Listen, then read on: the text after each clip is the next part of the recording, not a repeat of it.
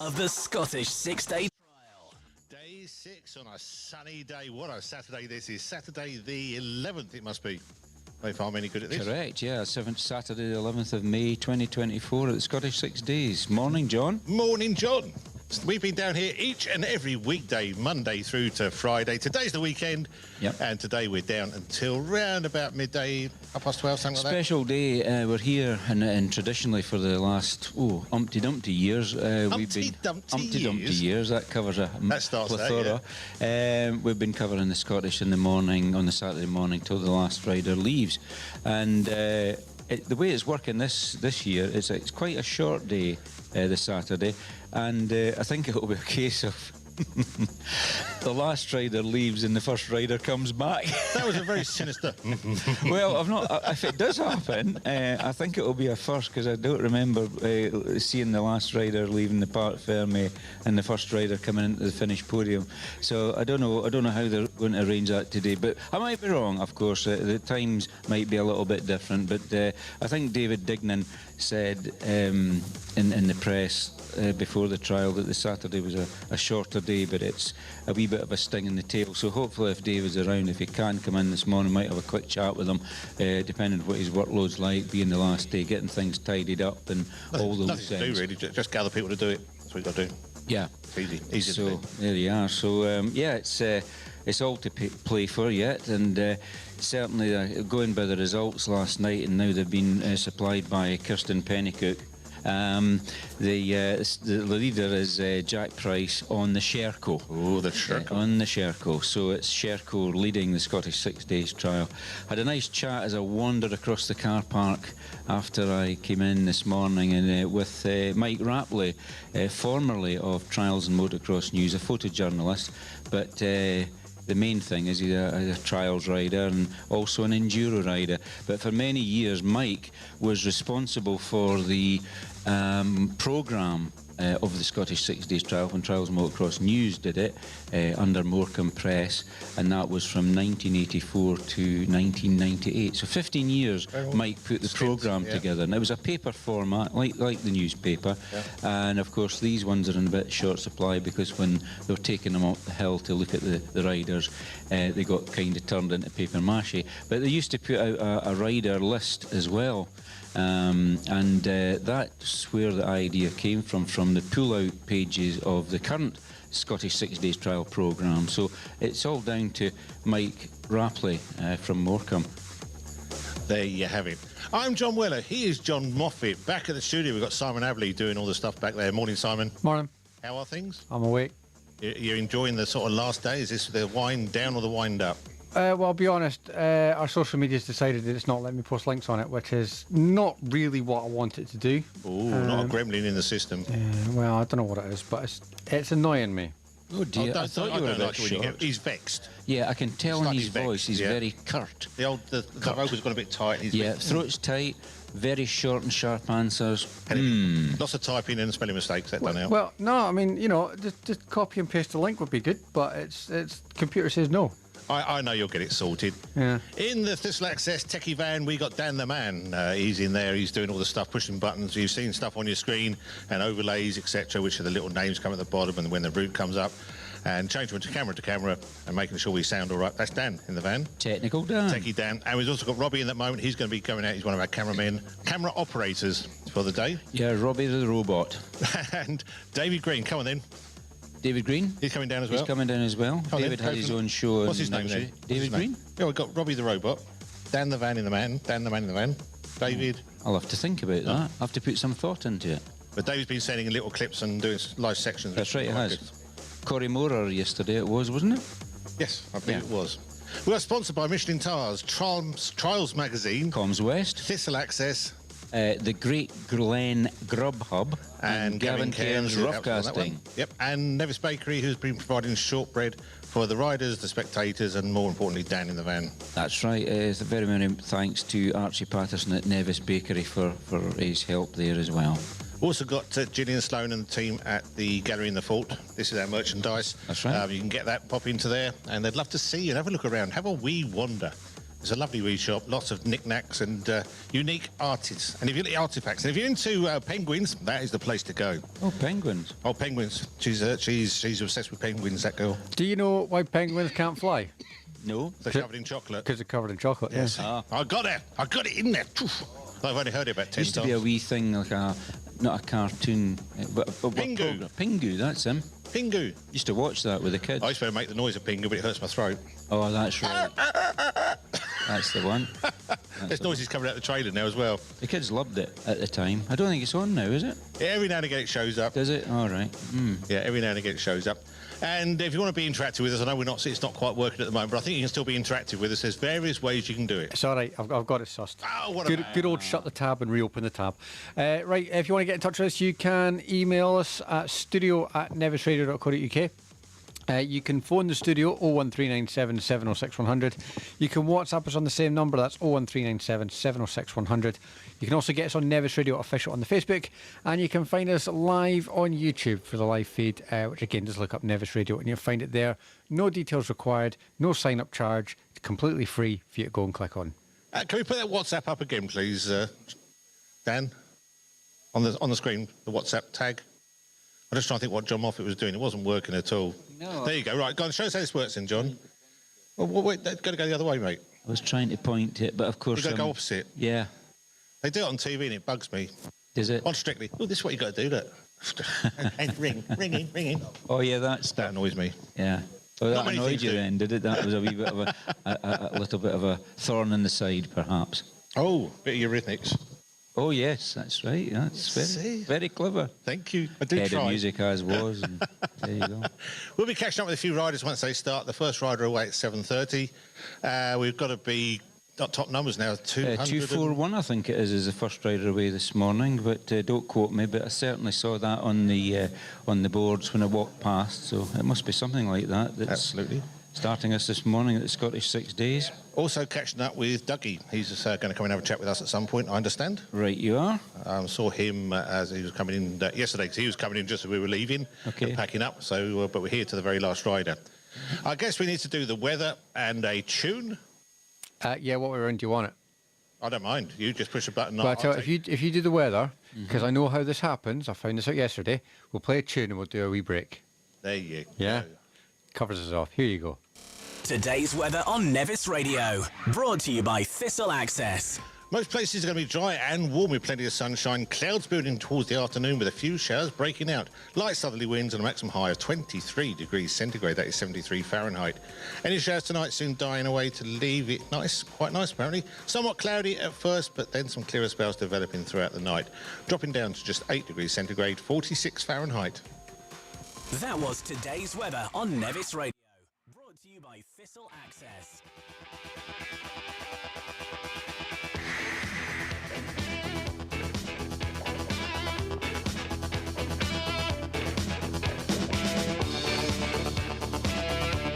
With initiative to move, so I make it harder.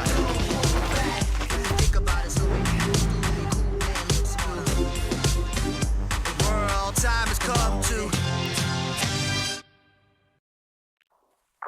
Visit a Scottish region full of wonder, from stunning mountainous landscapes to deserted sandy beaches, relaxing woodland trails to heart-racing adventure.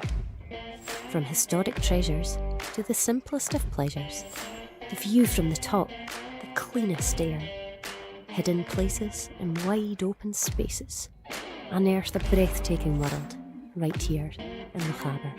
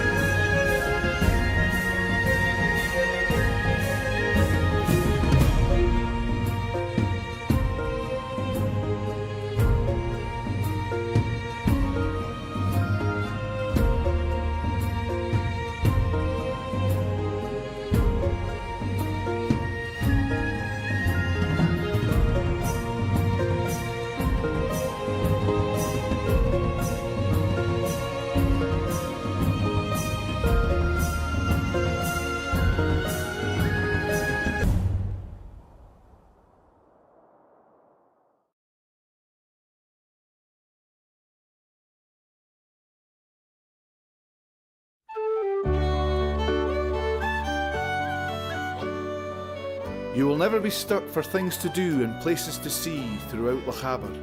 Experience the abundance of history, immerse yourself in a movie scene, walk within our great outdoors and see our wildlife running free. Rain or shine, there is always something to do. Get out and enjoy all the incredible things we have to offer right here in Lochaber.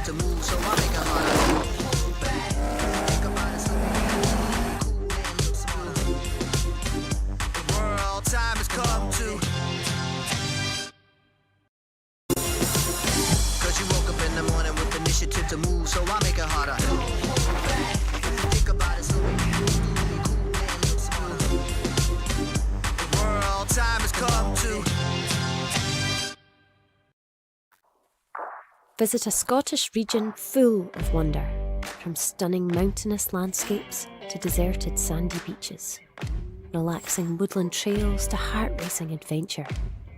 From historic treasures to the simplest of pleasures, the view from the top, the cleanest air, hidden places and wide open spaces, unearth a breathtaking world right here in Lochaber.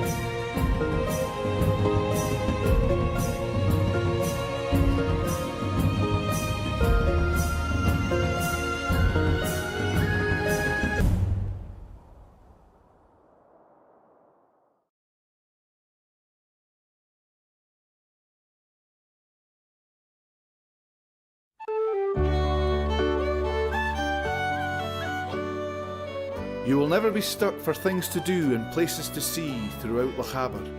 Experience the abundance of history, immerse yourself in a movie scene, walk within our great outdoors and see our wildlife running free. Rain or shine, there is always something to do. Get out and enjoy all the incredible things we have to offer right here in Lochaber.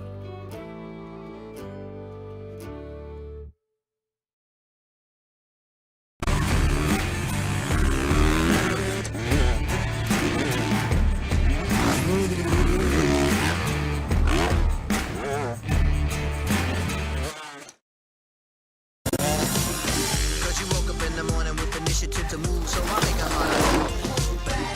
Think about it, cool man looks smooth. The world time has come to. Cause you woke up in the morning. Right now, because the first rider weighs 730. Yeah, that's right, 7:30. Rider 241, Craig Talbot. Now, Craig, you've been riding the Scottish for quite some years now. How many times is this you've actually attempted the 6 days? So this would be my 15th this year. Yeah. Quite a veteran. Now, you're in the motorcycle trade along with some partners in the company BVM Moto. They're based in which town? Stroud, Gloucestershire. Now, I think that your partners have ridden in the Scottish before, is that right? Sorry? That your partners have ridden in the 6 days? Yeah, we've all done it. I think Rick has done it twice and Lawrence 6 or 7 times. So yeah, between us all, we've done a fair few now. Now, the company at one stage was founded by Mark Kemp, who was also known as Baron von Milius, is that right? And that's where the BVM name came from? Yeah, that's right. That's where the name comes from. We took it on just over 10 years ago.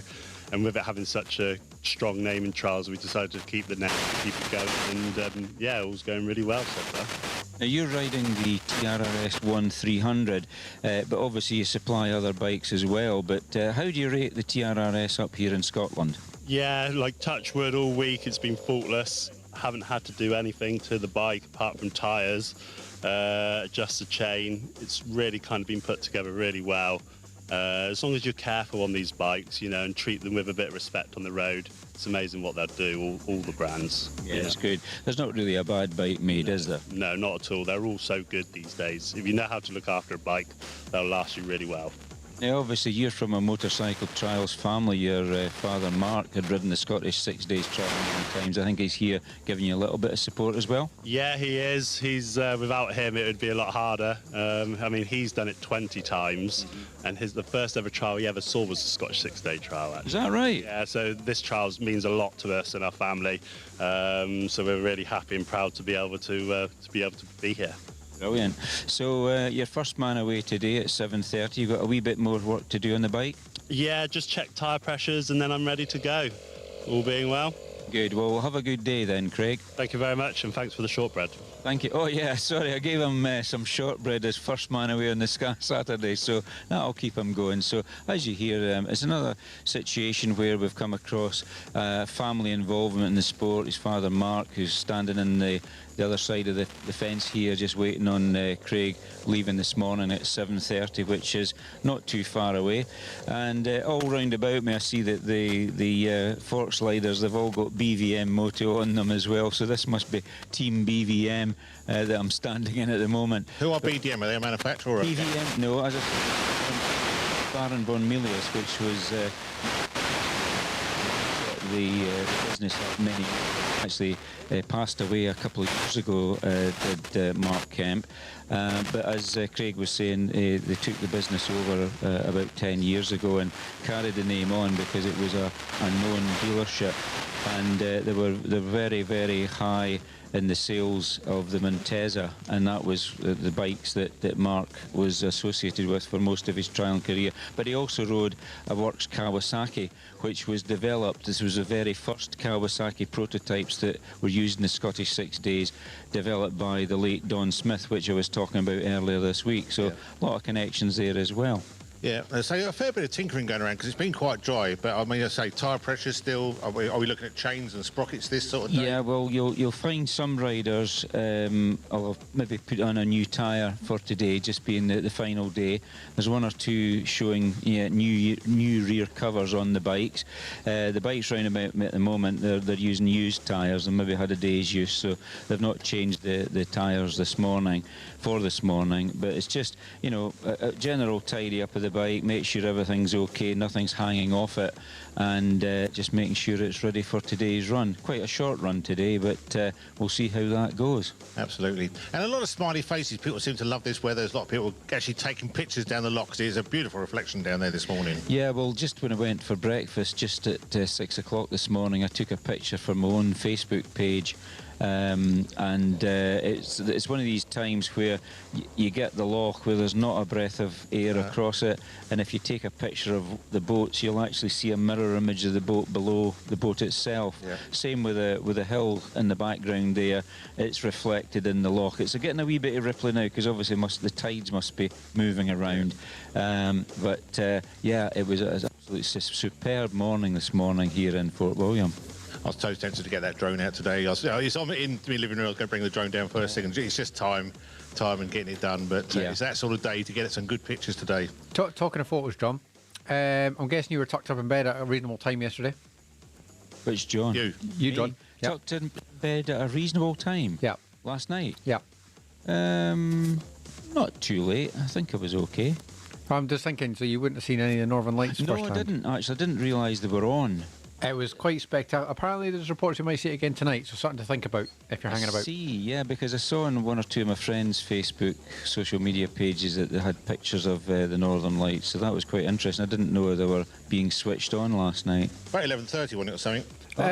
Half of them right through the night. I believe it actually was still going on at 5 o'clock this morning, to be honest, but too late at that point. All right. Oh, well, I could have seen them, because I don't think I was tucked in until around about 11:30 last night. It's way down, as far down south as Brighton and those areas, they were getting them as well, which is very unusual. Right. And which part did you look? Was it across Sky, the loch? in the sky, mate. I know, but Well, funnily enough, direction? I looked north last night and I couldn't see anything. I thought, why is everyone getting photos? Uh-huh. And then someone said, turn round, and the sky was just full of colour. Right. It was pretty insane for those who've watched it. Well, many people have, because social media's covered in it. But it was quite spectacular. I see. So it was the Southern Lights then, was it? Pretty much from this far up. Well, there you are. Asking for a friend. Got to be done. Yeah. Also, well, I've got you. Karen's saying she's loving the footage every day. She's already looking forward to next year. So thank you very much. There you go. Thank you very much indeed. And those contact details again, sorry? WhatsApp, really? 01397 706 100. You can even send us a wee voice note. We can put you in the show. Simple as that. You can email us at studio@nevisradio.co.uk or phone us at the studio. Same number as WhatsApp, really. 01397 706 100. Or you can find us on the social media on Nevis Radio Official on Facebook, and just look up Nevis Radio on YouTube, and you too could be watching our live feed in HD on your smart TV. With Robbie, the robot cameraman, out there right now. All these images you're getting on your TV is all thanks to Robbie behind the camera. So David will be down very shortly. Extra pair of hands on cameras, which will make life easier. It certainly will. And do you want me now to cover the route? I think now would be a good time to have a look at that route, Okay, see where we people can want to do go that. and what they're going to do. Absolutely right. So Saturday, day 6 of the 6 days trial here in Fort William, 2024, 11th of May. The first group of sections, Group A, there's 3 sections at Lower Ferme. First rider arrives there in just about half an hour's time at 8 o'clock. They are spectator-friendly sections, so you can go and watch them there. I think it must be on the Ferme estate, isn't it? Gotta be, That's yeah, out so. towards the Yeah. A830. So anyway, the next group are not accessible. That's Upper Ferme, so they must be further up the estate. There's 4 sections there. First rider's there at 8:40. Then they go further on to Group C. There's a further 4 sections at Drumfada, 9:15. And then over to the old favourite, Group D, 3 sections at what's known as Trotter's Burn. I've always known it as Muirsherlich, because the local farm there by the McGilverys, Alistair McGilvery, a former Scottish Trials champion. But Trotter's Burn, there's some parking usually in the fields adjacent to that, and that will be quite a good one to watch because it's a traditional old section. They used it, I remember they used it in 77. I don't know if they actually went up the last bit of it right enough, but it's always quite an exciting section to watch, and the first rider will be there at 10 to 10. Then they go over to Group E. sections. There's 5 sections at Leenachin, which is the Nevis Range area. So you up to Nevis Range. There's first riders there at 10:30. Then they move on to Group F, which is an inaccessible Corrinacloich. There's 2 sections there, and the first riders there, hopefully around about 11:20. And then back down into Fort William, Group G. Single section in the town centre, Town Hall Bray, which is just up past the cinema in Fort William, and the first rider's there at 11:45. And the reason it's called Town Hall Bray in the Scottish is because the old town hall, which was I think an old church originally, which burnt down in the late 70s or early 80s, and was replaced by another building, and now is replaced by the local cinema. And the first rider is at 11:45, and I've got lots of pictures on my website, Trials Guru, which shows the old Town Hall Bray with riders in action, just adjacent to the bookkeeper's shop. And before they built the steps up the Town Hall Bray. But the locals, of course, in Fort William know that as the Rocky Bray. And I didn't realise that even at the time I was riding regularly, that was the local name for it. And I wondered, when I was speaking to somebody, they said, "Oh, I always used to go and watch at the Rocky Bray." And I'm going, Where's that then? Where's that then? "Oh, right in the town centre. Don't you know the Rocky Bray?" And I went, "Are you talking about the Town Hall Bray?"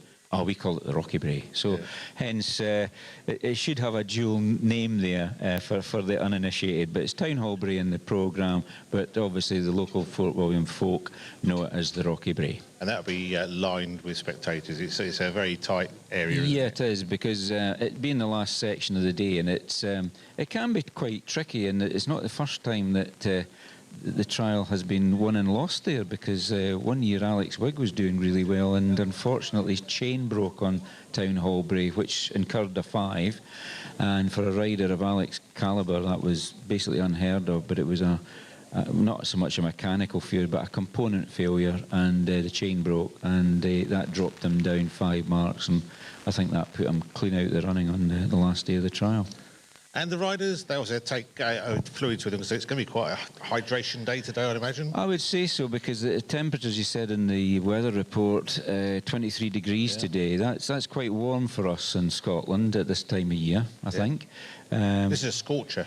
Yeah, well, it's more like midsummer. It says lovely. It's 24 just now in our little computer there, and that's quite warm. I think the air conditioning would be on the car at that, I think, keep you cool. But hydration is important. A lot of the riders have these hydration systems with a tube that they can drink from, plenty of water, a few litres of water as they traverse the trial today. It's not going to be an easy day as far as sections are concerned. I think a nice short day is going to be easy, but it's not, is it? No. The Saturday, way back in 1968, it was quite funny. I was looking at some old footage not that long ago, and in 1968, they did a bit of a riders' feedback, although it wasn't called that then. They were taking soundings from riders, and the riders were asking for 6 days. Now, that might sound a bit daft, being that it's the Scottish 6 days, but in those days, they left Fort William on the Saturday morning from M&D's garage, did a little bit of preparation, and they headed south. They picked up the likes of Tyndrum, which is where the gold mine is now, but Tyndrum, the hill opposite the village, where they climbed way up and then come all the way down and down the road, and basically made their way back to Edinburgh, to Blackford Hill, the observatory at Blackford Hill in Edinburgh, and that's where they basically signed off, got the final machine inspection. And the riders were saying, look, we don't get many sections on the Saturday to test ourselves. How about, a full day on the Saturday going south? So the then clerk of the course, George Baird from Edinburgh, decided to give the riders 6 days, and they actually input or incorporated, I should say, the pipeline section at Kinlochleven, and there was a couple more sections beyond that, also Tyndrum, and as it turned out in 1969, when that was put into the trial, that was the decider for Bill Wilkinson to win on the Greaves, good friend of mine, and he was here a few years ago as the guest of honour, and he brought his Greaves up, and it was in the shop window, and I remember starting it for him along at the hub, because he couldn't quite manage to kick it over. He said, "Come on, John, fire her up." So we on with the petrol, tickle with the carburetor, couple of kicks, and away the factory Greaves went. And Bill pipped Mick Andrews and Sammy Miller, and he won the trial, and that was went down in history because he was the last British rider to win the Scottish 6 days on a British-built machine, engine, frame, the lot. There was no, overseas components at that time for those bikes. So that was it, and that was when the Scottish 6 days really became the 6 days of competition, and that's continued. But obviously it's a bit, short looking on the programme, but I think there's a lot to play for as well. There's a few points up for grabs there. I would say so, yeah. Because we're going to look at the results very, very shortly. You've got your diary of music there. Is there a tune you'd like to get lined up? Yes, well, there we have it. It's we're bringing it bang up to date. 2024. We don't know yet who the winner of 2024 is, obviously, but I've been sort of zeroing in on tunes of the time this week. We started off back in 1974, which is unbelievably 50 years ago.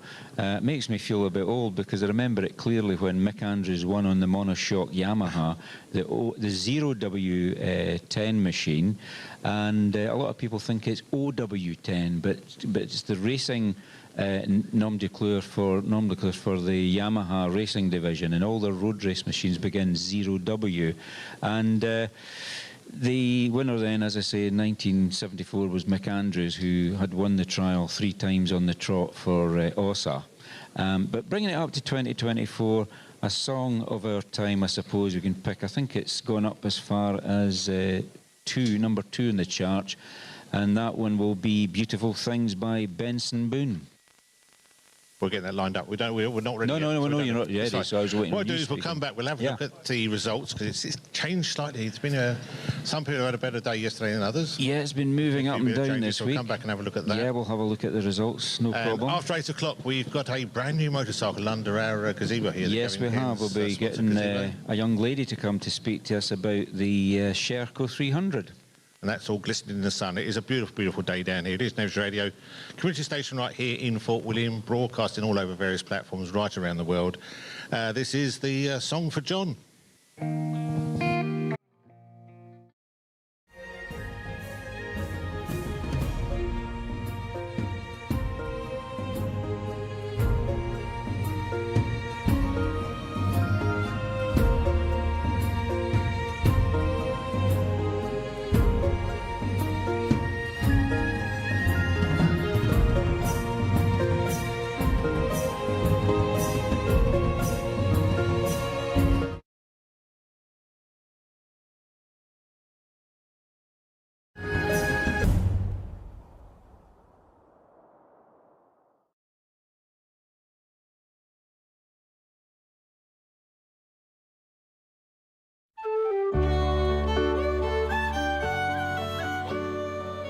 You will never be stuck for things to do and places to see throughout Lochaber.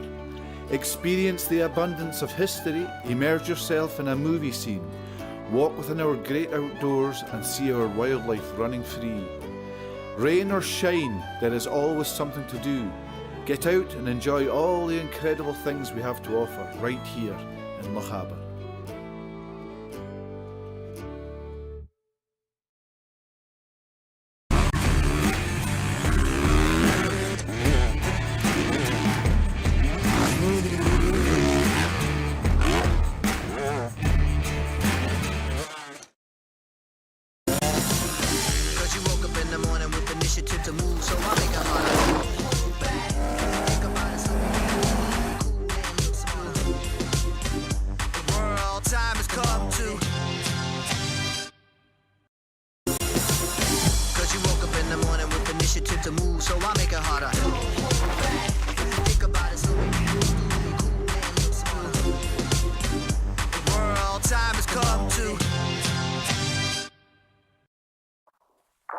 Visit a Scottish region full of wonder, from stunning mountainous landscapes to deserted sandy beaches, relaxing woodland trails to heart-racing adventure, from historic treasures to the simplest of pleasures, the view from the top, the cleanest air, hidden places and wide open spaces, unearth a breathtaking world right here in Lochaber.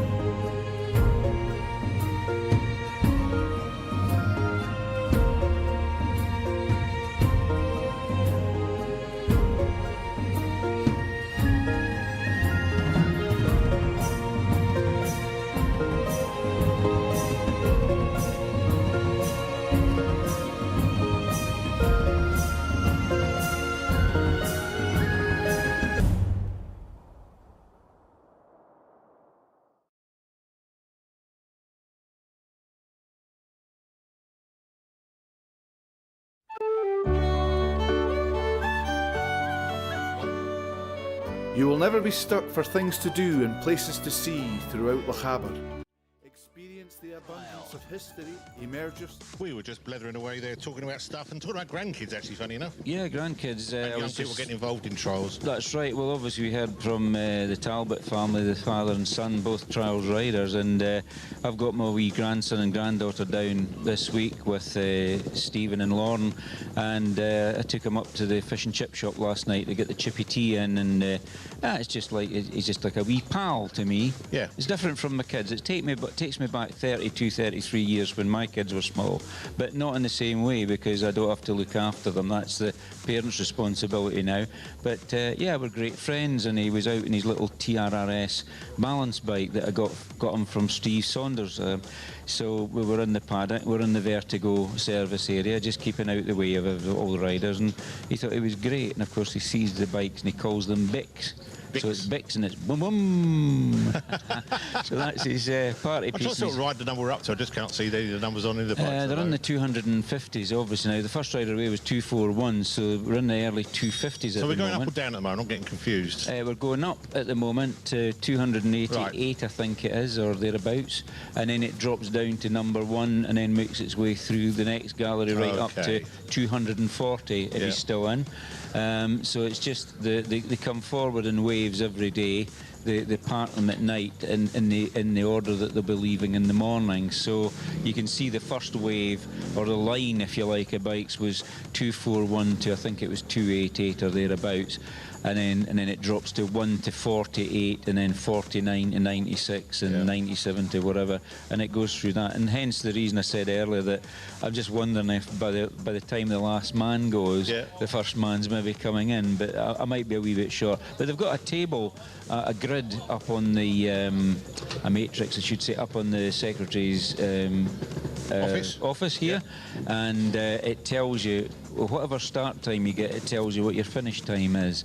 So that's quite useful. But I miscalculated it yesterday insofar as that Stephen was home early yesterday. I was supposed to go up to Ferset and then phone Lauren to say, oh, that's him through Ferset so that she could get down. What happened was my wife phoned me. I'd been up the town having a cup of coffee with a friend, and I've made my way back. Apparently she's rung me 9 times, but the phone only recorded that she'd been on the phone once and actually answered at the damn thing. So I don't know how that works. She could prove that she phoned me 9 times, yet I only get 1 missed call. I don't know how that works. So anyway, so Lauren had to beetle down from the campsite and park the car up here, and then come into the car park. But it all worked out fine because when she arrived, Stephen was still in the Vertigo tent, hadn't been in there that long, and working on the Vertigo just to change the wheel over because he got a new tyre on this morning, I think, hopefully.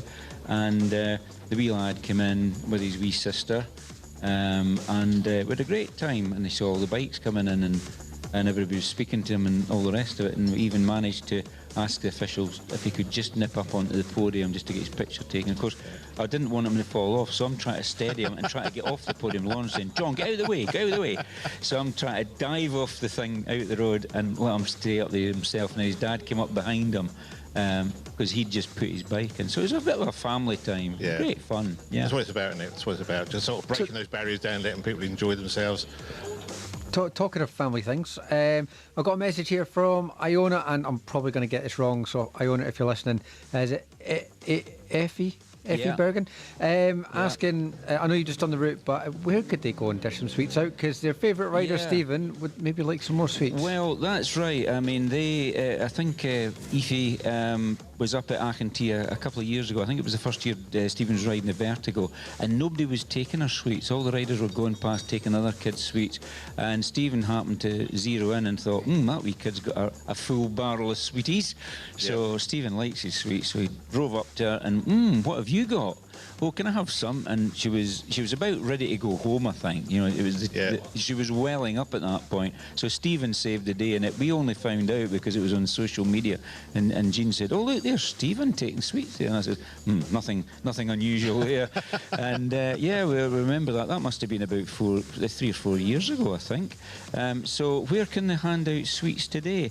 Well, the thing is, I noticed that, obviously young Ollie was giving me a chocolate bar up at Aachen Achantee, but where they should have been at Achantee, the people that are handing out sweeties, should have been as the riders come off the road and slowed down. That's the place to catch them. So Trotter's Burn is a wee bit difficult because they come under the bridge at Trotter's Burn, I think, don't they? They come down. At the side of the bridge, and they're all sort of focused on the section and want to park their bike, drop their kit bag off, and then start looking up the section. So if you can get a place where they're actually slowed right down. Now, Town Hall Bray, I think, would be a good one, because the riders come up, they know they've got enough time, they'll look up the Bray, and that might be just the time to catch them, because going out to Lower Ferme, I don't know how far out you have to go and how they come into the section. So I would say definitely, normally I would say to Trotter's Burn, but it's difficult to hand stuff over there because it is a busy road, and I think possibly the Town Hall Bray or Rocky Bay here in Fort William would be good, because there's a lot of spectators about, and there's room to actually move around there and actually go to the riders and just offer them a sweet. And I'm quite sure that the lads this morning or this afternoon, whatever time they're there at Town Hall Bray, would be quite happy to accept the generosity of the local kids. There's your answer. Happy? Yep, thank you. Good, all got that through. And if you do want to get in contact with us, you say WhatsApp's the best one, isn't it? Yeah, we can sort of deal with most things via WhatsApp, which is just 01397 706 100. Mm-hmm. Come through. And it's free on WhatsApp. You just use your data or your Wi-Fi, so you've already got it on your phone. No extra charges. You can always request a tune for somebody as well. Yeah, you can do that. What do you want to do? Coming up at 11 o'clock, a bit in the future now, we're going to be doing the top 3 11s here, something I normally do on my flashback show. Oh, yeah. Where you've got to guess the year. So that's coming up straight after 11 o'clock news. So there'll be 3 songs back to back. What you've got to do is guess what that year is. Guess what the year is. Simple as. And you didn't do very well last year. Did I not? No, you didn't. Did I fail I think miserably? Mika beat you last year. Did I have 3 5s last year, did I? You had certainly a few dabs. We'll be doing that.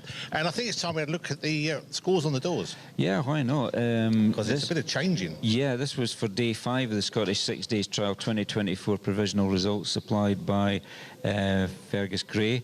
And the Scottish riders, the Scottish national riders, they obviously compete between each other for Best Scot. And up at the top at the moment is from Fife, Jamie Galloway, who is one of the TRRS riders who's been competing in the World Championships, and he was 3rd last year in Trial 3 category. Jamie's in the lead with 37 marks.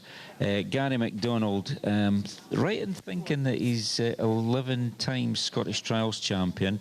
He's the most successful Scottish Trials rider of all time because he's got more titles than anybody else put together. And he is on 40 marks.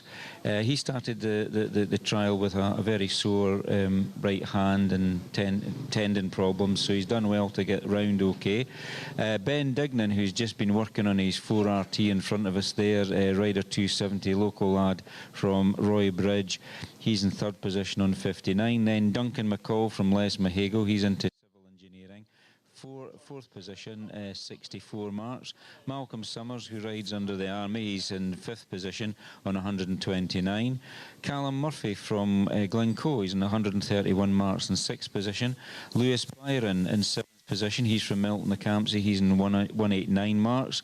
Robbie Weir, or Bob Weir, 8th position, 207. And in 9th position, Alan Ian McMaster, he's on 226. And in 10th position from Inverness, electrician Danny Lamont, or Dan Lamb as we call him, on 231 marks. So that's the top 10 of the Scottish riders. The main trial itself, we've got in the lead at the moment on the Sherco 300 is Jack Price, holding the lead on 17 marks, 3 marks ahead of 2nd place man Dan Peace, and 3rd position is Jack Peace, his brother, also on 20 marks. So 2 brothers on the same scores at the moment, which is quite interesting. Harry Hemingway, son of Dan Hemingway and grandson of John Hemingway, who rode the Montezas in the Scottish along with Alta Suzuki's. Harry is in 4th position on 21. Toby Martin, first timer on the Monteza 4RT, another World Championship contenders in 5th position on 25, and Richard Sadler from Leyburn in 6th position on 28. On 32 marks lost is in 7th position Dougie Lampkin on the Vertigo, and also on 32 marks lost is Michael Brown, I think that's right. No, sorry, Michael Brown's on, yes, 32 marks. Michael, who's come very close to winning the Scottish in the past, he's on a 4RT. In 9th position, Jamie Galloway, who's now leading the Scots contingents. He's on, I think, 37 marks lost. And then Gary MacDonald on 40 marks lost in 10th position. I'm going to try and find, if we can, in a little minute, the ladies, the women's class, if I can. That is very tight in there at the moment. Yeah, because it's been nip and tuck there, because Mark Coombs was here yesterday. I know, he's at the top. And we were talking about that. I mean, so it's been a ding-dong battle all week between Emma Bristow, who's 9 times World's Women's Trials Champion, and Laia Sanz from Spain. She's 14 times World Trials Champion Women's class. And Emma's in the lead at the moment with 109 marks, and she's on the Sherco factory bike. Laia Sanz is on the 2025 Gas 300, and she's in second place on 118, so there's 9 marks in it. Yeah. Then we have Alice Minter on the Birkett Scorpa. She's in 3rd position on 137. Chloe Richardson on the Beta from Ski Bay in North Yorkshire. She is in 4th position on 285. And then Alicia Robinson, who we interviewed yesterday on the Beta, she's on 291 marks lost. Oh, still to fight for there then. Yeah, it's... Many points up for grabs? Yeah, still quite tight at that, because there's a lot to do today. It'll be interesting to see how the scores come in at the final scores this evening, and that'll be on the official SSDT website, ssdt.org. So worthwhile looking at that later today as the scores get put up. Does that tell you how many retirals we've got as well? How many people are actually out? Yeah, on the scores it'll say E beside it, which is excluded. So that gets noted, and normally these riders are down the bottom of the page on the results itself. So I see Davy Dignan's around about this morning. We might be able to have a word with Davy. He's waiting for a chat. We're going to try and get you out there with the lock, so we get a nice view of the lock and a bit of the countryside. Okay, that'll be fine. And as I say, do get in contact with us. Thanks to our sponsors, Michelin Tyres, Trial Magazine, Comms West, Thistle Access, the Great Glen Grub Hub, and Gavin Cairns Rough Casting Limited. Nevis Bakery for the shortbread. We're down to about the last 12 packets in there, I guess. Yeah, not doing many bad left. though, not doing too bad. And we'll try and get them distributed. And as I say, anybody else which has sort of contributed in any way, including our advertisers generally on the radio. The little adverts you hear and the in-commercials, why the music's playing, thank you much to them for contributing to this week on Nevis Radio's coverage. Yes, thanks to them all. It all makes that big difference. What's happening back at the studio? Anything exciting? Alex is liking the look of the scenery, so yeah, that's quite cool. You get a bit of scenery in with Dave Dignan, so people enjoying a bit of the old sunshine in and around Lochaber, it seems. I think my left side's going to be sunburnt by about midday. You need to turn you around like a kebab. I need to be on. I thought to say spit roast, but that's probably not the right. A rotisserie. Rotational weller. Yeah. Well, I say Dave's in the area. If we can get a tune on for Dan, that'd be quite cool. Yeah, got it lined up. I've also got one here for Robbie as well, so we'll sort that out in the next hour or two. Yeah, because so come back. We'll try and catch up with David before the news at 8, when we're going to be joining the gang from Sherco, I understand. Is that right? Yes, that's right.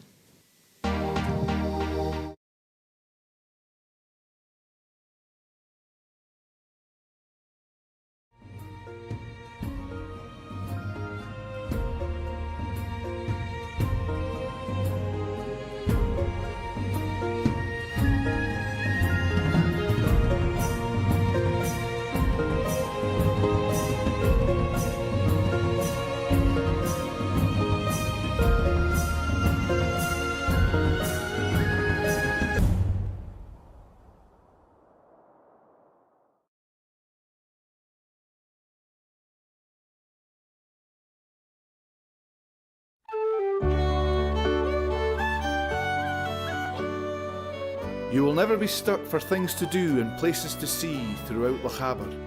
Experience the abundance of history, immerse yourself in a movie scene, walk within our great outdoors and see our wildlife running free. Rain or shine, there is always something to do. Get out and enjoy all the incredible things we have to offer right here in Lochaber.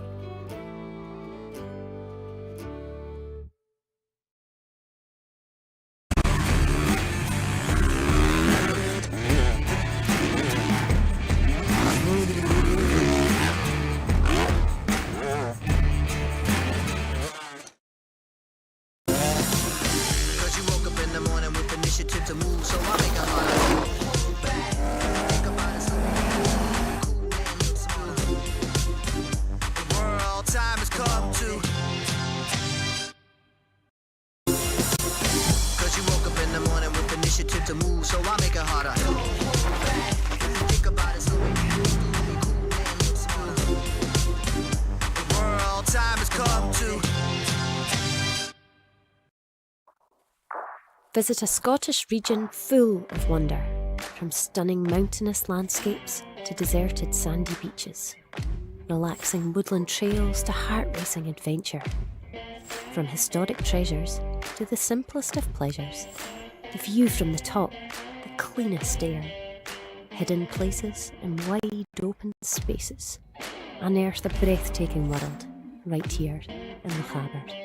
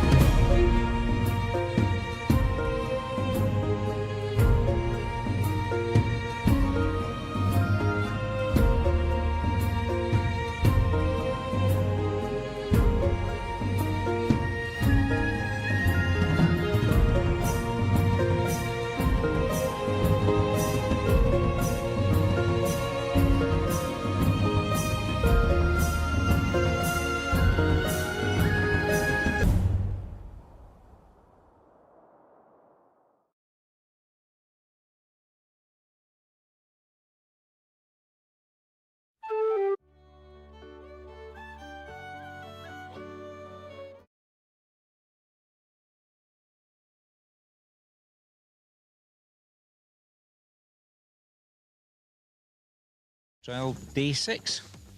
Good morning, John. Good morning, everybody else in Lochaber. Yes, day 6. It soon shoots through. We're here over Sunday or Monday. It would have been Monday morning. That's right. On that, so yeah, here we are. Glorious day in Lochaber. Can't beat it at all. It's fantastic weather. Bit of a nice backdrop there. It is. The loch. We're on to Glen Estate. Yeah. One of our, landowners as such. So yeah. And it's nicely framed behind us here. Now, David, 6 days trial this year. You've come on every day explaining various bits and pieces, a couple of warnings thrown in just to make sure everybody's aware of things. Day 6, a wee bit different from previous years. Tell us a wee bit about that. Yeah. There was various reasons. So there wasn't one main reason why I looked at trying to sort of, I wouldn't say change, but look at sort of doing something different. It started from using Glen Nevis, Bay Nevis sections, and trying to sort of look at helping that area in there and the influx of or the increase of walkers Yeah. on the Saturday weekend, Yeah. which was getting a bit of a problematic on there. So that was the first instance. Right. And then we move on to where, as I had last year, we've lost the sort of what we call the north end of Port William ground. Traditionally, what we would have called switchback, Mealcotty Glass. Oh, yes. Craig Lundy, that type of thing. So they're building a new big hydro scheme along Loch Lochy. Right. So, we've been asked to sort of stay out there for the next 15, 20 years. Oh, so, yeah, we bit beyond my tenureship sort of thing. So, yeah, it's something maybe not to worry about. But, yeah, so the pressure on the pressure on this sort of immediate area around Le Harbour and then south of Le Harbour into Kinlochleven and round just really has a pinch point on it. So these were the various reasons that I tried to do that, and Saturday then allows me to kind of keep it fairly local without running doubling up on other sections. And Fast Ferme Estate has been very accommodating, where we've used their ground twice again this year, different areas. Now that's out the 8830. That's the 8830 towards Malik. Okay. Yeah. And again, that road is the increase in traffic is, it's as a local resident, it's on there. They're heading down to the Harry Potters of this world. But anyway, so I'd looked at that, and then again, last year was a hard year because it was really quite well imbalanced. So looking at it again, if we're at the wards last year, it was, I think, 12 o'clock, 1 o'clock before we're getting finished. Yeah. So I thought, right, okay, and truth be told, I remember watching the Tour de France, and the last day is a jolly day, and that's not the reason. But so looked at that and I thought, right, okay, let's try and sort of do something different without jeopardising or changing it too much. And although it's a shorter day, I've got 22 sections. Then the last one is obviously spectators. Yeah. So we've got sort of 3 or 2 small spectator sections this morning. Mind you, I'm just hearing now that Fast Ferme has been kind of filled up already and whatever. So that's a bit of attraction on there. But the main group is Leanachan on that, where people can go in. Like Monday morning, it used to be go in. Monday morning, that's right. See the rider. So go into Leanachan. Remember the barriers are there. No parking on the roadsides. Yeah, it's a pay and display. Yeah, sort of play and display. park. Yeah, exactly. Right. So we've got 5 groups on there. I've given the riders, what I think is generous time today. Yeah. So there's no need for speeding, there's no need to be pushing, and when you get to the group of sections, there's no need to be hopefully rushing through them. That's right. Well, the thing is that in 1969, they actually made it a 6 days trial because they used the Saturday as a run home to Edinburgh at that time. Yeah. And your equivalent then was George Baird, and he was on one of the old Jute marketing videos that was filmed at the time, saying the riders have asked for 6 days. I'm giving them 6 days, and they put pipeline in on the Saturday because obviously they're moving south. Yeah. So it's a wee bit of repeating the history, but in your own way, of course. Well, you've given them 6 days, but you've altered it slightly, and I can understand why you've done that. And there was the lady phoned in, Iona phoned in, because the kids like to give out sweeties, and they're saying, where can we go? And of course, they were up at, some of them were up at Achentee the other day, but they were up at the section, and that's not the best place to catch a rider. Get them as they come off the road would have been better. So I've said, well, Fast Ferme is a bit far out, don't know how the sections are like myself there. So I said, well, why not Town Hall Bray? It's in the centre of Fort William. They've got a wee bit of an area before the actual start. And the riders are kind of know they've got time. They'll hopefully not be rushing the section and maybe catch them there. If they're listening, and she's listening, I've got a marshal in there, Charlie Hepburn, who there you go. Yeah. So who will talk to anybody. The hind legs of a donkey. Sorry, Charlie.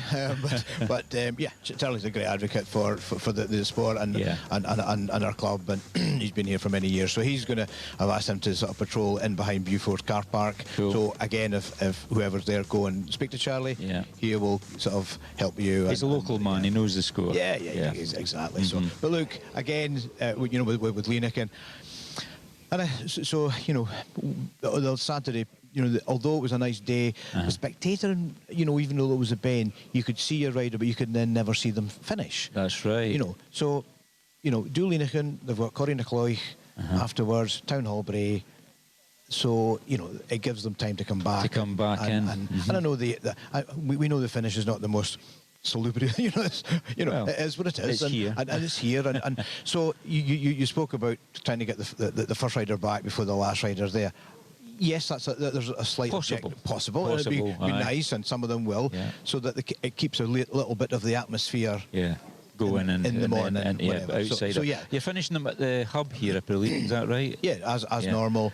How are you going to get the trailer across the car park? Is that our new newly appointed logistics manager, as he likes to be known, young Robert Patterson. Oh, Robert. Yeah, so Robert's kind of taken bit of a character. I mean, so I looked after the car park for a number of years, as well as the duties and all that. But as you know, at the end of the day, we've got to bring other people into the fold and get there. So Robert and Mike McNiven have taken it on, but Robert in particular has kind of taken in this role.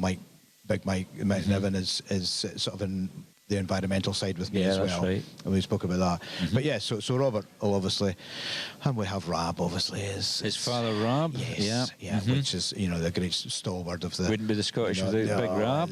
Exactly. So, right. but yeah, no. So that was the thinking around Saturday. It wasn't one particular reason, and it wasn't to do anything different, but other to try and, as someone said to me, so you're trying to, I think it was Dougie Lampkin said, you're trying to put them away with a smile on their face. Well, okay, if that works, then why not? Why not? Yeah. I mean, if they go with a smile on their face, that means they want to come back next year. That's what we've always found with trials, isn't it? Again, the entry sort of tells that story, and hopefully, it continues that story, and that's what we've got to look forward to. And I've always got that sort of shadow, as I call it, in the back to make sure as whatever we do doesn't affect the popularity of the actual trial itself. Right, very true.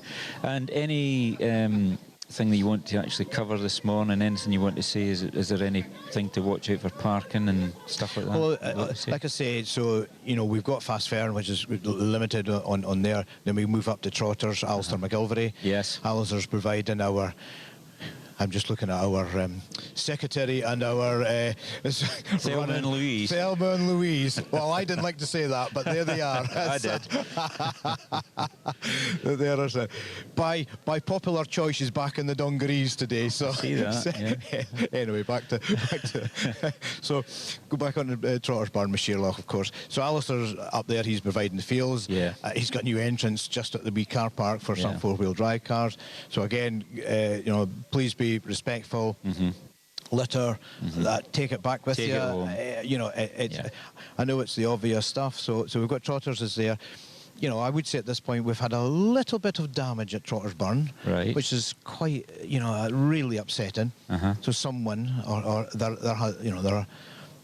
we do believe there were 3 people have gone up to Trotters in the last month and chiselled out the corner. Oh, right. Which was a traditional kind of knob, sort of before the step, and made it what it was. Yeah, really, no need for that. Absolutely not. It's totally I mean, I can't even think of the words to why someone... Stupidity. Why would you go up and chisel out? There's one thing filling in, we know that happens, and we can pull them out or pull them out bedrock. Yeah. That's a bit extreme. So we've had to go and do a bit of stonemasonry work. Right, okay. So people will see a little bit of new stonework. Well, we did it a few weeks ago. How many metres went into that? No. It was all stonemason. So I was up this morning just finishing the dressing. So people will see it. I'm sure they'll comment on it, but that's the reason why. So this has been restored. Well, that's good. Well, I was, I wasn't going to let whoever. I think we in the trials world we described it as the tree that was cut down at Hadrian's Wall. Oh yes, that's right. There's a similar thing in trials going. Absolutely, it was sacrilege. It was, and right. Not the done thing. I find it very disrespectful. It is, to be fair, regardless to who or what club. So anyway, so we've got Trotters, and then we head up to Leenachin. Yep. As I say, but please don't park on the side roads. No, before the barriers. Pay the fee. Park up. Get yourself in. On there. Nicky at Nevis Range has been excellent. Aye. Again, there's no event on it, but obviously there's still activity going on there. Right. So again, be respectful there. So up into the Leenachin, into the bridge, we've got 5 sections. So we should have a reasonable mix. We've got one hard one in there. The rest of them, the bottom one is I wouldn't say it's not hard, but it's a medium to hard, and we've got hard, and then we've got a couple of easier ones there. So hopefully we're not Fair enough. Taken from that. Yeah. So, so far so good. It's been a successful week so far. We hope it all finishes up that way. Presentation awards tonight at the Anyard Centre, is it? No, so we were unfortunately outbooked as well, or whatever. Double booking. Well, yes, there is a bingo night on there tonight of some sorts. That's a modern game of house, is it? Well, I'm not. I keep getting it wrong, but it's like bongo. No, bounce it's a bit bingo. Of It's bounce bingo. Bounce bingo. Bounce bingo. So there we go. So we're in Cool Community Centre. Oh right. So we moved over to Cool Community Centre, which they've been really good. Smaller hall, which is maybe quite, it might be a better atmosphere. Whatever. Hopefully. So 8 o'clock over there for the usual proceedings. And hopefully, know where you are. Mm-hmm. I've been before. Yep. I've been there before, I should say, yeah. Yeah, so hopefully, we'll kind of get there in a reasonable time and get home in a reasonable time. That's it. Well, that's the plan. For but that. it's interesting just to make these wee changes for the Scottish, just to keep it fresh for those like say, Craig Talbot has ridden, 15 times, etc., etc. So these guys do appreciate a little bit of change, but keeping within the tradition of the Scottish 6 days, which is 6 days of trialling, and it's moved on a little bit from the sporting holiday in the Highlands, hasn't it, to full competition? Well, I keep getting this branded on. It's an old thing. Traditional. No, it's fine. Yeah. But where did tradition start? So if tradition started back in 1909, 11, aye. Look at that compared to now. Yeah.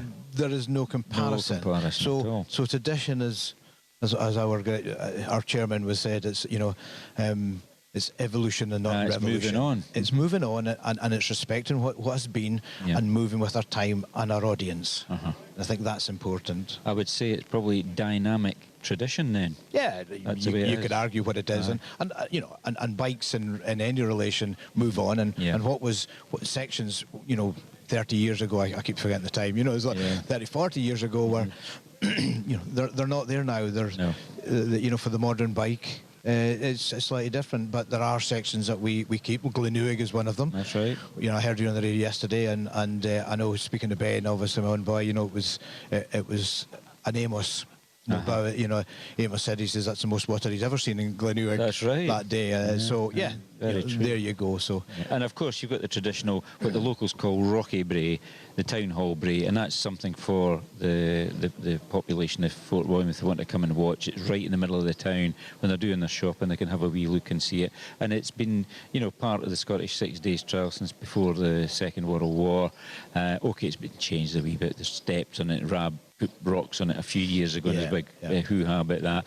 And it's good because it brings it right into the town, and I think it brings something to this particular town and part of it. And the UCI, big event, but I didn't see anybody for it. It was outside the town, whereas this is within the town, but out the way sort of thing. So it's all good. Absolutely. I think as much as the car park is synonymous, I'm getting my mouth working this morning, with Fort William. Rocky Bray is as well, right? And no matter who you would speak to, whether they're into bikes or otherwise, the Rocky Bray has always played a part. Since they were at school. Yeah, exactly. And when we were young, there was two things in life that we would come out of Roybridge for, which was the Scottish 6 Day Trials and the mod. That's right. And maybe a shinty game. No, shinty was all year-round. That's right. on that.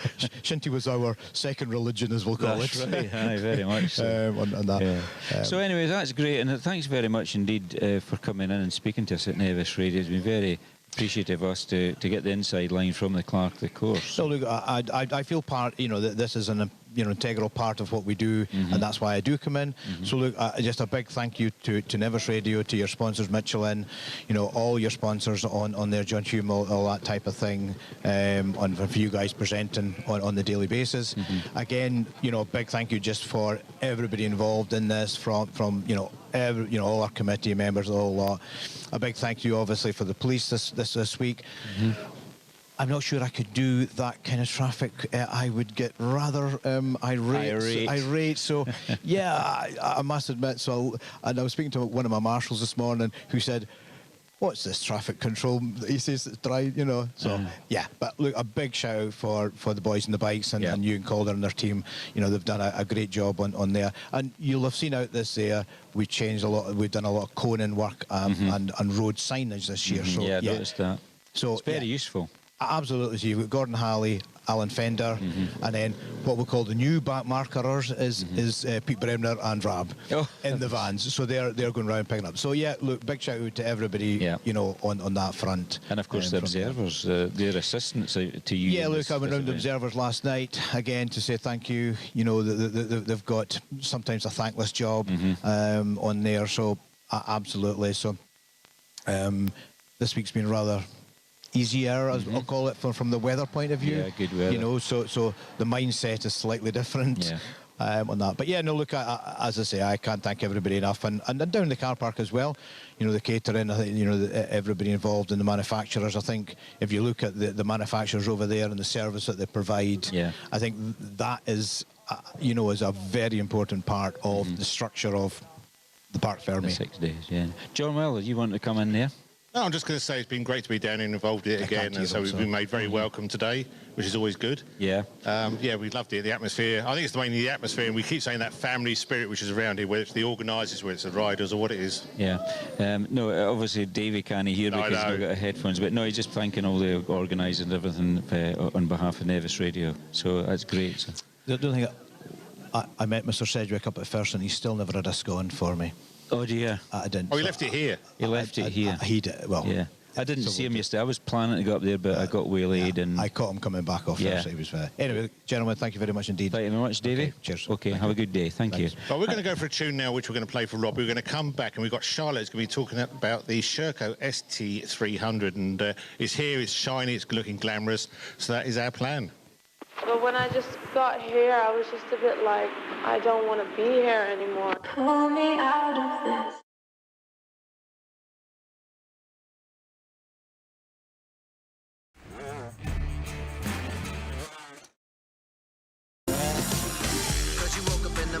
Initiative to move, so I make it harder. Think about it slowly. Cool man looks smooth. The world time has come to. Cause you woke up in the morning with initiative to move, so I make it harder. Think about it slowly. Cool man looks smooth. The world time has come to. Visit a Scottish region full of wonder, from stunning mountainous landscapes to deserted sandy beaches, relaxing woodland trails to heart-racing adventure. From historic treasures to the simplest of pleasures, the view from the top, the cleanest air, hidden places and wide open spaces, unearth a breathtaking world right here in Lochaber.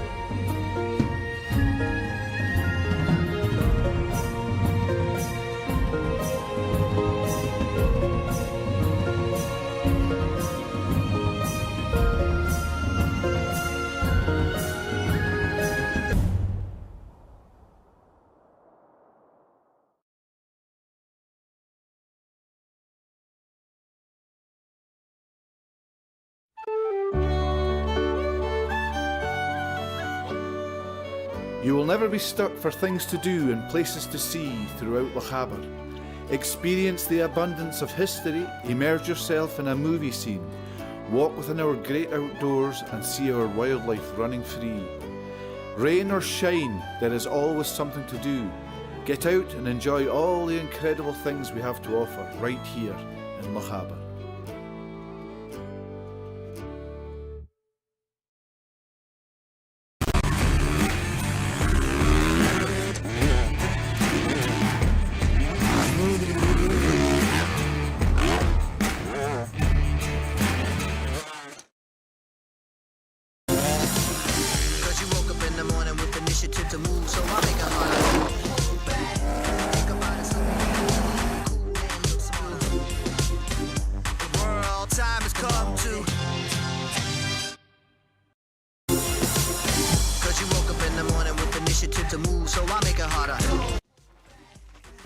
Yes, the last day of the Scottish 6 Days Trial 2024. We just had the Clerk of the course, David Dignan, on there, just explaining the changes to the Saturday route, which is quite interesting. I'm looking forward to seeing the scores from today. I won't be able to see much of the action at all because we're here until the last rider leaves, and we'll see whether the first rider comes back before the last guy goes. Well, that'll be quite interesting, but there could be a gap of maybe 15 minutes. We're not quite sure. Anyway, moving on. This week we've brought you more focus on the actual machines that are used at the Scottish 6 Days Trial, and earlier in the week we saw the TRRS brand, the electric motion, and we had a technical chap in from Austria, from Mattighoven, of the KTM group, who now own Gas. But here we have the machine that is currently leading the Scottish 6 Days Trial up to the start of the final day, and that is the Sherco brand. It originally kicked off as a Bultaco Sherco, and but then after a year of production they dropped the Bultaco moniker because the Bulto family insisted on more royalties for the use of the name, and it became the actual model name became the brand name, which is Sherco Motorcycles. Now we have with us Charlotte Brown from Low Row near Richmond in Yorkshire. Good morning, Charlotte. Good morning, John. Now you are actually involved with the family business of GE Brown Builders, but more importantly the subdivision AG Bikes, and you do, your job now is working for AG Bikes, is that correct? Yeah, that's correct, yeah. So what's your job title at the business? I do a bit of all sorts, really. I do the social media, I manage the website, I post out the orders, and manage the shop as well. Yeah, and your dad does other building work at the same time, so that lets him off the hook, so well done. Now, obviously, AG Bikes, when they set up some years ago, they tended to major on the Sherco brand, although other brands are available from your dealership. The Sherco, it's now moved on to fuel injection, right? Yeah, they made the move to fuel injection in 2023. Right. And we've stayed with that for 2024 as well. Yeah, and that just helps improve the performance and the emissions as well, doesn't it? Yeah, it does. Yeah. Now, this bike is, what size of bike have you brought along this morning? So this is the 300 model. Yeah. But we do have the 125 and 250 available as well. So you've got basically a bike for all sizes. What sort of money retail does this bike come out at now if you were to buy one straight? So the 300 and the 250 retail at £7,699.99, and the 125 is £7,149.99. Yeah, and obviously you can get the bike set up by AG Bikes if you wanted to make some changes and add some accessories at the same time, and of course you do the full range of products and riding gear and things like that, don't you? Yeah, we do, we've got parts and clothing as well, yeah. Now obviously the Sherco has been a previous winner of this trial. I think Graham Jarvis was the first winner, first time out on the Bultaco Sherco as it was known. That was 1999, a long time ago. Yeah, it was. Were you born then? No, I was born in 2000. There you go, just missed out on that. So the Shercos are as old as you now, so there we go. So it's a nice setup, nice finish on the Sherco now, isn't it? Yeah, it's looking really nice. The graphics for this year are really nice. We've got the fluoro yellow and the blue as well, Yeah. So basically, as we saw with the other bikes, obviously the same type of cartridge front forks, disc brakes front and back, monoshock rear suspension, and obviously the biggest change is the development of the fuel injection system. I think that's the most prominent change that's happened to the Sherco motorcycles in the past wee while. Obviously, they build on year and year, and they change the model each year moving forward, don't they? Yeah, they do. Yeah, always tweaking. So the differences from last year to this year's model, we've got a new fuel pump, new injector. There's a new clutch case O-ring, and various other improvements, a new air filter as well. Yeah, because that does help. Anything that's improving the bike helps the performance and also helps the reliability and longevity of the bike, doesn't it? Yeah, definitely, yeah. And of course you have bikes that come in on part exchange as well. Yes, we take those in, Yeah, and you're more likely to find a newcomer to the sport buying a second-hand bike and then maybe a year or two later coming back to you and want a new bike. So that's where you nab them, try to retain the business. Yeah, definitely. Yeah. Now, your dad's up this week, of course, with you. Mum's at home, I take it? Yes, she is, yeah. Holding the fort. And, of course, your dad's a former rider of the Scottish 6 Days. He did it many, many times, didn't he? Yeah, he has, yeah. And I've followed around with Mum when I was younger. I've seen the pictures. Yeah. So that is great, Charlotte. And it's nice to have you up here. But you've been doing the service for Sherco motorcycles this week. Yeah, we have, yeah. It's our first year doing it. And I think it's gone really well, yeah. Yeah, because there has been a change in the importership of the brand. It's now taken care of by the manufacturer in the UK, and then the manufacturer is dealing more direct with the dealers. Yeah, that's correct, yeah. So we did deal directly with the factory now. That's right, and the front people for it are Emma and James. Yeah. So you're probably in good connections with them all the time. Yeah, we actually had a bit of a training session with some of the riders up at ours the week before this, just to set up the bikes, and it really created a good team atmosphere as well. Yeah. Is there anybody you'd like to shout out to today and this morning? Anybody special? I know Mum's listening at home, so hi Mum. And any other relatives that may be down in Low Row? Granny and Grandad as well. I'm not sure if they're listening, but they're back at home. My sister Amelia, she's at uni in Durham. She's been doing exams this week, so she's not here. Oh gosh. That takes me back to when I did exams and I missed the Scottish 6 Days. It was almost like rampant depression, I'm afraid, when I couldn't get up here. So anyway, Charlotte, thanks very much for coming in from AG Bikes, the Low Row, Richmond, and speak to you if you want a deal on your old bike for a new Sherco then. Yeah, definitely. Just get in touch. Thank you very much. Well, I've got a rally chopper. Can I part exchange that? Probably worth more than the bike now. Yeah, he's wanting to know if you can change any rally chopper. But anyway, thanks very much, Charlotte. Great. Absolutely brilliant. Yeah, thank you. You want to be part of the show, want to get in contact with us, ask questions, do any comments, do get in contact with us through WhatsApp. 01397 706 100. Or you can come through any other method, I guess, and say on the live streaming, we're on there right now. After about 2-3 hours, it all comes back on high quality. To be fair, yesterday it was quite quick. Oh. It looked really good what we did yesterday, certainly with out and around with the riders, and I think the weather was helping yesterday too. Definitely. I think the lack of wind is a definite bonus for doing what we're doing. At least with Mr. Moffat, any lack of wind's good with him. Indeed. That's a very nice looking bike on the screen. It is very good indeed. It's got nice proportions. It's sort of been sitting there for a little while now, and we could almost do one all the time here, just in the background. Maybe get each manufacturer to have one of their bikes around us next year. It'd be quite cool. Well, we'll see what we can do. It's only be about 30 grand sitting around us. We can deal with that. Got a year to figure that one out. It is coming up to 27 minutes past 8. We're way out of timings. It is a weekend, so it's slightly different. Obviously, there's no local news, there's no thought for the day, and we are just going to be rattling through, trying to catch up with a few people. All of a sudden, somebody's put a horrible white van in the way of what we're trying to do here, but we'll work around that. Go shout at... Well, no, you do the weather. Someone go shout at him. I'll send Mr. Moffat out. He can be subtle. Can you move that van, please? It's a big van, isn't it? It is. Why? I don't know what they're clearing. Anyway, we'll sort that out. Do the weather. We're going to have some Amy McDonald and Spark. Are we? Oh, no, we're not. No, sorry, that's coming out later. We're going to have Scaryville and On the Road. Don't do that to me. I was going to do that when I showed you mine. Right, yes, Scaryville On the Road will be going up into the next part of the show with. today's weather on Nevis Radio.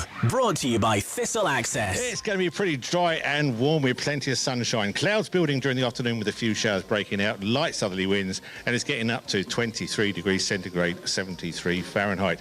Tonight, any showers which have come out are going to be dying away to leave a dry evening. Somewhat cloudy at first, but then some nice clear spells developing, and maybe those northern lights will be back out again tonight. Minimum overnight low, 8 degrees centigrade, 46 Fahrenheit. That was today's weather on Nevis Radio. Brought to you by Thistle Access. Summer's heat.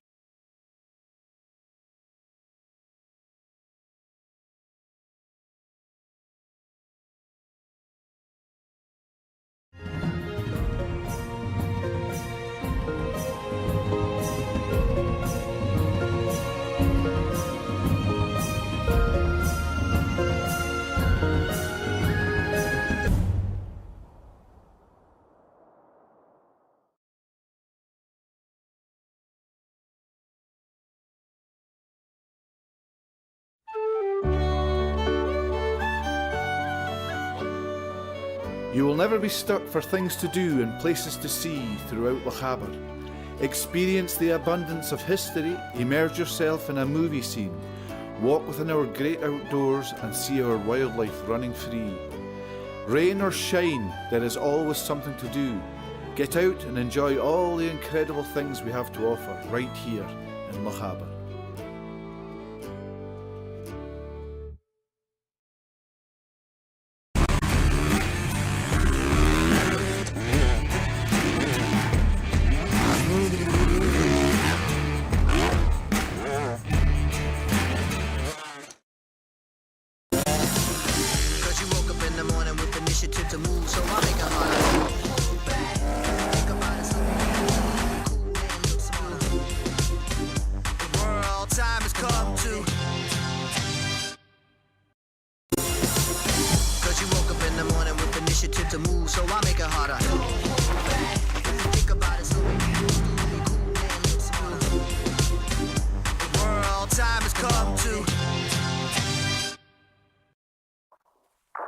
Visit a Scottish region full of wonder, from stunning mountainous landscapes to deserted sandy beaches, relaxing woodland trails to heart-racing adventure. From historic treasures to the simplest of pleasures, the view from the top, the cleanest air, hidden places and wide open spaces, unearth a breathtaking world right here in Lochaber.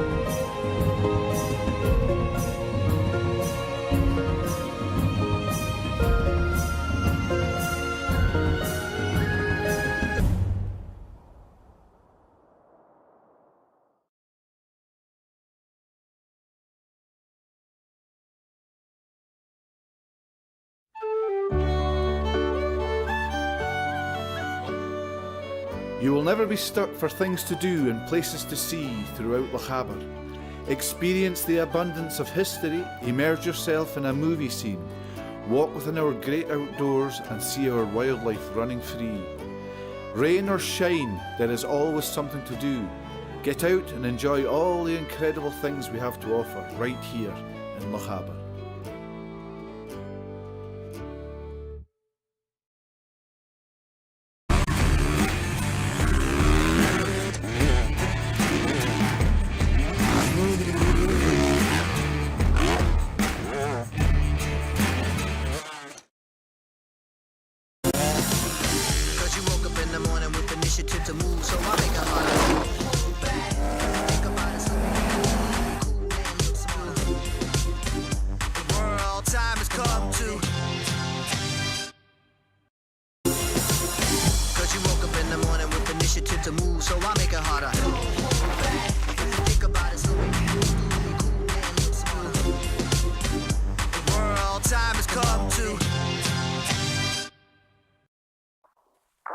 Visit a Scottish region full of wonder, from stunning mountainous landscapes to deserted sandy beaches, relaxing woodland trails to heart-racing adventure. From historic treasures to the simplest of pleasures, the view from the top, the cleanest air, hidden places and wide open spaces, unearth a breathtaking world right here in Lochaber.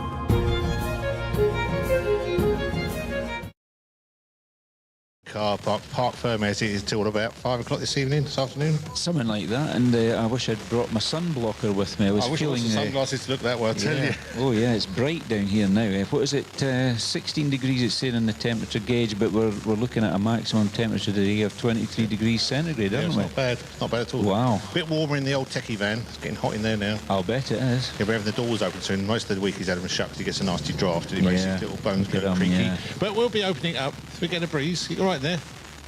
Get the doors open. All right, aye. See, that's techie. Aye, it's good. Sorry, you're asking me a question? No, I'm talking to the important person down here. Oh, Dan. Dan. Yeah, Dan. Dan, who's been pushing lots of buttons. It's one of those jobs you cannot relax from because just, the way it works, things change on the split of a second. It certainly does. Never a dull moment down here in Parc Ferme, but there we are. And the two camera operators, they've gone to get breakfast. They've gone skipping down the middle of the aisle there, holding hand in hand. Robbie the robot and David Green. Yeah. Well, good news. What's this? I've been bought a bacon roll from the same place. Really? Yeah. Who do you know we should have come down here and got your bacon roll? I've got contacts.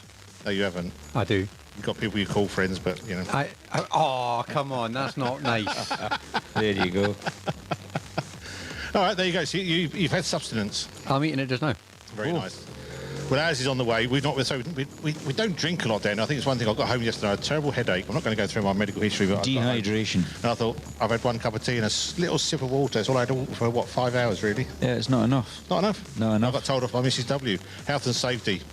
We'll arrange one of these hydration systems for you next year, strapped to your back. High-vis hydration. Yeah, that'll do. I was going to say, if they've not got enough drinks, can they pop into a fueling station and pick up a bottle of water they want to? If the route goes past it, but of course nowadays the route's more out in the hill, so finding a sustenance supplier up on the top of the hillside in Lochaber would be very difficult. But no, there's no reason if the route was going past a petrol station they could pop in if they've got time. Buy a bottle of water or something like that and head off on their way. They're not deviating from the route at all if the route goes right past it, and that would normally be in Fort Rowan. But you find if they've run out of some, by the time they get into the town, their support people will be probably in here and they'll be able to get it from their van or car or whatever. What can the support people supply them while they're actually being on a time session or whatever?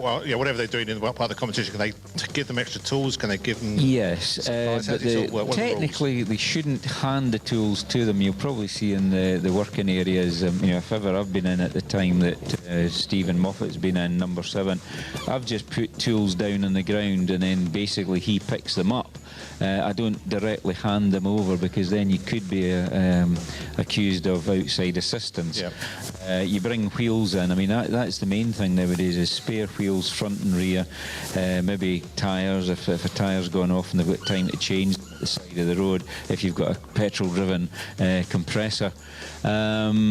That is basically it, some spares, etc. But the rider is supposed to work on his machine during his own running time. And when the bikes are actually parked up for the lunch rest stop, they're not allowed to work on their bikes during that period. Okay. But once they're signed out, given their route card back by the marshal in charge, then they're able to work on their bike at the side of the road safely, and somebody supporting them could drop them some tools off or whatever if they're needing them. But you're not really supposed to directly be involved in the maintenance of the bike itself. Many years ago, Stuart Dozy from Michelin will tell you that they did bring in one of the competitors' trucks, the Grand Prix truck, so that they could change the tubeless tyres, because it was then realised, as David Dignan was saying, the evolution of the trial, it was then realised that they were all running tubeless rear tyres, and it was at the time a safety measure because these tyre fitter guys could put tubeless tyres back on the rims, put a new tyre on for them. So you used to see riders taking the spare wheel up, getting a new tyre on that, and the running wheel, new tyre on that, and they would take them to the race transport, and they would do it for it because of compressed air. You see, you've got to be careful with that. Never mess around with a compressed air cable. And that's how the trial started to really change. And obviously now Simon was quite correct in saying that it's only really the engine gearbox unit and the frame that's actually marked now. The rest of the components, forks, wheels, swinging arm, obviously the tank, some of the bikes like the Beta, the tanks built into the frame, rear mudguards, etc. Well, that was never marked, and handlebars as well. But the front forks, yokes, wheel hubs and rims, they were all marked back in the day, not so much now. And also we had the weigh-in on Sunday. Is there a weigh out today? Does that make sense? Well, I'm not sure if they still do the final machine inspection. That may go on at the trial, but it's not so rigorous now. It's just a quick cursory glance to make sure that the little paint dab is on the frame and on the engine. Yeah. But obviously there's time control this week has been operated predominantly by Mika DeVos, and I think she's been helped out with by Jax Lawson, and they've been manning staffing, I should say, not manning, that's a contradiction in terms of staffing the final time control here at the Parc Ferme, so that'll continue. I'm not quite sure how they're doing the finish, because obviously the start podium used to be employed with the finish as well. Yeah. So that'll be interesting how they manage that. They may have trouble whisking that down before the first rider returns, as you were saying earlier. Could be interesting. Could be interesting. And so when's the race actually finished for that bike? When they can start packing away? What are they going to do? Whenever a very quick inspection, glance over. Yeah, and then when they come up onto the finished podium, the ride off that's them effectively off competition and they can put their bike in the van and spirit it away, and possibly a lot of them go to the presentation awards, which is now at the Cool Community Centre. I think he said it kicked off at 8 o'clock, is that right? I think so. Doors open at 8, I think it was. But no, for many years it was held at the Anne Ayres Centre, and I just assumed it was back there tonight, but it's moved on to the Cool Community Centre, which has been used for various things during Scottish 6 Days Week over the last few years. Have you got a tune, Mr. Moffat? It's all think about? Yeah, I probably could. If you give me a little minute, I could. What we do is we'll have a tune, ad break. Are we all caught up yet? Are we done? No, there's no more ad breaks through till 9 o'clock. Right, we'll do a tune. Are we doing the Amy McDonald one? Yeah, go for that then. Go for that now. What was it? Thing. We'll do that now. Come back, have a look at that route. What was the tune? Spark. Okay. And what's happening after that? We'll come back to you. We'll have a look at the route. Okay, sounds like a plan.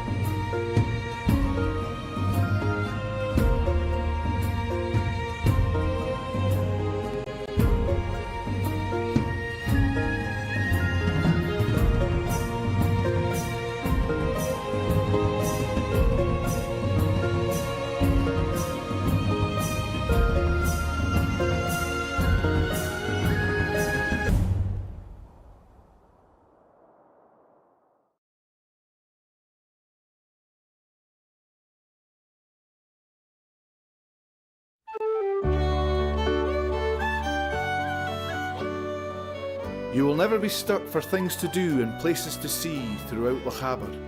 Experience the abundance of history, immerse yourself in a movie scene, walk within our great outdoors and see our wildlife running free. Rain or shine, there is always something to do.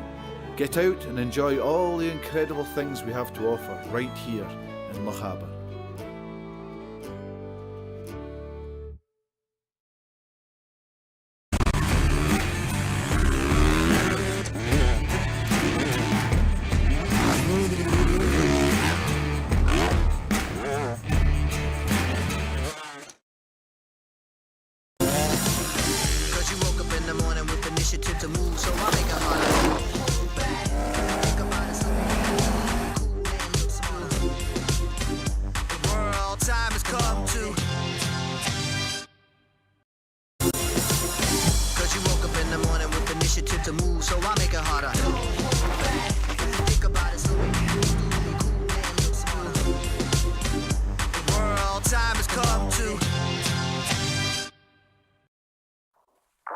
Visit a Scottish region full of wonder, from stunning mountainous landscapes to deserted sandy beaches, relaxing woodland trails to heart-racing adventure.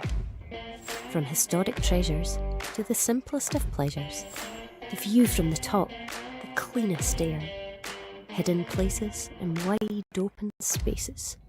Unearth the breathtaking world right here in Lochaber.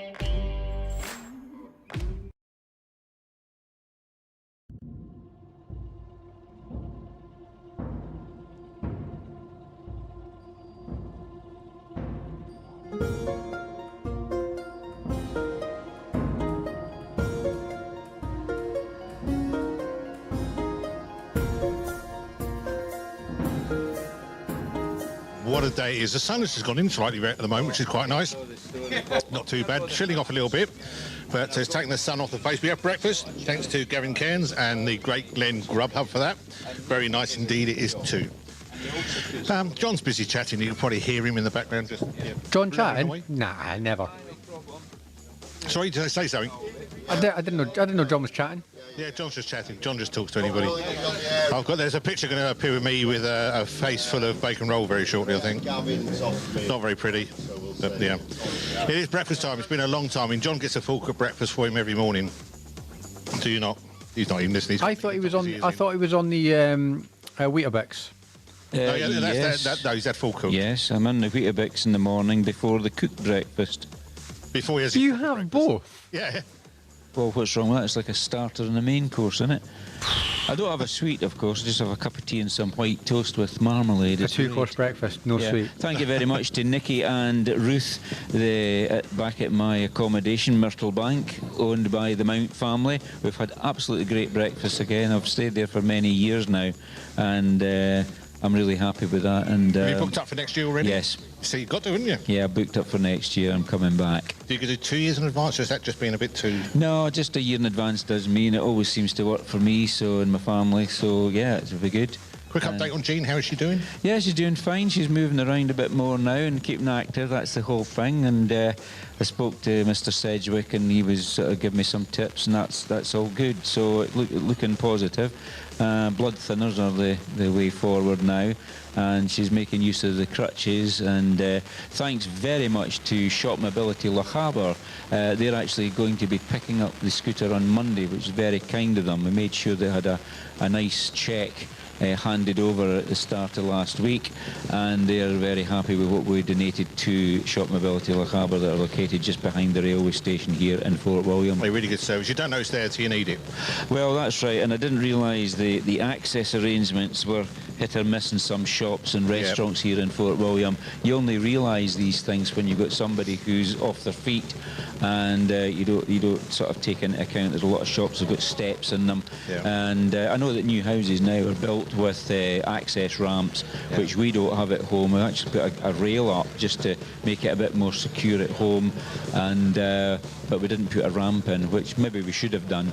But no, everything's looking the right way, and I've had some great times here here, obviously, my grandson, Stevie Moffat, keeps me entertained. We're great pals. And what his favourite phrase is mon, which means come on. And he sticks his hand up and I've got to go somewhere.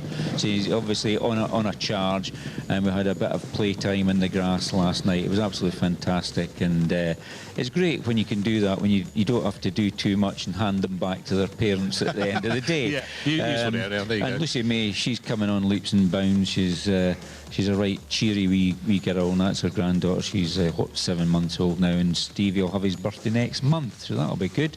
That'll be exciting. And he's got his little balance bike from TRRS. We bought that a wee while ago now. We've had it set aside for him, and now he's getting to grips with that.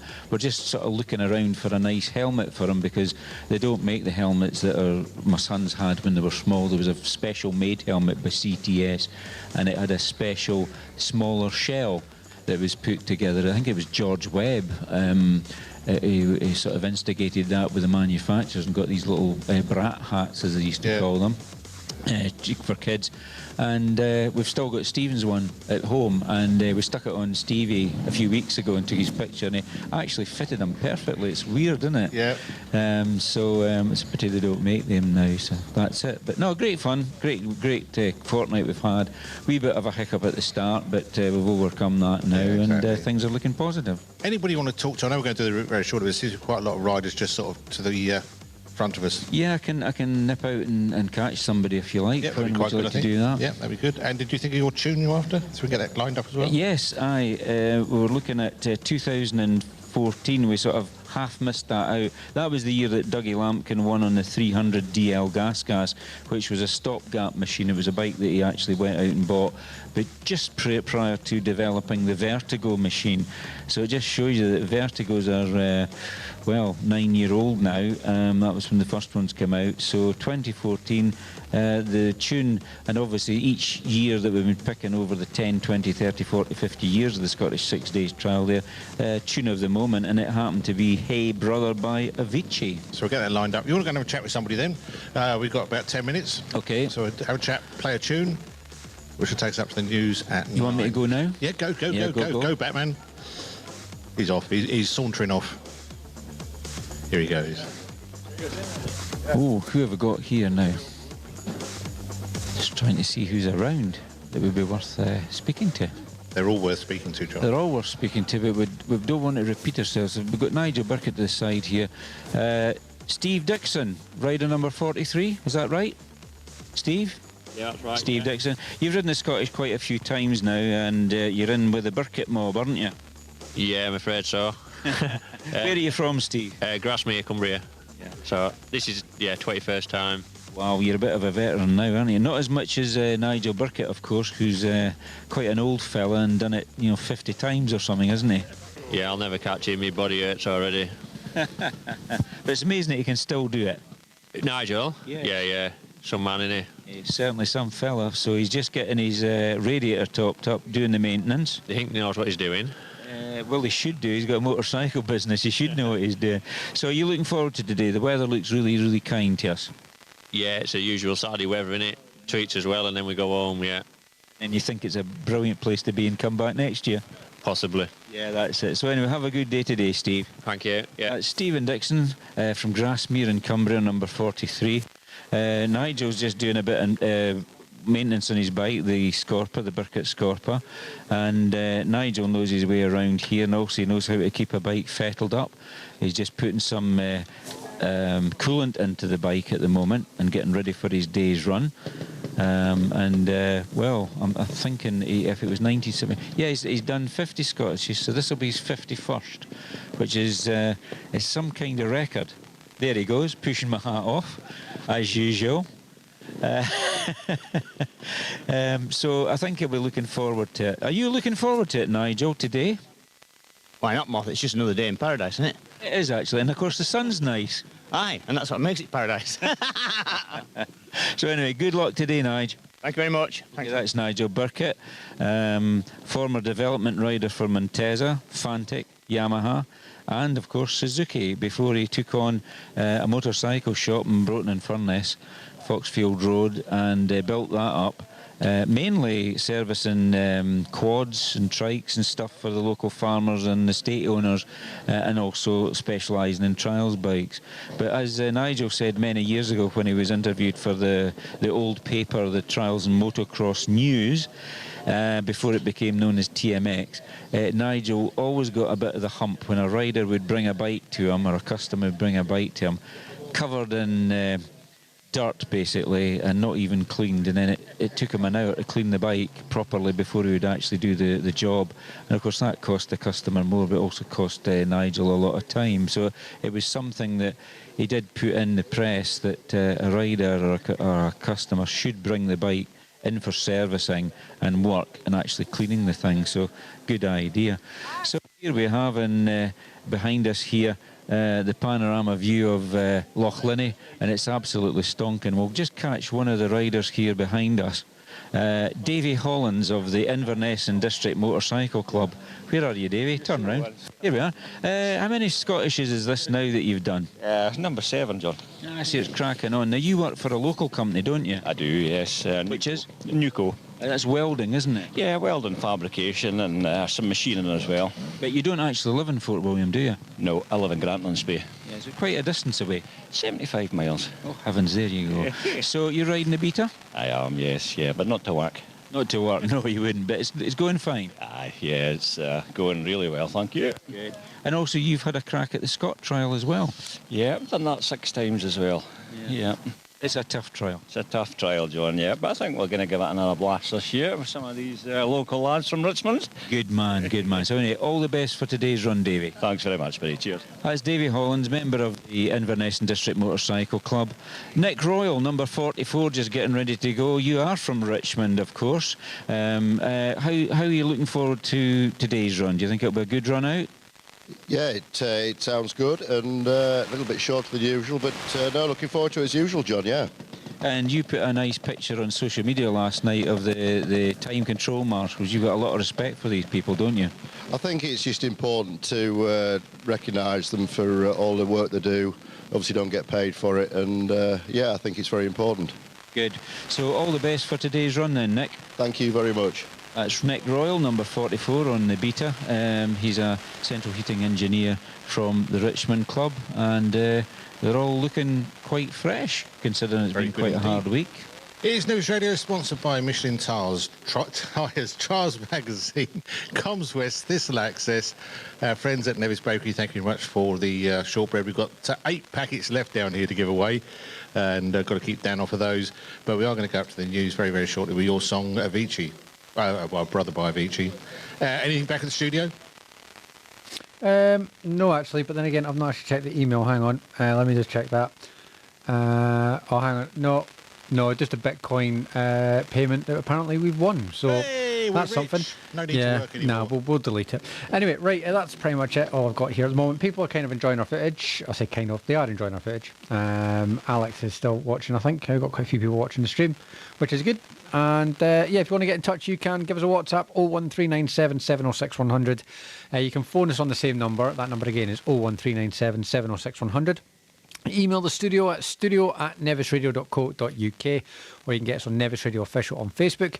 And if you just look up Nevis Radio on YouTube, you can watch us there entirely for free, and you can get involved in the chat box there too. Join us after the 9 o'clock news. We're having a look at the route. We'll have a look at the scores on the doors, who's doing what, and who could possibly win on this day 6 of the Scottish 6 Days Trial here in Fort William.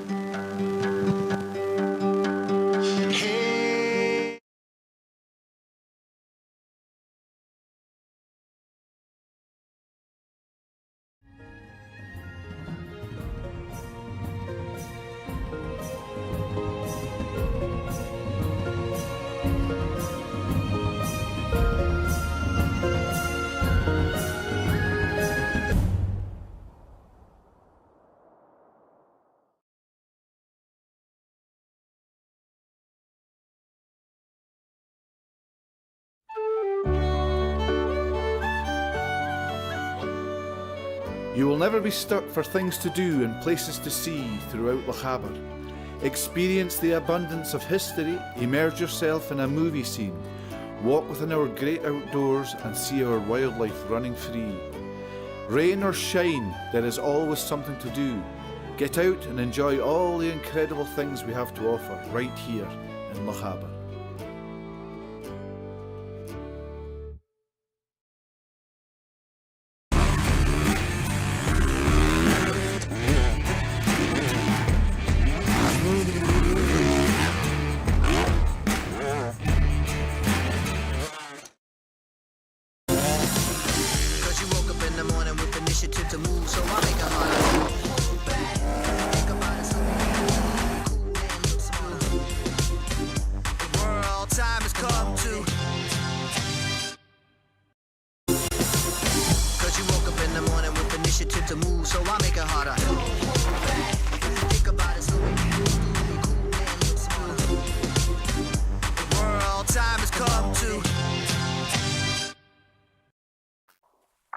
Visit a Scottish region full of wonder, from stunning mountainous landscapes to deserted sandy beaches, relaxing woodland trails to heart-racing adventure. From historic treasures to the simplest of pleasures, the view from the top, the cleanest air, hidden places and wide open spaces, unearth a breathtaking world right here in Lochaber.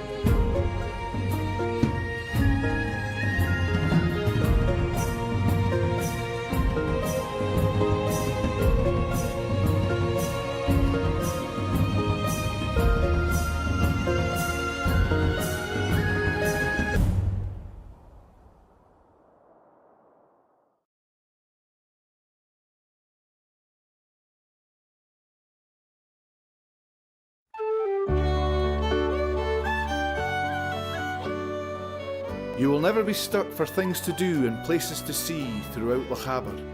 Experience the abundance of history, immerse yourself in a movie scene, walk within our great outdoors and see our wildlife running free. Rain or shine, there is always something to do. Get out and enjoy all the incredible things we have to offer right here in Lochaber.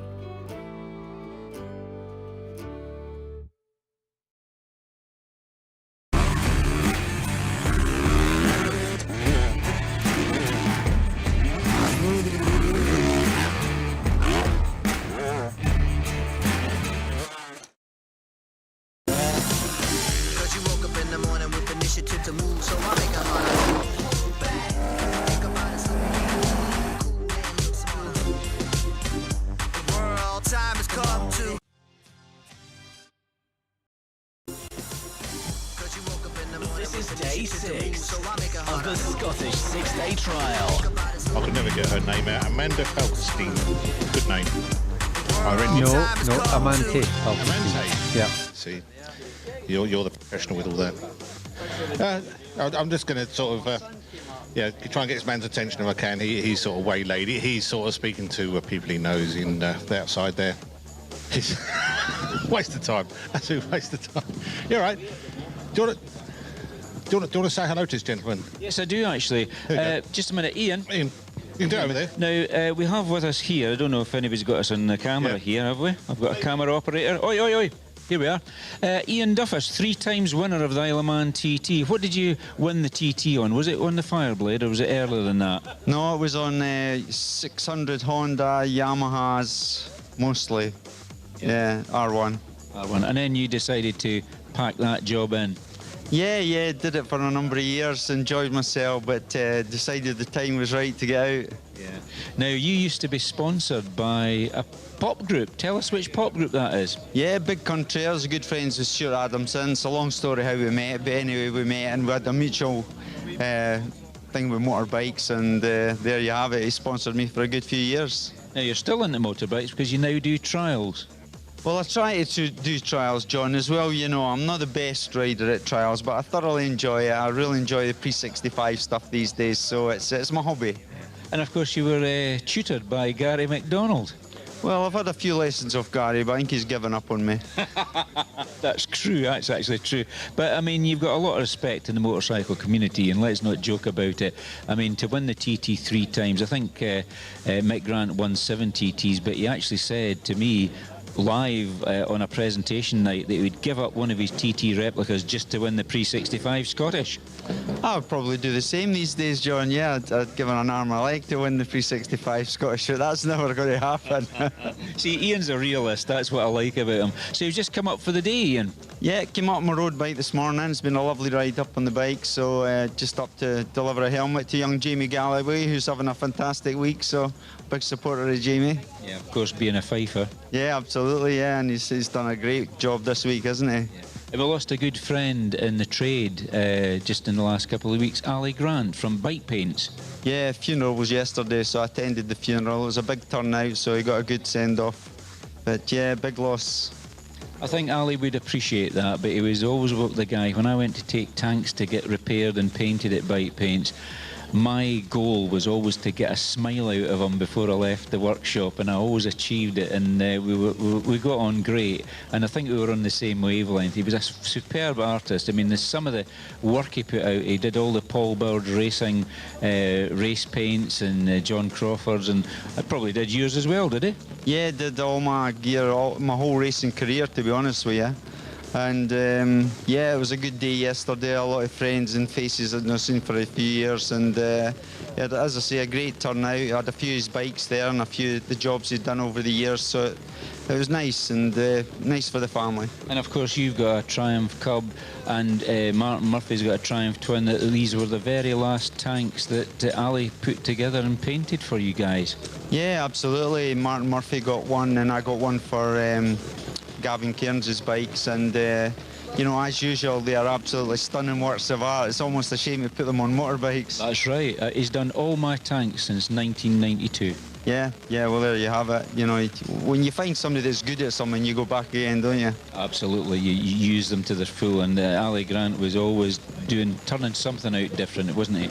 Yeah, absolutely, and you know, always with a smile on his face, and always with a smarmy comment. You know, his favourite line was always, "It's just paint." That's right. So I remember I damaged the tank and he repaired it, and I said, "How did you get it so good? I can't even see where you repaired it." He said, "It's just a bit of paint." Yeah, just paint. Yeah, I'll miss Ali's sad loss. We'll all miss him, and our condolences to his family and Deirdre, his widow. So we were thinking about him yesterday. Yeah, absolutely. It was a good day for them, and the sun shone, so that was great. Going to see some sections today, Ian? Yeah, I'm going to go to Trotter's Burn and then down to the finish. Down Holbury? Down Holbury, that's it, yeah. So I've never been there before, so it'll be interesting to see them all, and, you know, that sigh of relief when they get through the finish flag. Absolutely. I know how that feels. So anyway, thanks very much, Ian Duffus. Cheers, John, thanks so much. That's Ian Duffus, 3 times winner of the Isle of Man TT, great racer, and obviously Scottish champion as well. And I remember seeing him with black leathers at East Fortune, just outside Haddington, with Big Country, and I thought, I wonder why he's got Big Country on the back of his leathers. This was years ago, of course. And I made some inquiries, and it turns out he was sponsored by Stuart Adamson and the group itself, and a lot of connections in that side of the world, yeah. Can we line up some Big Country for a minute? I know you've got a song there for David, I think, but if we can line up Big Country, that'd be good. Back at the studio. Yeah, Do you have in a Big Sorry, Country? I'm doing it while you're talking. That's right. I didn't know what you're doing. That's fine. Yeah, no, say, have you ever done the Isle of Man? Oh, absolutely no. I've never ever been to the Isle of Man. My wife's been. It. Yeah, the thing is that the Isle of Man was always a bit close to the Scottish 6 days. Yeah. So to take a holiday for the Scottish 6 days over the years and to take another one in June to get the Isle of Man, it was a bit too much for me. But my mum and dad went about 7 times, and my dad had a lot of connections in the Isle of Man through haulage, road haulage, because he was an accountant. And one of his clients' brothers lived in the Isle of Man, and he arranged the accommodation for mum and dad when they first went. And my dad always wanted to go because he was quite good friends with the late Bob McIntyre, who was one of the most successful Scottish riders. He rode for quite a few of the factories, and he wanted to go, but of course again the finances sort of held it back when he was a younger man, so he went in later life when he was still fit, and they really enjoyed it. And my mum said, "Oh, you want to go?" But I've never ever managed to go. And I think it's a bit like the Scottish 6 days. When people are leaving the Isle of Man, having seen the TT races, they book for next year. They immediately book with the same guest house or B&B or whatever. So it's difficult to get accommodation, but it's a super place. And I'm friends with Joanne Knight and Tom Knight, and you know, I dare say they would be able to arrange something for me if I was to go across. But it's just, the other thing now is it's right at the very end of the Isle of Man TT, we have the Highland Classic. Yeah. It's the same weekend as they're all coming off the island, and Joanne's been wanting to ride our trial for ages, but he just can't get off the island because of the motorcyclists all coming away from the Isle of Man, going back to the mainland. So that's a difficult one for me, but you know, don't know, never say never. I have heard, I know you keep it really quiet, but you've actually retired in this last sort of 6 months, whatever it is, so maybe you've got more time now. Bit more time, but I'm actually busier than when I was actually working now, because there've been so many things that I've been catching up with, things I needed to do, and I have a couple of motorcycles to restore. That's coming on stream soon. I'm ramping up a little bit the Trials Guru situation. I was going to say brand, but it's not a business, so it's a bit of a hobby, just to make it more into a Trials Academy, a sort of place to learn about trials or know more knowledge about trials. That's what it's all about. I used to get quite... I used to get a laugh at people and saying, "Oh, that guy thinks he's the trials guru," you know, and you think, no, it's nothing to do with that. It was a name that was conjured up by Carol Dable some years ago. And I started Trials Guru in 2014, and it's gone on from then. It wouldn't happen without the support of good people in the sport, one of which is a local man, Kinlochleven man, Ian Laurie, who took lots and lots of pictures of the Scottish 6 days trial dating back to 1977. And yeah, it's cracking. Of course, Ian's covered the pre-65 Scottish and the Scottish 6 days trial, so he's been taking pictures of the pre-65 since 1984 when it first started. It's celebrated its 40th anniversary this year, and yeah, it's people like that have been contributing into it. And I was speaking to Mike Rapley. He's given me a load of pictures in the past to put on, and Rappers' pictures I've featured there. I've got Eric Kitchen pictures there, and we've got a good relationship. I phone up Eric if I see a picture I particularly like to use, and he is very, very pedantic about what his pictures are used for, and he's contributed quite a lot. You'll see quite a few Eric Kitchen pictures, and I always credit the photographer with the work because it's their work, it's their property, and that's how we manage it. And then Todo Trial in Spain, if they see an article they like, Horacio San Martin sends me a little email or a message and says, any chance I could use that article? Sure, you know the rules, stick it down, courtesy of Trials Guru, and he uses it. He converts it to Spanish and Catalan, and away we go. So it gets out to a wider audience as well, and that gets a lot of hits every week. It's an incredible amount of people that look at it, and I think really the future for the trials and the media side of things is online. Everybody is online now. They've got their smartphones. They're not using laptops now, are they? Everybody's moved on to the smartphone. It's changed, but I still like using the laptop because it's easier for me to manage. And now you've got all these podcasts coming on, Trials Talk and Trial Tube, which discuss the matters of the day. So it's bang up to date. And of course now with the 6 days, you can go online and get the results every night. You never used to have that. You used to have to wait till the morning till they put them up at the Parc Ferme. And that's not so many years ago that they stopped doing. Well, they continue to do that, but the Fergus Gray puts it all on the website, which is good. Things have evolved, but I mean, I suppose still there's a place for most things within the trials world. It depends what you're into. Each to their own. And of course, trials riders being tightwads, they always like it free. So if you start charging for it, they go away. They don't do it. I suppose there's that as well. Yeah. It is Saturday, the 11th of May. We are brought to you here at Nevis Radio with our friends at Michelin Tyres, Trial Magazine, Comms West, who help us get the signal out. They were formerly known as Lochhillnet. That's right. They had a bit of a change in the business structure. It was about 12 months ago, 18 months ago now. That was a while ago. We don't even mention Maybe that. 2 years. No, that's moved on. But some people don't know who they are, you see. So I'm just sort of trying to...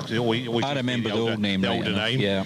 And our friends at Thistle Access. I know we mentioned them. You don't see much of them, but without them, Dan would be very wet and cold. He would have been the last sort of 5 days anyway. Thanks to Rob Skinner for that. Yep, and so they're there and they help us out with our main mast up at the... is it Alvance now? Yes. Up there, we've got our main mast up at the surge chamber. And back in the winter, we did have terrible trouble with storms and lightning, and they were up there fixing it for us as quickly as they could do. So always indebted to them for helping us out when they can. Also, Nevis Bakery, so we're down to our last 8 packets of shortbread. It goes well. It's been going down. People have been grabbing bits. I can smell a cigar. Smell of a cigar. And I say, Gavin Cairns, who's been supplying the team down here with a breakfast. Rider number one. Not himself. Yeah, that's right. I mean, Gavin's been riding the trial this week in number 1, and he's been enjoying himself. And anybody else which has contributed in any way to help us put this on. I guess we do the weather, a tune, come back. We'll have a look at the route and the results, maybe. Today's weather on Nevis Radio. Brought to you by Thistle Access. Warm with plenty of sunshine, clouds building in the afternoon with a few showers possible. Light southerly winds, a maximum height today of 23 degrees centigrade, 73 Fahrenheit. And tonight, any showers soon dying out to leave a nice dry evening. Somewhat cloudy at times, but with some clearer spells developing throughout the night. Dropping down to just 8 degrees centigrade, 46 Fahrenheit. That was today's weather on Nevis Radio. Brought to you by Thistle Access.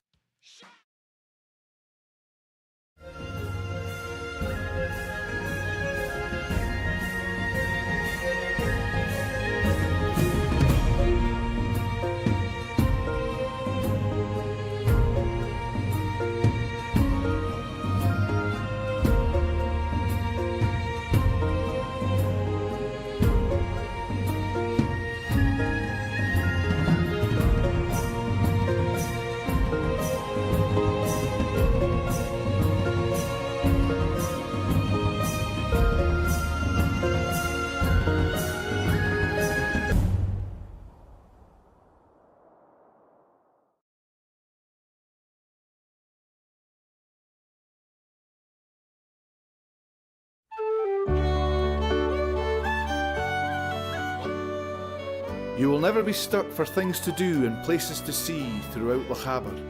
Experience the abundance of history, immerse yourself in a movie scene, walk within our great outdoors and see our wildlife running free. Rain or shine, there is always something to do. Get out and enjoy all the incredible things we have to offer right here in Lochaber.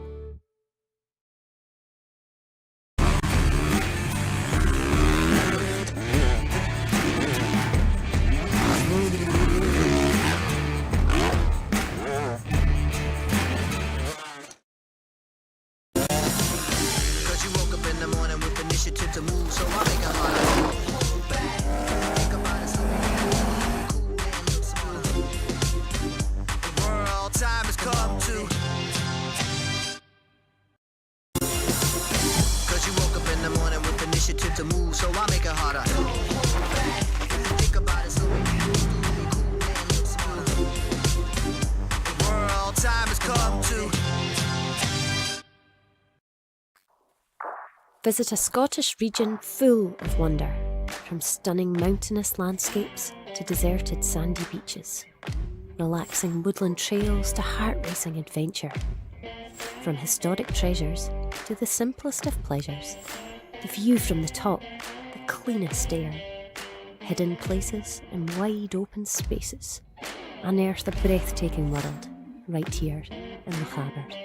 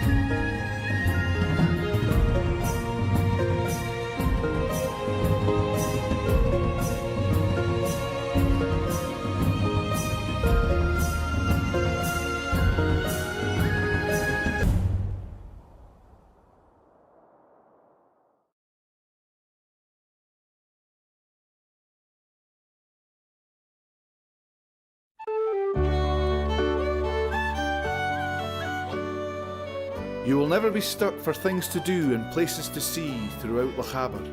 Experience the abundance of history, immerse yourself in a movie scene, walk within our great outdoors and see our wildlife running free. Rain or shine, there is always something to do. Get out and enjoy all the incredible things we have to offer right here in Lochaber.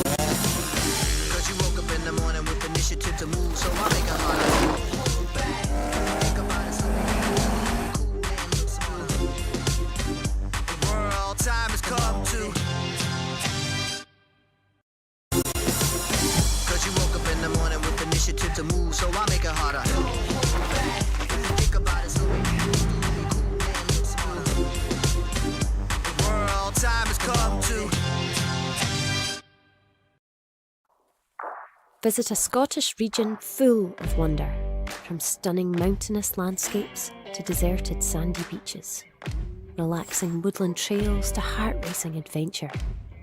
From historic treasures to the simplest of pleasures, the view from the top, the cleanest air, hidden places and wide open spaces, unearth a breathtaking world right here in Lochaber.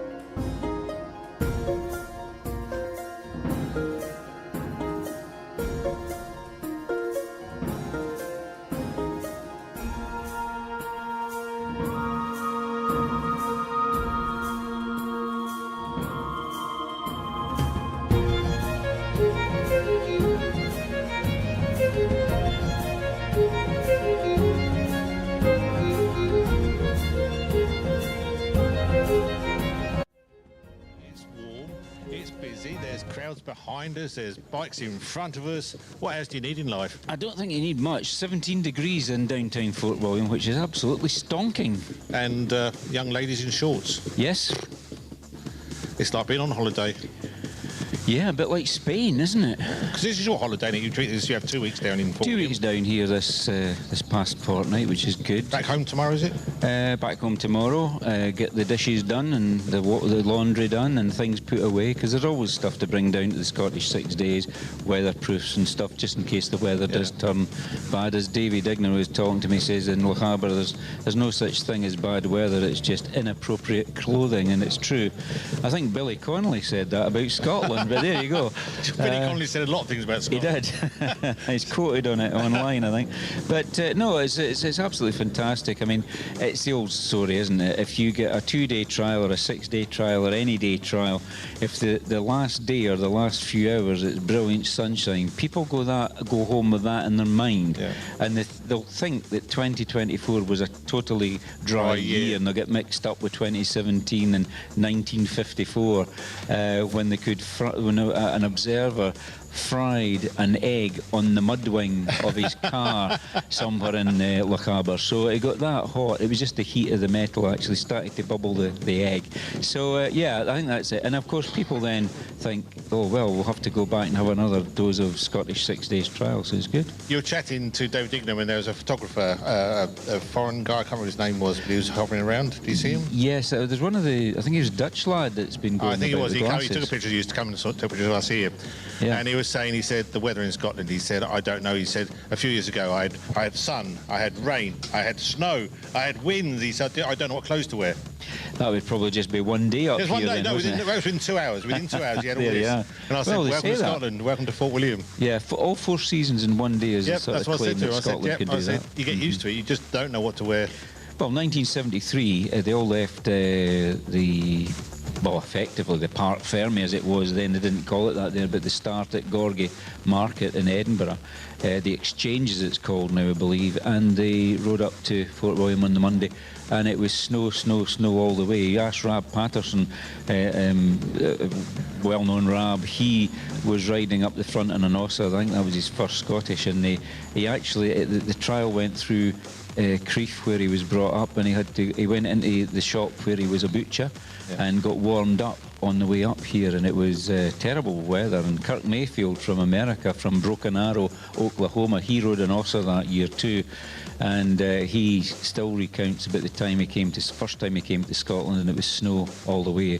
Hadn't seen anything like it. He didn't expect that, and well, neither did we, because it was something like the 1st or 2nd of May, whatever. And very, very terrible climatic conditions that first day, and then the rest of the week it was actually quite good, once I got over that. But that's what happens up here in late April, early May. You can still get a bit of snowfall if the temperature's right and the acclimatations are together. And what it was, Walter Traber said that Lochaber was the soup kitchen of weather, or some phrase like that. It's not wrong there. I know I very first came to Scotland in 1974 with a family holiday. And it was snowing on the 16th of June because of my parents' wedding anniversary. Yeah, June. Yeah, I've heard of that. June it was snowing. We said, we just couldn't believe it. We're a bit further up north, touring around with a caravan as we were in those days, and we just said snow. And to say since then, my dad always said, I'd never move to Scotland. So now when we moved up here, 20 odd years ago, he said, you're mad. He said, you never see the sun. Well, the evidence is out there. There's lovely. A picture of Steve Wilson, the Brummie rider who rode for Comerford's Bultaco, and he rode a Rickman Bultaco that year, which was a Rickman frame, a Bultaco engine. And you saw him on Edra Mucky, one of the pictures that's on my website, Trials Guru, and I can't remember the photographer that took it, but you think it's a bad picture, but it's not. It's actually the streaks of snow falling as he took with obviously a fast shutter speed, and he was on the Edra Mucky section, not far from Killin on Ben Lars. And it was a favourite first day section. Everybody went to Edra Mucky to watch it. So you could see the snow there, and in Tommy Sandham's book there's pictures, and I'm sure they've got the snow in the 73 Scottish. So it just shows you what can happen. Wherever you're listening around this wonderful planet, welcome to Nevis Radio, welcome to the Scottish 6 Days Trial, Day 6.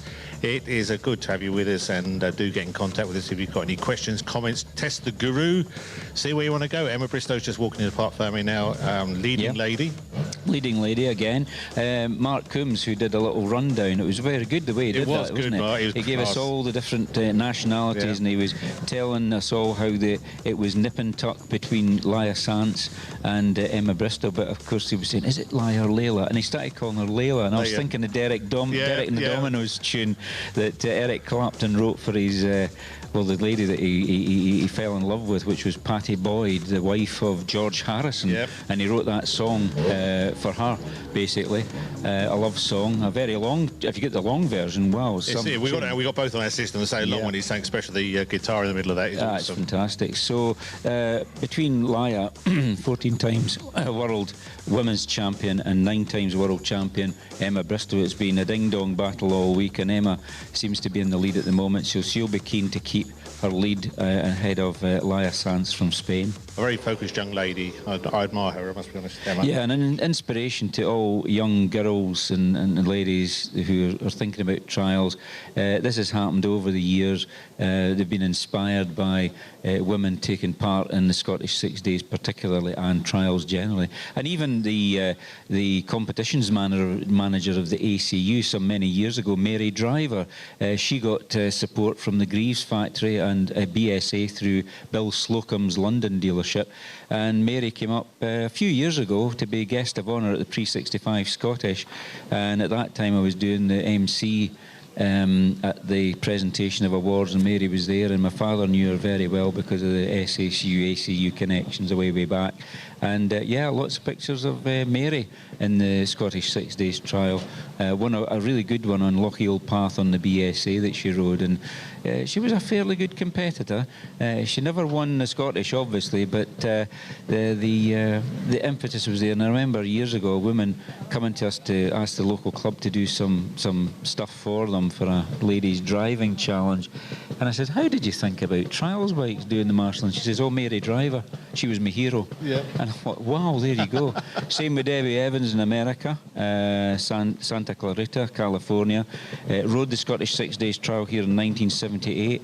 She came back in 1980 to ride again, but she discovered just a week before the Scottish that she was actually pregnant with her first son, Stephen.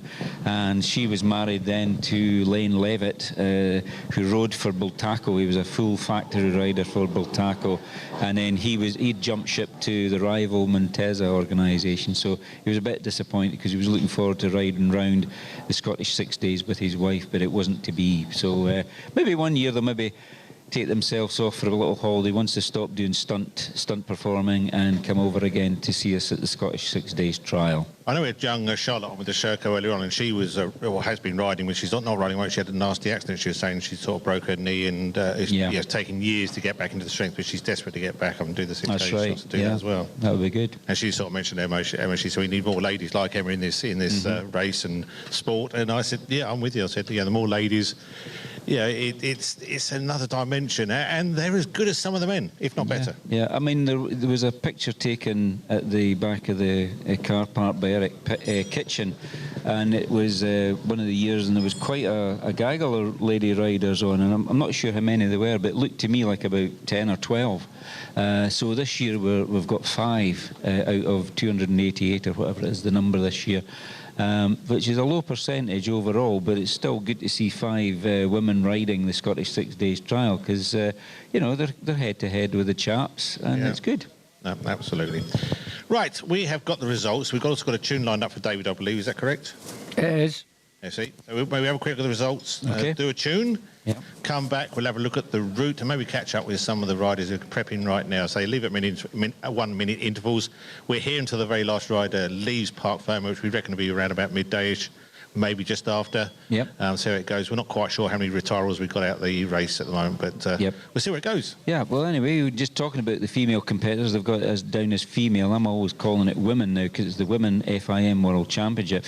But 9 times winner of the World Championship is Emma Bristow on the Sherco factory. She's riding number 94 and she's dropped 109 marks so far.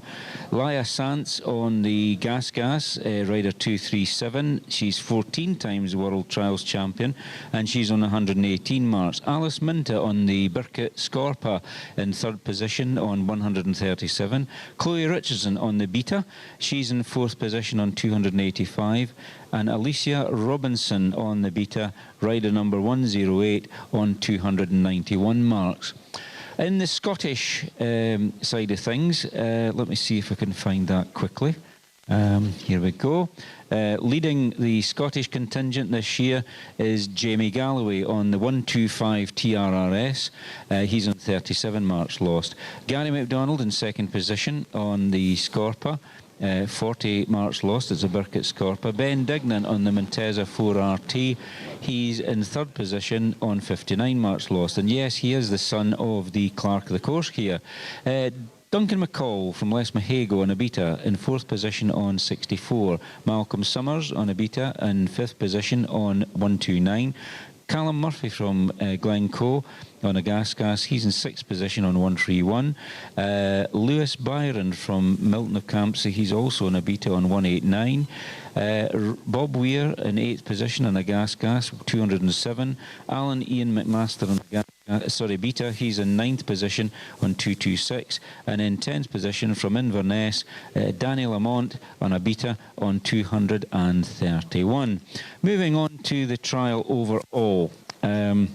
Leader at the moment is Jack Price on the Sherco Factory 300. He is leading the trial on 17 marks lost. In 2nd position is Dan Peace. He's on 20 marks lost. He's on a Sherco. And in 3rd position, also on a Sherco, Jack Peace, his brother, on 20 marks lost. Then we move on to 4th position, Hot Shot Harry Hemingway, grandson of John Hemingway and son of Dan Hemingway, all Scottish 6 Days competitors and all very good riders. 21 marks lost for Harry. Toby Martin, 5th position on 25 marks lost. He's a World Championship contender on the Monteza 4RT. Richard Sadler, he's riding the Vertigo. He's in 6th position and 28 marks lost. Dougie Lampkin, 14 times winner of the Scottish 6 Days trial. 7th position on the Vertigo 300, he's on 32 marks, as is Michael Brown on the Monteza 4RT in 8th position. In 9th position is Jamie Galloway, Scotsman from Fife.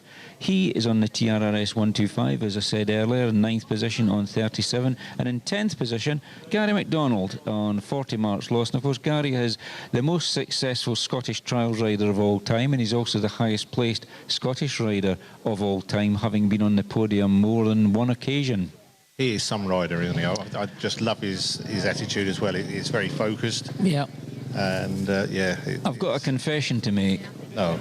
I've always wanted Gary to win this trial at least once. Yep. Because the last win by a Scottish competitor, and the rules and regulations changed for 1932 to give an overall winner, was in 1935. Bob McGregor, the late Bob McGregor from Killiney, was a local greengrocer. He won on the Rudge. He was a Rudge factory rider. So it's coming up for next year, 90 years since a Scotsman won the Scottish 6 Days. Now, I've got to be fair and say that I don't think Gary's got a chance of winning now unless everybody in front of him breaks down, because I don't think he can pull those marks back. But it would be nice to see a Scotsman win it next year, because that would be like a 90-year reversal. And I can almost see the sepia pictures of Bob McGregor overlaid by Gary MacDonald. That would be a great thing. That would make a great film. A montage or something. It would. And no disrespect to Dougie Lampkin, who's won the Scottish more times than any other human being. He is a great rider. He is a legend of the trials world, and even beyond that. And the Lampkin family, well, what can I say? They're motorcycle trials and motocross royalty. There's no family that's come near to them. And in America, you've got the Penton family, but they're enduro riders. So in the UK and Europe, the Lampkin family have dominated the sport for so many years, dating back to the man that started it all, Arthur John Lampkin, the father of Beta importer Victor John Lampkin is his full name, but he's always known as John Boy. And they have these dynasties and history that goes through the sport. And as we said earlier in the programmes this week about the family connections that we have in the sport of trials. It's absolutely fantastic. Where are we at to in the studio? We've got tune to play? Got a tune and some adverts to do. Let's go for that. Snow Patrol for David. Good.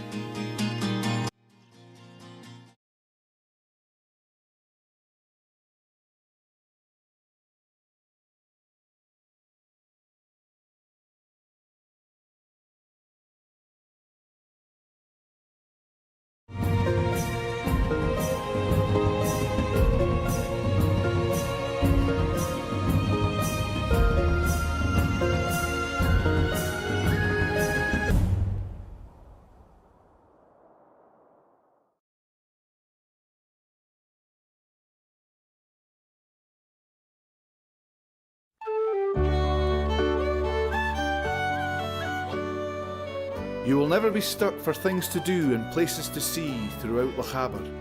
Experience the abundance of history, immerse yourself in a movie scene, walk within our great outdoors and see our wildlife running free. Rain or shine, there is always something to do. Get out and enjoy all the incredible things we have to offer right here in Lochaber.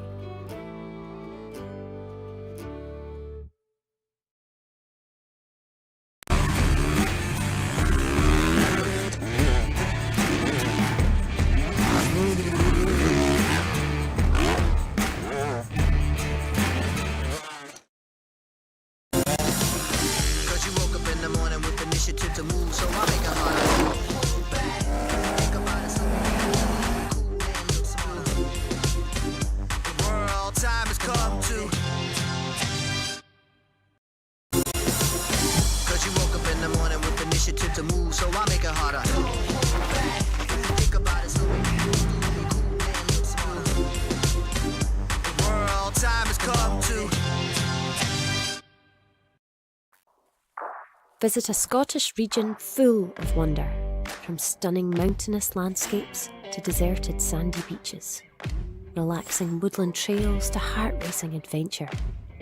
From historic treasures to the simplest of pleasures, the view from the top, the cleanest air, hidden places and wide open spaces, unearth the breathtaking world right here in Lochaber.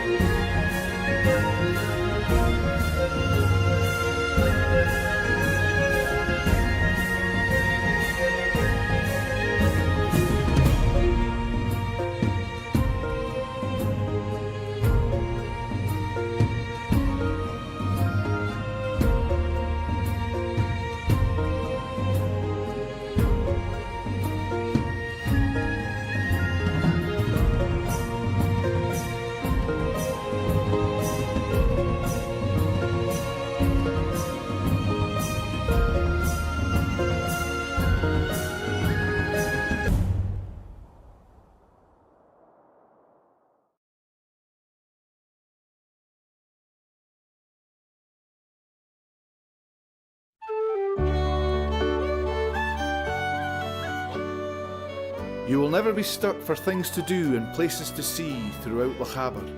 Experience the abundance of history, immerse yourself in a movie scene, walk within our great outdoors and see our wildlife running free. Rain or shine, there is always something to do. Get out and enjoy all the incredible things we have to offer right here in Lochaber.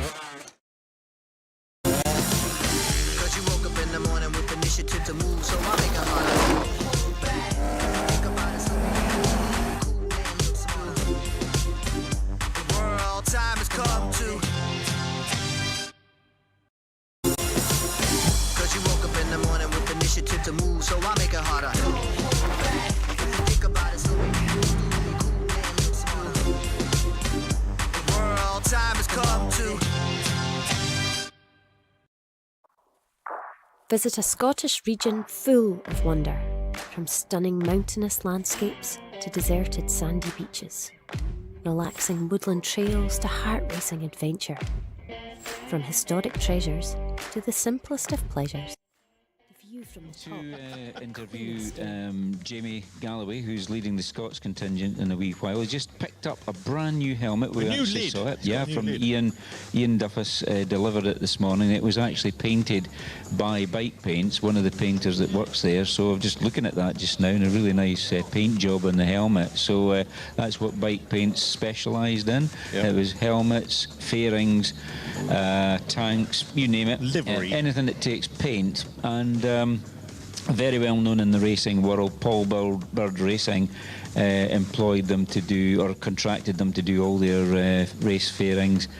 Yeah, great. And what was the other one now? Monster Mob Ducati. That was all done by Bike Paints. You actually see the old pictures of the racing from the Isle of Man and short circuit racing. If you look closely at the bike side on, you'll see Bike Paint motorcycle refinishing, they called it at the time. And because obviously they come out the factory with a standard colour, Bike Paints would rub all that back and do their own thing and very, very artistic and nice stuff that they've put out over the years. So unfortunately, we're talking about Alec Grand, passed away a few weeks ago. His funeral was yesterday.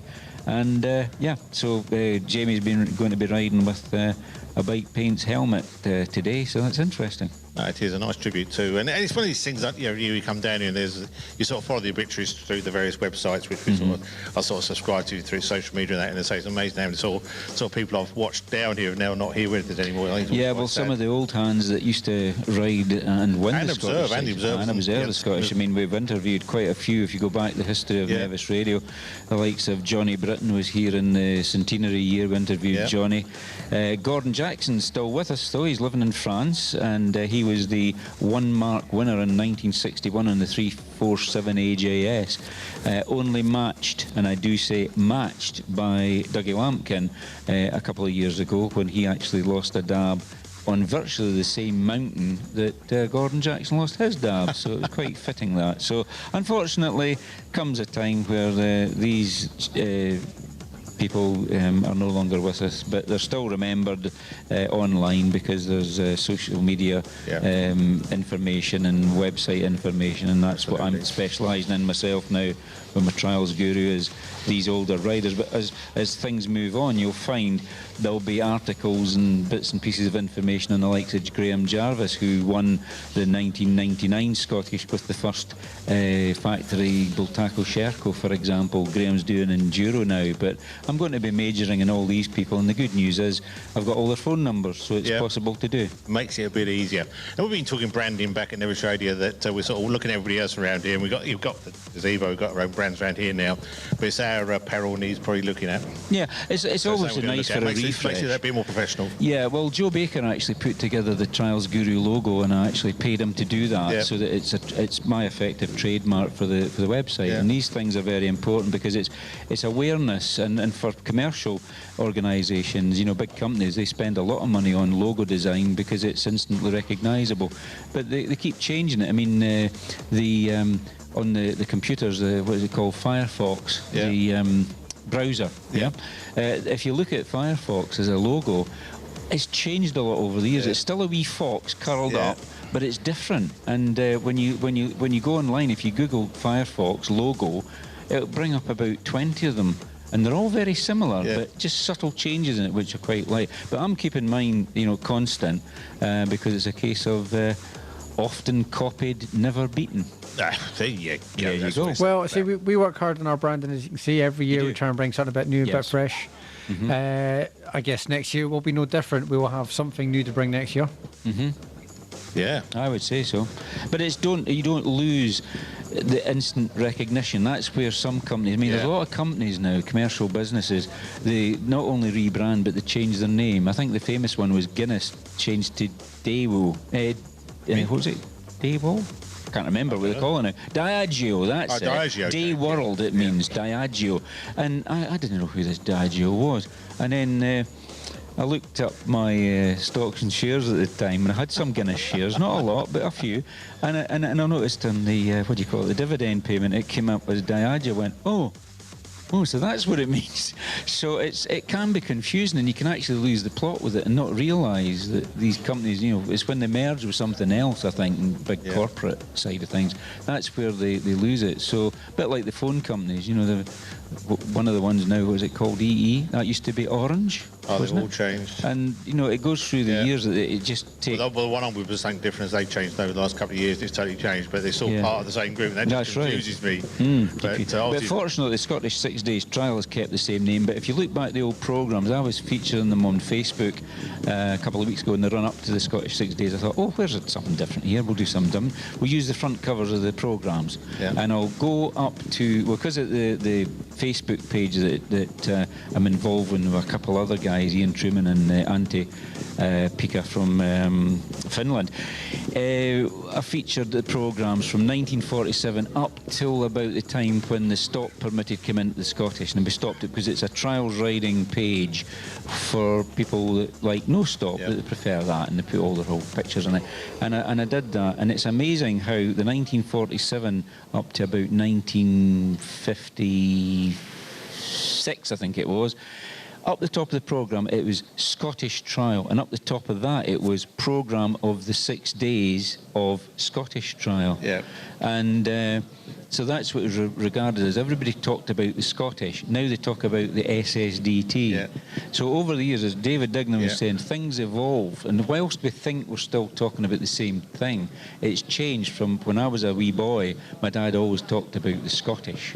I'm going up to the Scottish. Yeah. You aren't, by the way, because you're at school, so you just stay here. So I'm going to the Scottish for a week, and then it became, I'm going up to the 6 days, and then it became, are you going up to the SSDT?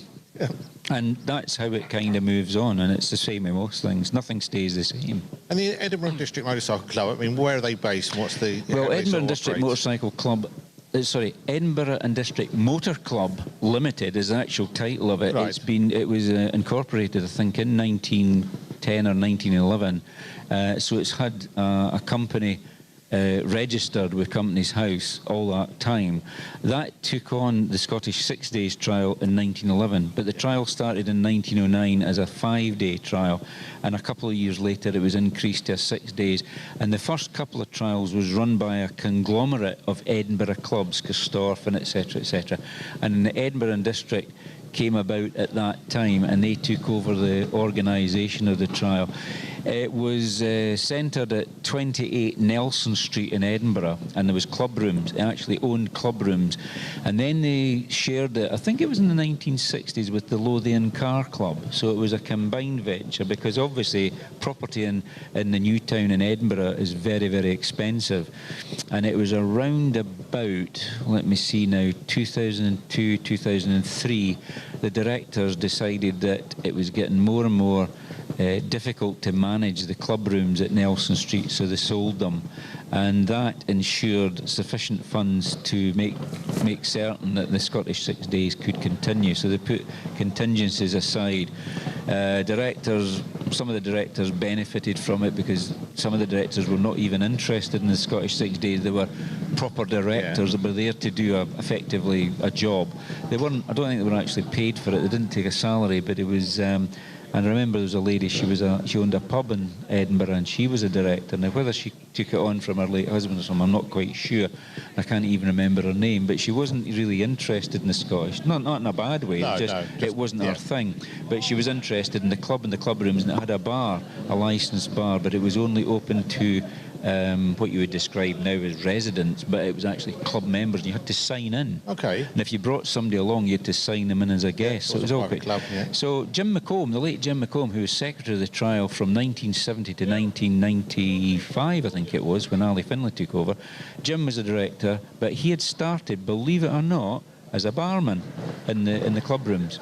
And then he got involved with the Scottish 6 days when Tommy Melville decided to stop being secretary. Jim McComb was brought in as secretary of the Scottish 6 days trial, and his first year doing that job was 1970, the very first year that I actually managed to get to 2 days of the Scottish. And I always remember my late father, Arnott Moffat, took me into the club rooms. And of course he got in because he knew everybody, and they signed him in. Come on in, Arnott, and up the stairs. And Jim was at the top of the stairs doing some paperwork, and my dad said to him, "Jim, this is John, this is my son. Oh, pleased to meet you, John." Jim was always very kind to me and always spoke to me, because he used to phone my dad up from time to time to get information. And my dad said, "Would you make sure he gets a ride in something like 12 years' time or whatever?" And I was just wowed away. I thought, my dad's put my name in for the Scottish. I better get training, you know. And I think I just got my first bike, the 125 Dalesman Puch. We were talking about Pete Edmondson this week, having passed away. Pete Edmondson built the Dalesman, and that's what really inspired me. He brought a bike up, or he sent a bike up for Jim Birrell, the SSU steward, in 1970 to go round as a steward, and that's what really said, oh, I sat on the bike at the back door, and then Jim came over from Markinge, picked the bike up, and away he went to the Scottish. But my dad had sort of dropped my name in, and I went, oh, wow. So I better get ready for this trial. Well, I did actually do it. I did it in 1977, and Jim was secretary then. And I must admit, Jim was always very courteous to me. He always spoke to me, never walked past me, even when he was busy at the Gorgie Market. He always said, "Hello, John, how are you this morning?" But he was busy, and then you just let the man get on with his job, and you didn't hold him back. But many times the phone would ring at Bathgate. "Hello, Dad." He says, "Hello, John, is your dad in?" "It's Jim McComb here." And I would go, "Oh, hello, Mr. McComb. I'll just go and get him." "Thanks, John." And I would go, and my dad would be on the phone for an hour. So that's where I take the verbals from, is my dad. So there you go. You've been a polite young man. What about that then? Well, you have to be. See, another polite young man behind you, see? They're all there. Right, where are we at to, Mr. Simon? Well, it's 7 minutes to 10 for a start. We've got a tune to take us up the news, a couple of minutes away for that. If you do want to get in touch, you can get us at the studio. You can phone 01397 706 100. You can also WhatsApp us with messages, or indeed text messages, or voice messages, should I say, 01397 706 100. Email us at studio@nevisradio.co.uk. You can find us at Nevis Radio Official on Facebook and also on YouTube. Just look up Nevis Radio, and you can watch our live feed in full HD. That's scary.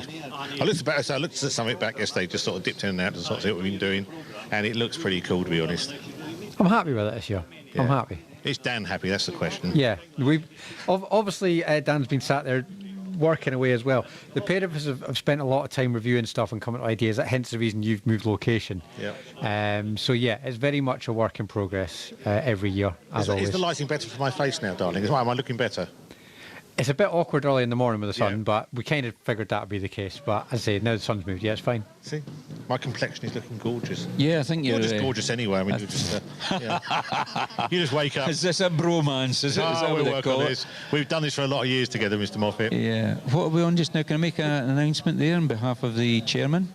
Was that the chairman? That was Chairman Pete Bremner That's from Inverness. Originally from Edinburgh. Pete is, been heavily involved with the Scottish 6 Days Trial since 1972, I think it was. And you know how he got involved with the Scottish? No. He didn't get a ride. All right. He was ruled out of the ballot, and so he said, "Right, OK, I'm not riding, but I'll take my bike up and observe for you." And he started observing. He went round with one of the millers who was involved with the Scottish, and I think he was in a car crew to start with, then on a bike.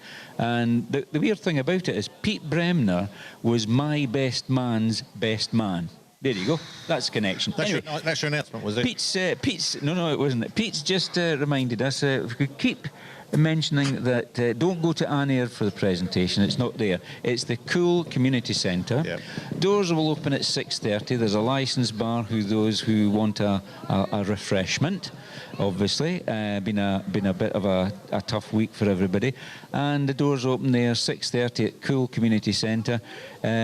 Cool is just out of Fort William on the 830, and then you cut back in round about the Neptune staircase, isn't it? For the Neptune staircase. And just find your way round to the shops area and the Cool Community Centres there. So park sensibly, and start out there at 6:30. Be able to go in and get a seat in there, get an early seat, and celebrate the wins of the Scottish 6 Days Trial 2024. So we'll keep mentioning that. Yeah. It's in the programme, but of course you don't maybe look at the programme to the last minute, and there's no point going into town for the presentation. You have to go a couple of miles out of town. You'll be bouncing up and down doing bingo to dance music, I understand. Exactly. So they're supporting the local community out at Cool, a subsidiary or a suburb of Fort William, isn't it? So, something like that.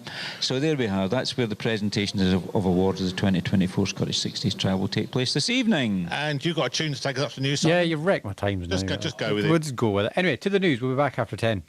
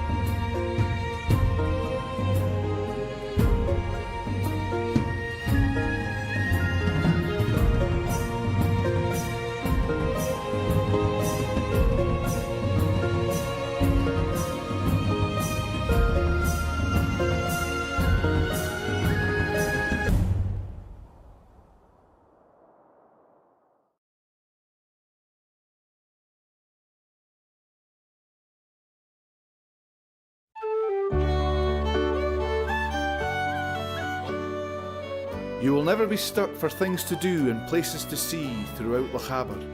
Experience the abundance of history, immerse yourself in a movie scene, walk within our great outdoors and see our wildlife running free. Rain or shine, there is always something to do. Get out and enjoy all the incredible things we have to offer right here in Lochaber.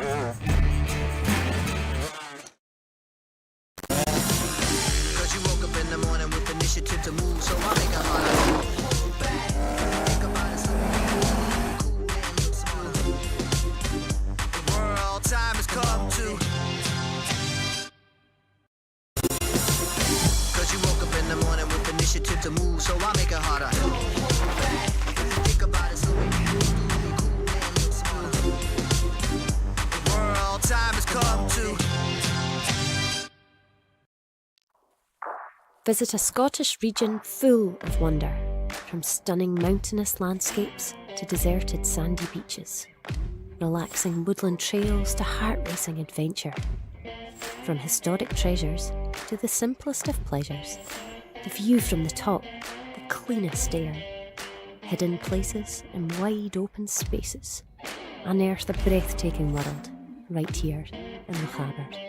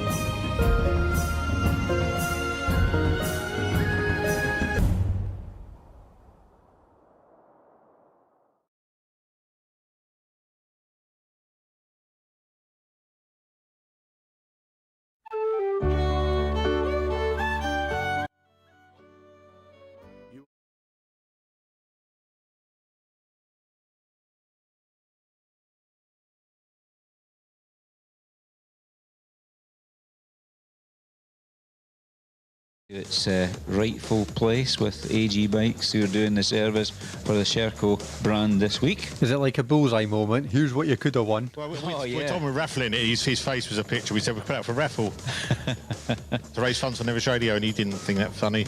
It's happened before. The 6 Days did raffle a couple of bikes in the past, and yeah, quite interesting.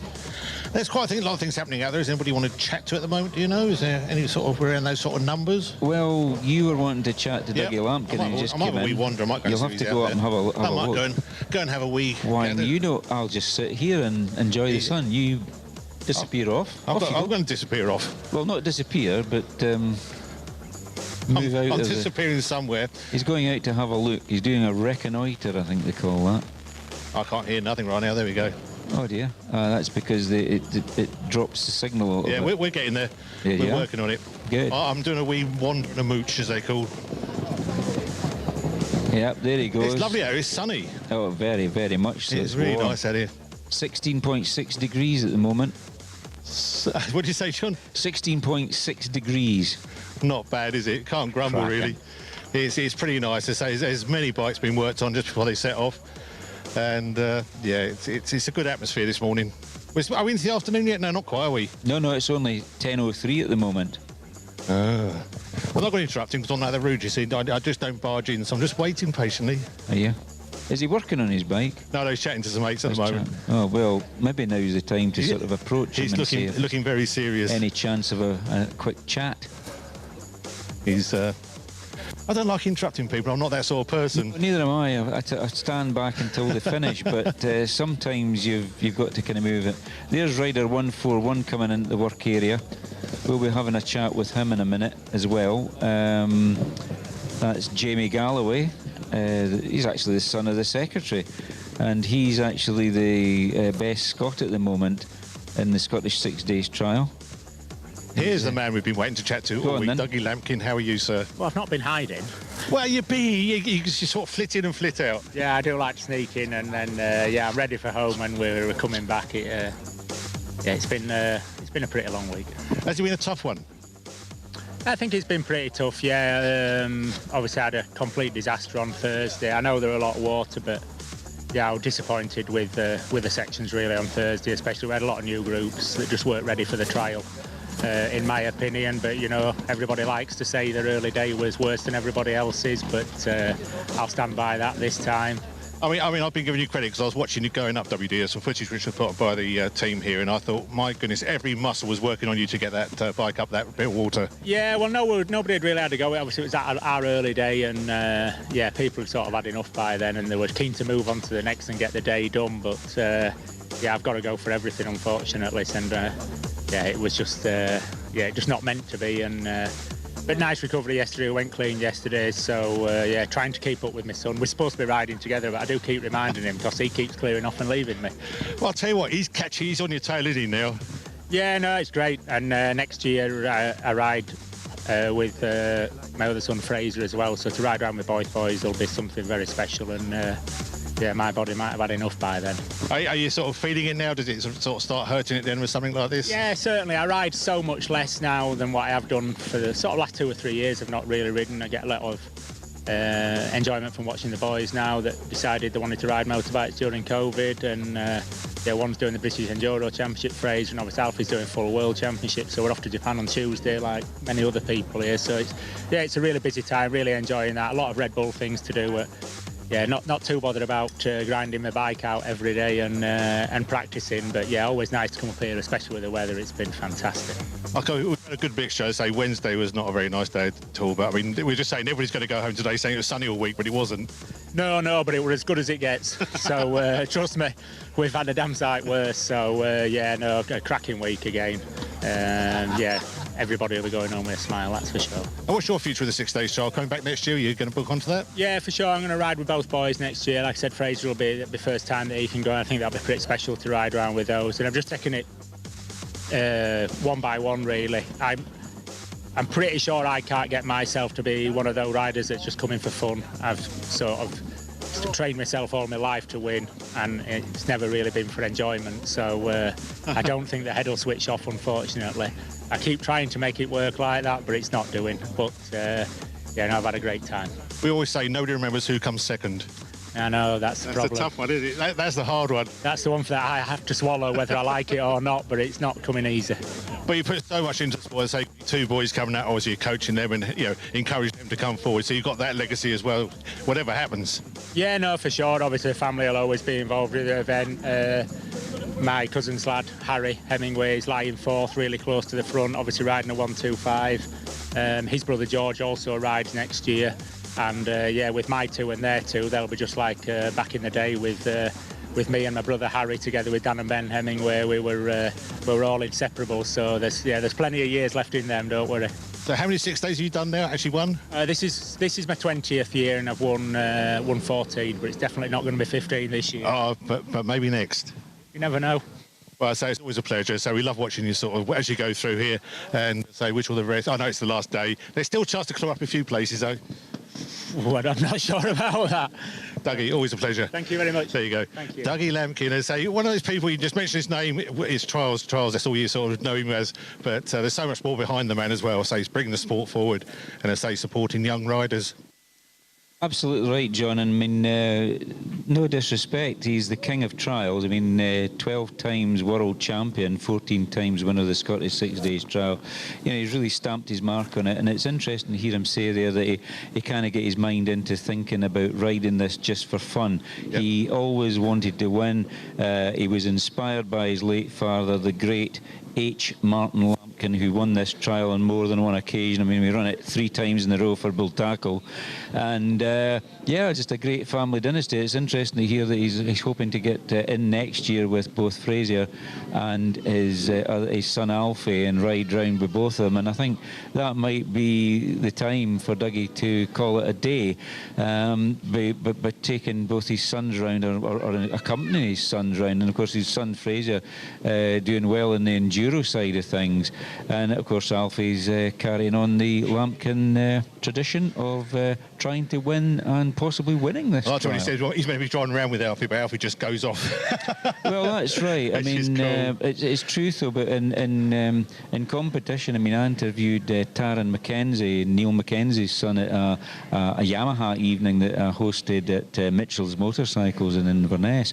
And I phoned up Neil and I said, Neil, what's the script with Taran? And he said, well, just ask him anything you like. I said, what about your connect? Oh, listen, he does his own thing. And it was obvious that Taran didn't always listen to his father. He actually knew how to race and raced his own way. He could only be inspired by his father, who was a world champion contender. He was British Superbikes champion 3 times with the Cadbury's Boost Yamaha. And nice family, but very much the will to win. And yep. Doug Lampkin, fair play to him. He has always had the will to win, even from a small boy. And there's a nice picture that's it's on social media that was taken back in the days when Martin had switched over to SWM in this very car park, and sitting on the tank getting a little run across the car park was Dougie. And of course it all dates back to that. And you've heard him talking about his cousin Dan Hemingway. His son Harry Hemingway's doing very well this week. He's 4th position on a 125 machine. So that's an achievement in itself, isn't it? No, it is. It's just amazing. So I know, people say, "Oh, you're always talking about Dougie, but yeah." Yeah, it's very good to talk about Doug, because obviously he's stamped his mark on the trial. You know, 14 times winner. I mean, can't you take it away from him, can you? Rider 141. Do you want me to go and grab him? You go. Yeah, Rider 141 is the top Scot this year at the Scottish 6 Days trial. He's the son of the secretary, Kirsten Pennycook. And he's riding a 125 as well, to TRRS, supplied by Steve Saunders. Now, Jamie, you've been doing particularly well on the world circuit. Tell us a little bit about your Scottish this year or this week. You've managed to claw yourself into the top Scottish position. I started off quite a steady week. It wasn't a great Monday, sort of rode Tuesday, which was all right. It wasn't amazing. And then Wednesday I was going quite well. Got to Ben Nevis and cleaned the whole first section, and my chain came off. Oh dear. So that was a bit of a bummer there. And then Thursday, a bit of luck struck our way with it being my late day, and got all the sections scrubbed in. And I think I had 8, which was second best score of the day. That's good. So almost got all the way up to the last bit on WDs and then fell off. Yeah. But that happens. And then yesterday was steady away. I had a 2 on Gorton and just a final little dab on the end of Ferset. Apart from that, the bikes ran faultlessly all week. Hopefully we can have a good one today. It's a 125, of course. Yes, of course.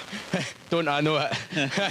Yeah, Steve Saunders ran it earlier the week, and he said you were a bit miffed that you weren't on the 300, but that's just the way it goes. In all honesty, though, in the sections, the bike's at no disadvantage. On the road and on the moor, it's a bit slower, well, more than a bit. But you can make that up easily. It's more about, I would say, your ability on the moor than your power. So. Now tell me, Gary McDonald's always been a bit of a contender with you. You got a respect for Gary? Yeah, of course. I don't mind him. So, yeah, aye. Well, he's the most winning rider from Scotland because he's got so many Scottish titles, hasn't he? And a British title as well. Yeah, but how many world round wins has he got, John? Well, you see, he did do the world rounds, but it was difficult for him in the day. It's always very difficult, and we all appreciate that to do the world rounds costs a lot of money, Jamie. Yeah, it is a fair commitment from my family, and I completely thank them for that, as well as Steve Saunders and TRS. They help us out a great deal, and couldn't have done it without them, really. You do training days to help finance your move into Europe, don't you? Yeah, so I've got a SQA coaching qualification that I did with the SACU, so that basically permits me as a coach to run training days. And Neil Dawson as well, he comes along and helps me, and we have a training day with about 20 folk, and it helps raise money to go away. So I think this year we raised about $2,500 from all the training days. And that's open to anybody who's got a trials bike? Anyone that's got a trials bike and a helmet, you can come along and do it. So. Now, you've just put on a new helmet this morning. Yes, it was from Bike Paints in Cooper. Ian Duffus got me it. It's a lovely design, I think. So, aye. And unfortunately, we lost the head honcho at Bike Paints a couple of weeks ago, Ali Grant, but obviously it's been done by Andy, I think, at Bike Paints. Yeah, Andrew did it. He's done a cracking job on it. Hopefully I don't scratch it today. Of course not. I was a bit scared of putting it on this morning and going, no, I don't want to scratch it, but it is what it is, really. So, no. Cool. Well, all the best for the final day of the Scottish 6 Days, Jamie. Thank you. I'll see you in a bit. See you in a bit, Jamie. See you at the end. I was wondering if Jamie could come a bit closer to the camera, just show us some of the decals on that helmet and the artwork. 'Cause that is painted on. That is not transfer, is it? No, that's not transfer. That's painted on. It's all but done by paint, and it's got 2T Off-Road, which is Martin Pennycook's company. He's a dealer down in Fife. And and of course Martin Pennycook's claim to fame was he was one of the 3 riders that got washed away at the Blackwater Dam about 30 odd years ago, and the sluice gates opened, the automatic sluice gates opened without much warning, and they were crossing a stream near the Blackwater Dam, and it took some of the riders off with them, and it was one of these deluge systems, and they had to get extra time to try and repair their bikes. But I actually saw the pictures at the time, and the bike he was riding, and the handlebars were bent down and everything. Terrible situation to happen, and it was just one of these things that sprung up that the organiser had no knowledge it could happen. But that's going back 30 odd years plus. But Martin was one of the riders that got caught out of that. So there we have it.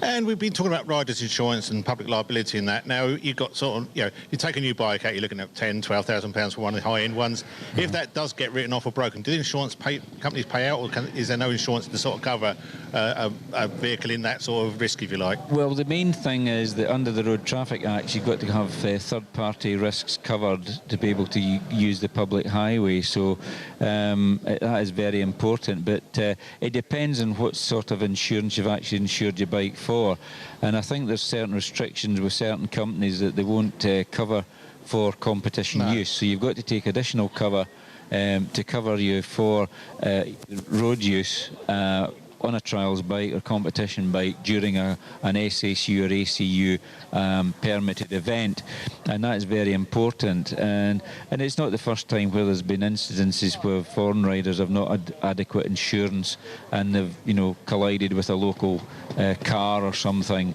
and of course that's when it gets a wee bit difficult, because they go home, and then trying to recover the damage costs from a foreign competitor can become quite difficult legally and all the rest of it. So it's to keep everything right, and it keeps the organisers right, because obviously they're responsible for running the event, but the rider also has a responsibility to make sure that his motorcycle, or he is insured to ride that motorcycle on the public highway. Yeah, no, absolutely. Well, I thought we were going to do the weather, play a tune, come back and we'll catch up with some of the other riders. Today's weather on Nevis Radio, brought to you by Thistle Access. Most places continue to be dry, warm with plenty of sunshine, clouds brooding in the afternoon with a few showers breaking out. Light southerly winds and a scorching for us down here in Parc, Ferme, 23 degrees centigrade, 73 Fahrenheit. Tonight, any showers soon dying out to leave a dry evening, somewhat cloudy at first, but then clearer spells developing throughout the night. It's only just going to drop down to 8 degrees centigrade, 46 Fahrenheit. That was today's weather on Nevis Radio, brought to you by Thistle Access.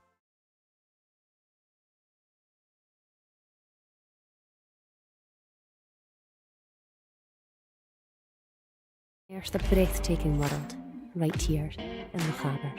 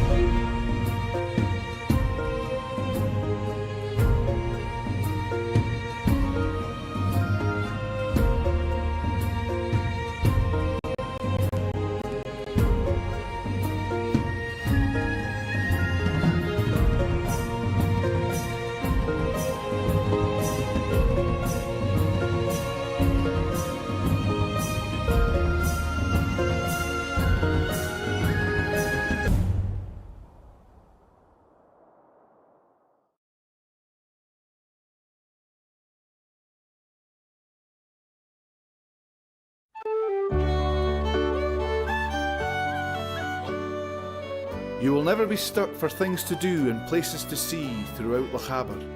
Experience the abundance of history, immerse yourself in a movie scene, walk within our great outdoors and see our wildlife running free. Rain or shine, there is always something to do.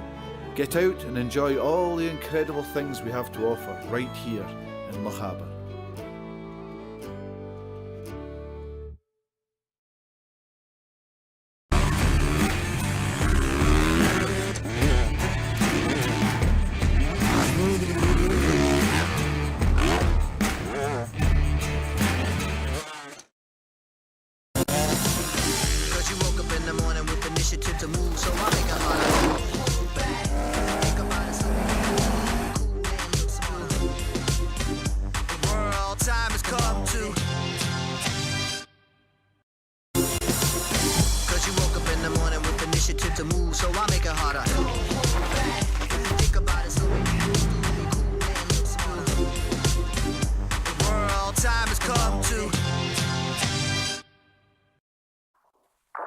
Visit a Scottish region full of wonder, from stunning mountainous landscapes to deserted sandy beaches, relaxing woodland trails to heart-racing adventure.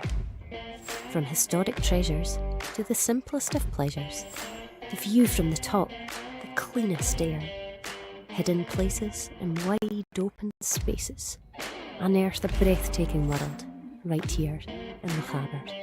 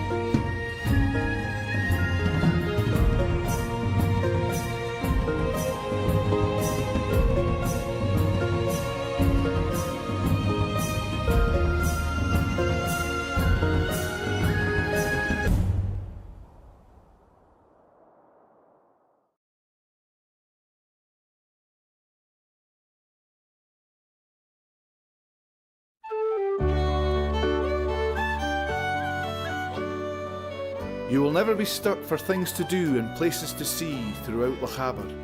Experience the abundance of history, immerse yourself in a movie scene, walk within our great outdoors and see our wildlife running free.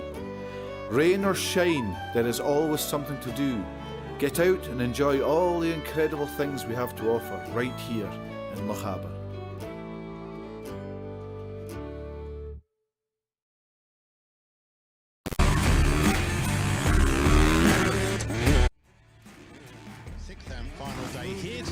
Rider leaves Parc Ferme. We've probably got about another 50 motorcycles, I imagine, something maybe more. Yeah, very I hard would to say judge. so. There's a couple of rows still left to go at the back, so we've got a couple of hours left, I would imagine, and it'll be interesting to see when the first bike's back into the finish. Whether the last one's gone. Yeah, that's be interesting. It is 24.5 minutes past 10 on your Saturday. Our sponsors, Michelin Tires, Trials Magazine, Comms West, Thistle Access and Nevis Bakery. Also, Gavin Cairns and the Great Glen Grub Hub. That's it. I think that's the first time I've actually got it right. Yeah. What we're also doing today is we'll give you a little wander around behind the scenes, how this all operates. If you are interested in how a little radio station based in Fort William, a community radio station, can do what we're doing, I mean, some people look at it and think, well, that's a load of rubbish, but when you think what budget we got and the equipment and manpower, we'll give you a little behind-the-scenes tour of where it all works and how it sort of gets put together.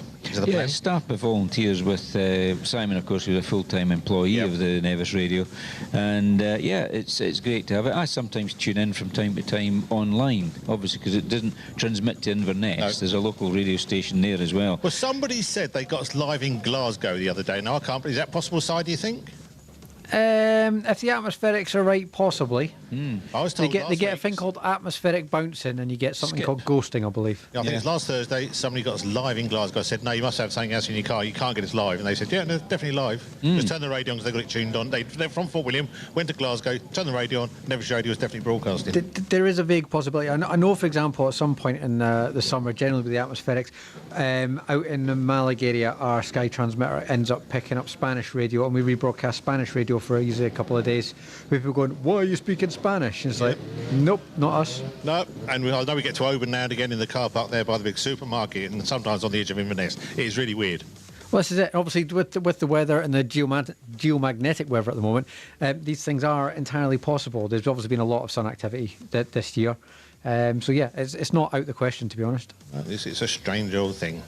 Well, so we are down here. We're through till about midday, maybe 12:30, something like that.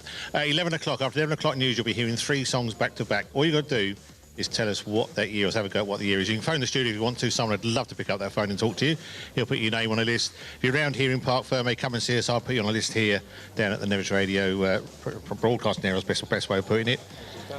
Is it after 11? Oh, does that make you to read stuff out? No. I'm just saying straight after 11 o'clock. Okay. So from the news straight to 3 songs. Okay. Well, I tell you what. See, before we play another song, I'm going to overrule it because I've got one lined up.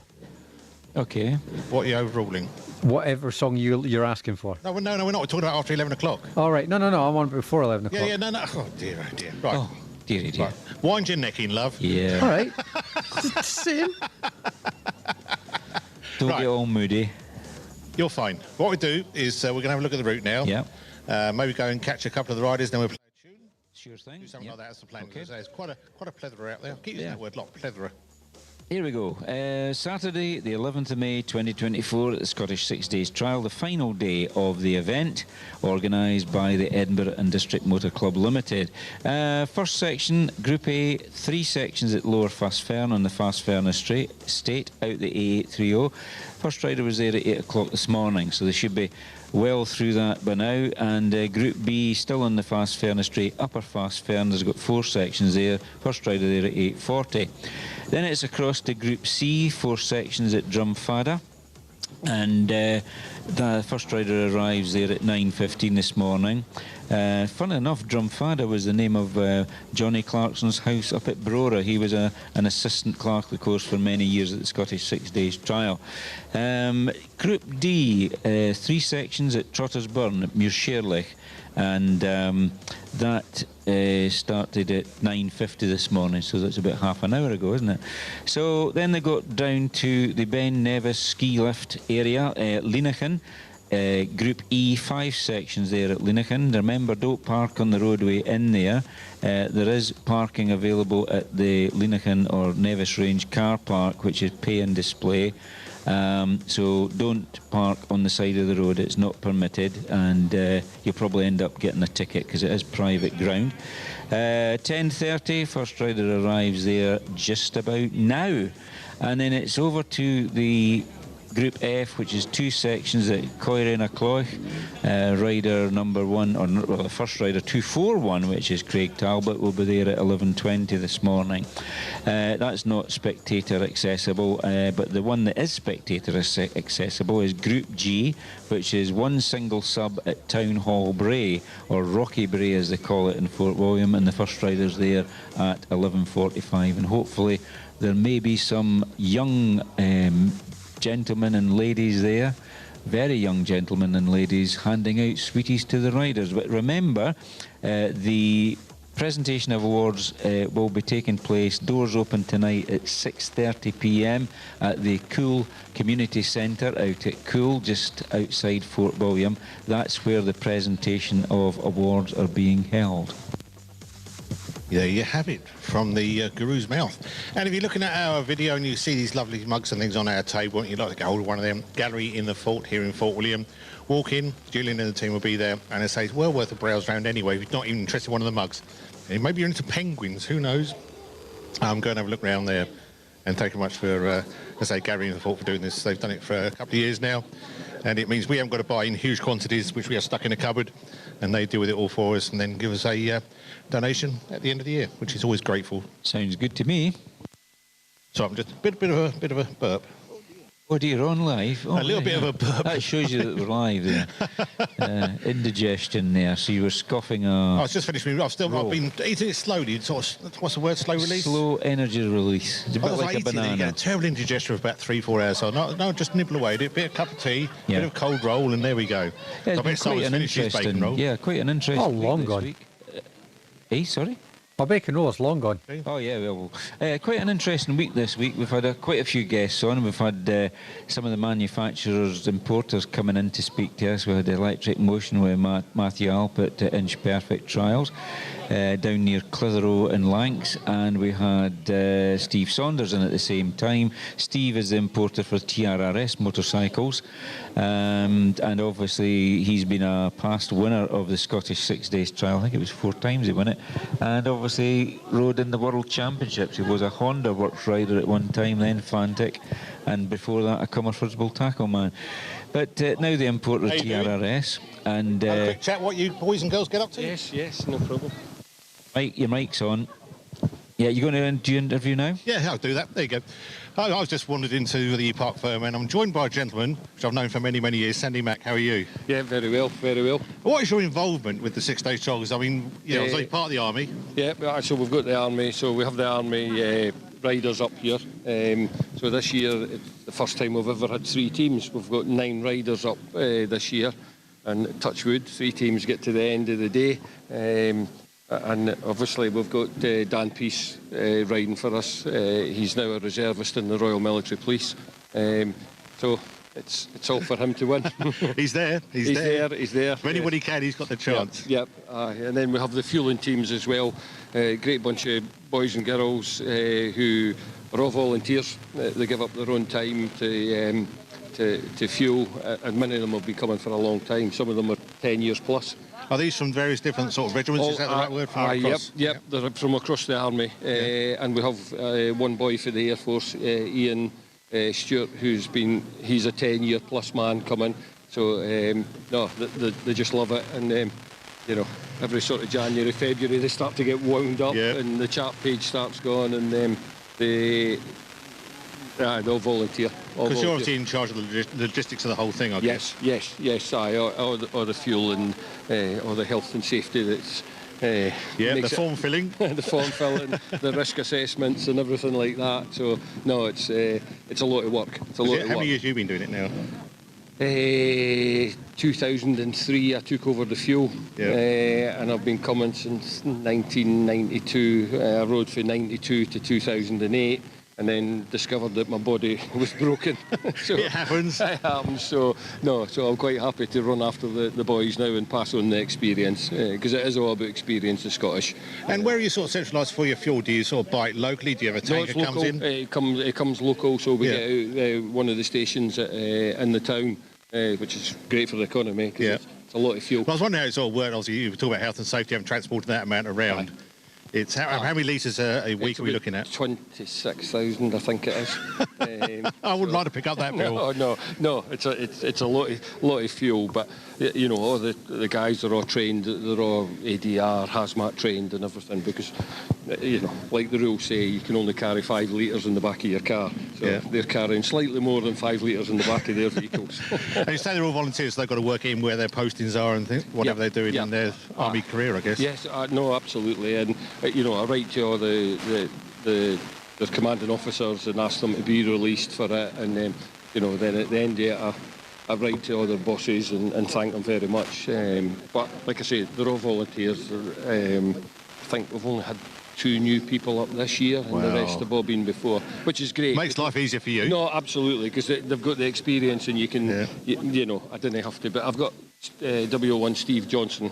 He's he sort of pulls that together for me at night and does the fueling briefs and everything. But he leaves the army in 14 days' time, so he retires. But he's done his term. Aye. But he's going to move the army to civil service, so we'll still be able to use him. But no, Steve does a great job. He keeps control of the guys and makes sure they're in the right place, right time with all the equipment. So it's great. No, absolutely.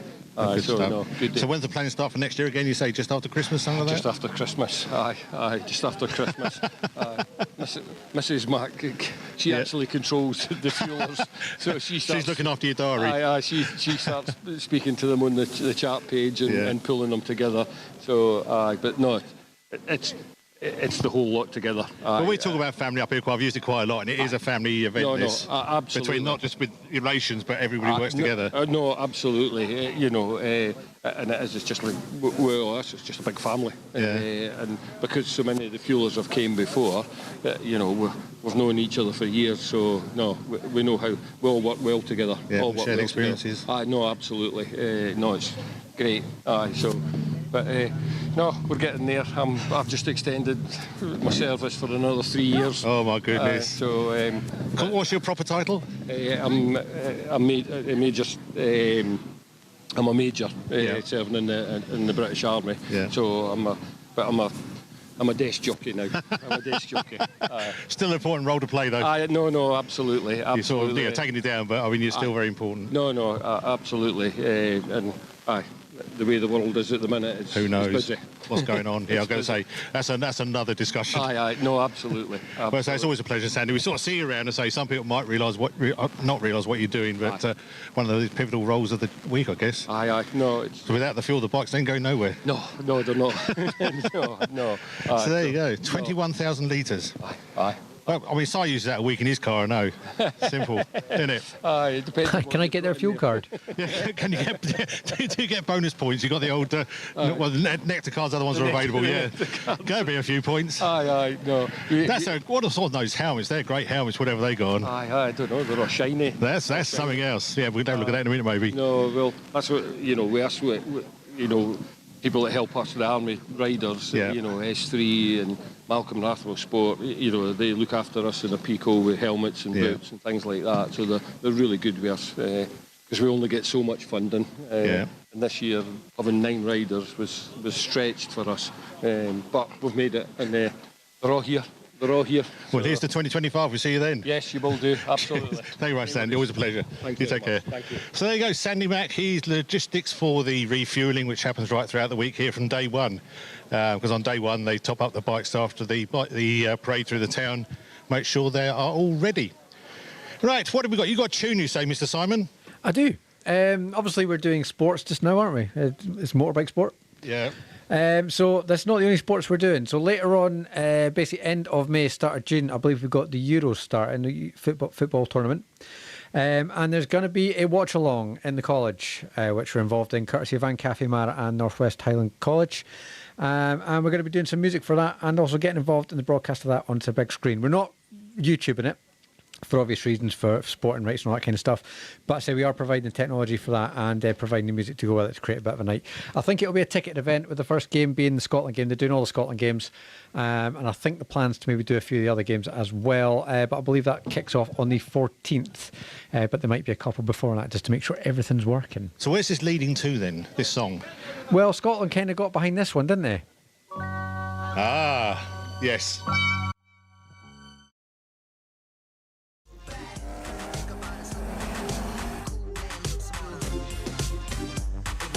Time has come to.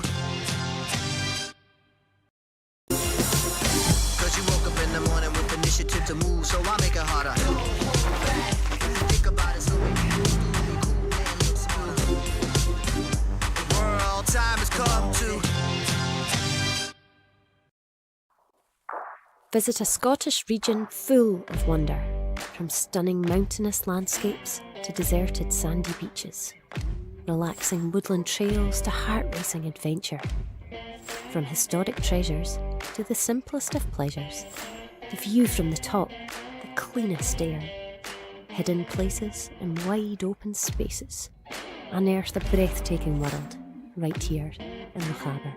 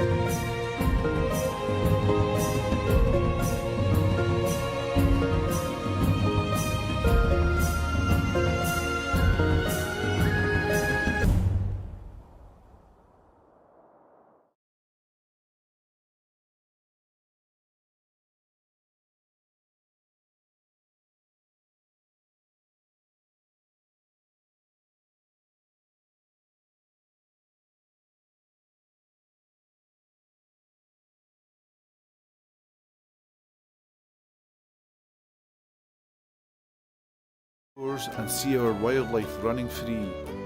Rain or shine, there is always something to do. Get out and enjoy all the incredible things we have to offer right here in Lochaber.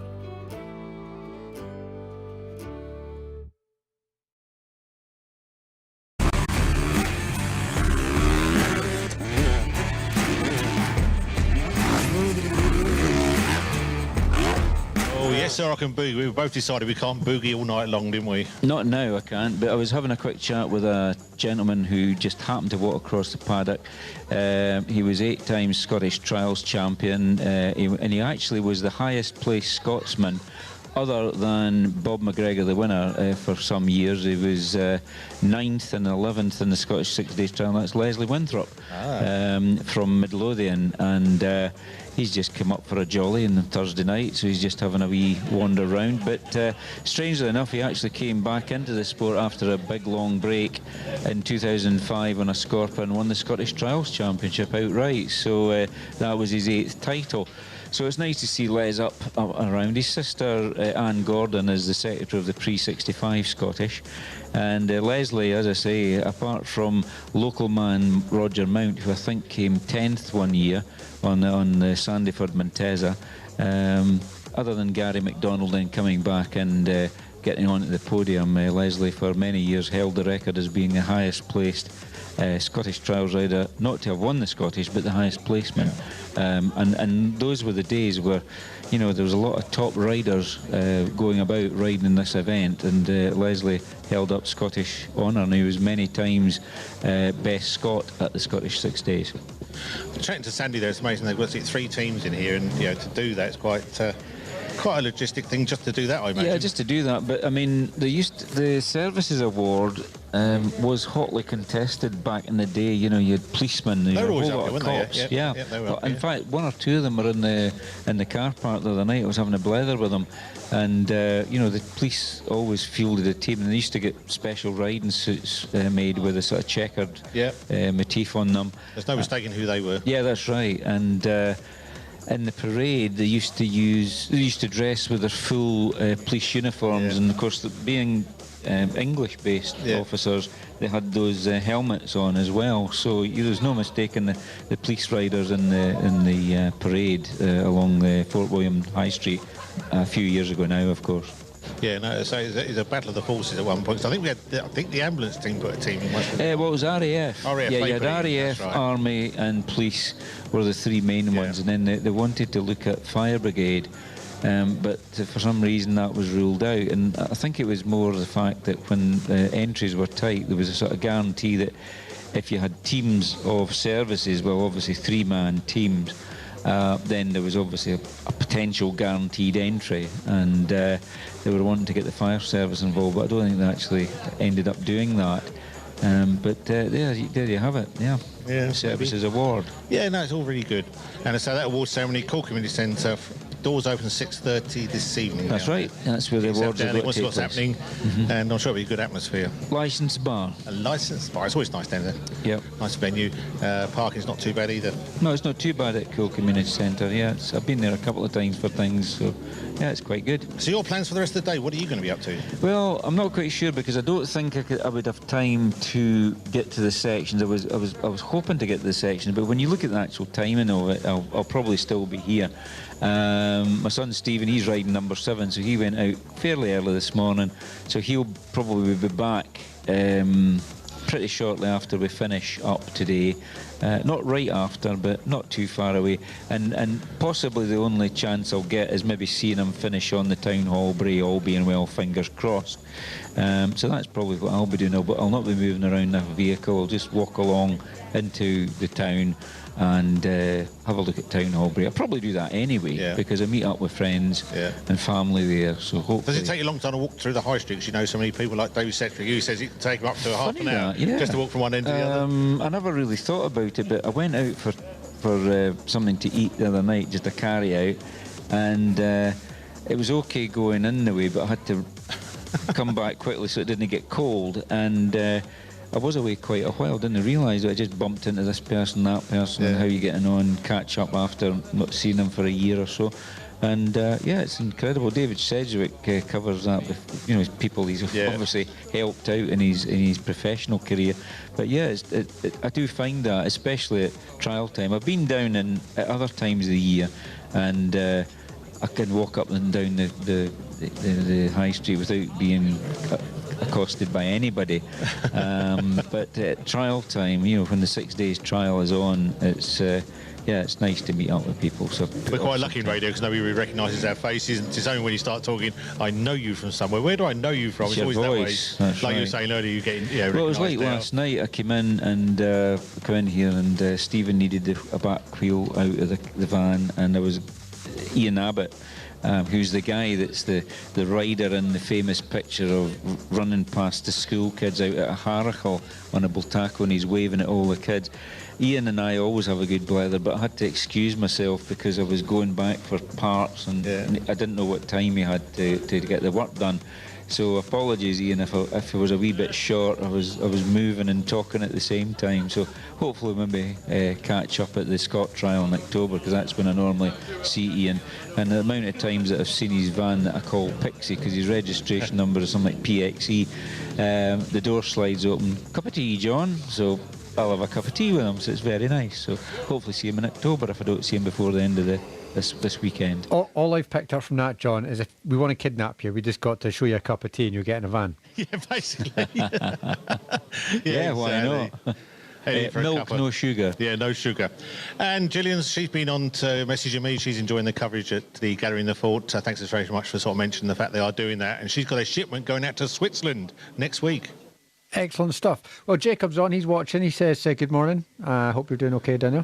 Morning, Jacob. I know you might be coming down. Not sure what's happening, but so I'm not sure what your mum's doing.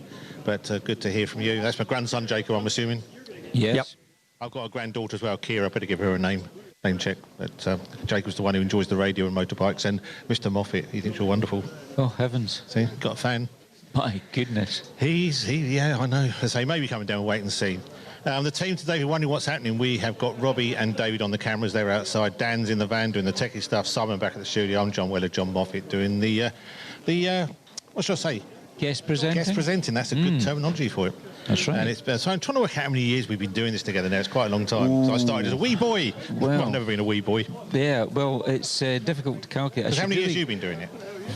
Blimey, well, I did it in the days when the late Willie Cameron, he used to do what he used to do, he used to spot the riders and tell the then presenter who was who. Was he a rider? He rode bikes himself? Yeah, he was a member of the Harbour Club, was Willie Cameron, and I think he was a station manager up at he started getting, he's held in high respect, so he started getting straight off the ground, yeah. That's right, and because he was a member of the Harbour Club, he knew all the top riders of the day was like Graham Jarvis, etc., etc., and he sort of pointed them out to the then presenter to go and speak to them. Yeah. And funnily enough, it was they asked me in one year to talk about the Ali Bake trial, which Lochaber District run, and to talk about Ali Bake Cameron, who was a local man who rode trials, and he was a mechanic down at the Greaves factory, and mentioned him in the Don Smith story this week. And I did that. I came along, had a chat for, I don't know, 5-10 minutes, whatever it was, went away again quite happy. And then my wife had a bit of a party up at the rec hall at Raigmore, because she'd had undergone treatment for cancer, and it turned out that presenter was nominated to do the DJing for the night. It was sort of disco sort of thing, and I got speaking to him, and I said, I know your face for something. I couldn't quite place the chap, and they said, oh, I'm down in Fort William. I said, oh, right. I said, we go down to Fort William for the Scottish 6 days. Oh, you go down to the trials, do you? Blah, blah, blah, blah, blah. And all of a sudden we twigged that actually had gone in to Parc Ferme to speak about the Ali Bake. And of course, unfortunately, Willie Cameron had passed away, taken from us by cancer as well, didn't it? And he said, well, we're really looking for somebody to spot the riders, and would you be able to help us? And I said, yeah, I could do that. And so came down, set some time aside to do this sort of, well, not this sort of thing, but just point at the riders. And then he handed me a microphone and said, why don't you have a chat with one or two of the riders yourself? And it sort of kicked off from then. So I think it must have been round about 2006, something like that. Yeah. So probably 2006, 2007 era, but I'm sure there's something somewhere what I'll have at home where it'll actually pinpoint, I was actually there doing that. So that's quite a long time, isn't it? Yeah, it is a long time. And I think I must have got involved for about 4 years after that, when my first time I came down, because I used to, although I was up in the area, I didn't sort of get involved too much because I was a bit shy. Yeah. And then I sort of did a bit of camera work like David's doing right now. Yeah, you came down when they used to use a caravan. I used to borrow stuff all over the place. Yeah. And I think the army actually goes one wagon. That's the first year I co-presented with you, because David, who was the station manager at the time, he'd got norovirus. That's went through the hotel, didn't it? Where it was. It came in from a ship. Yeah. That was visiting on Loch Linnhe, and they'd been staying at one of the hotels, and it took off from there. I know I got a phone call that say very early, when you have to go down there, I can't make it in. Okay, and that's what I got thrown in. Well, actually, he made it in and went home went home because he again. was feeling so ill, and that's how it kicked off. So this big scary guy came in to me help. Yeah, it was help, and that was that's the army promotional wagon. Yeah, it was a kind of army recruitment caravan. That's right, sort of folded out. Yeah. That's what we used then, and of course we've moved on now. We progressed to from various different trailers and wagons and land locations within this car park, and this one we've been here for the last couple of years now. That's right. Which sort of works. We're not right in the middle of it, but actually the way it's set up now, we've got people behind us, which is quite nice. Yeah. We've got the bikes and that just into the front to the left. But we'll give you, a proper walk around in the last hour. It's going, as Simon tells everybody, they get hopefully new toys each year. They try something new. We had David Green out at Corrymora and Greymare's Tail over the past few days doing a bit of live action, which we've not really done before. We've done something similar, but it was recorded and then played back, and I sort of commentated on that, but not actually live. And maybe next year we can improve on that and do a little bit extra to that, and I'm quite sure we can talk and have some plans for 2025, because I plan to come back if you guys have me back. Well, you're invited, already done that. Right, and that's that then, it's a deal. Yeah, we've got to slit our wrist down. So I've got my accommodation booked, that's the main thing, and I've worked out when the Scottish 6 Days trial is going to happen next year, so that's good. And it's all to go for. So all we need to do is order the weather like this again. I'm going to say this isn't bad. And if you watch these in commercials, which happen when the music's playing, or we sort of want to be one of our sponsors, do get in contact with Simon. His details are on our website, on our social media. Just get in contact with you. Like say, I'd love to be part of that. I want to sort of get involved. Whatever money we get in, it goes back into putting out what we do. We don't sort of we haven't got hundreds of thousands sitting in the bank account, I can tell you that much. Although I'm not a director anymore, I know that's the situation, because every penny is counted for and it's made to work for the station. Yeah. Well, to be fair, I think this event, even though we can pull in a fair bit with it, I do kind of push it into what we're doing. The things you see on the screen, the microphones you see, that we've heavily invested in other things this year to try and make it look more polished, professional and complete, should we say. Yeah, it is the little things, and so we work on that. But as I say, if you've been watching the output back afterwards, I'm impressed, because as I say, the clearness of the microphones and everything else is so much different. It's interesting you say that, because Bernie Schreiber is on Thursday this week, and he asked for the link to have a look at it, so sent that to him, and he was impressed with it. He thinks it's pretty polished nowadays, and he's been on, I think it's 4 years, possibly 5. Must be, yeah. That he's been... we did it through COVID, didn't we? We did That's right, COVID we did show that as well. Back in the studio. We had a lot of guests on during the COVID years, just to keep things, the interest going. We had Mick Andrews, Gordon Jackson, Bernie, of course, and we've tried to pick up as many as the previous winners as we could to come on the station and talk about their times in the Scottish 6 Days trial. And it's sort of moving things on. Same with the David Dignan with the Scottish 6 Days. You've got to try little bits and pieces to advance it. Tinker with it. Around. Tweak it, they say, isn't it? Don't forget, after 11 o'clock news, there'll be 3 songs back to back. All you got to do, if you want to get involved, is get in contact with the studio through WhatsApp or on the phone line, 706 100. It's the same number, 01 397 706 100. If you know what the year is, put it in there, put your name on there as well, and we'll give you a name check. If you're down at Parc Ferme, come and see us, tap us on the shoulder, get our attention, wave a biscuit in front of us. We'll certainly come running. We'll put your name on a sheet of paper and say 3 songs back to back. All you got to do is tell me what year they're at 3, 2 and 1 on this very day. Simple as that. Is that simple? You're going to give it a go? I'll have a go at it, but obviously I might not do it live, so give other people a chance. But I'll have a wee think about that. We'll put you a date on the bit of paper. We'll give you a name check. We'll give you a name check so we know who you are. Okay.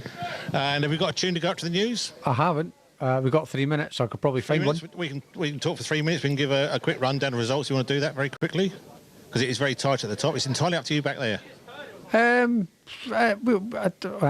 Okay. I'm doing what you do now, and try to think on the spot and come up with an answer. It's a nightmare, isn't it? Yeah, I tell you what. We'll play a tune up to the news because I've got the Laz, and there she goes. Which I've got a few seconds for that one to go. If you are down there and you want to get involved, you come stand in the background. You could be on the YouTube. Be on TV. Yeah, why not? TV. 01397 706 100 is the phone number. We want to take part in the top 3 11Z straight after the Lars and our news. Beaches, relaxing woodland trails to heart-racing adventure. From historic treasures to the simplest of pleasures. The view from the top, the cleanest air. Hidden places and wide open spaces. Unearth a breathtaking world right here in Lochaber.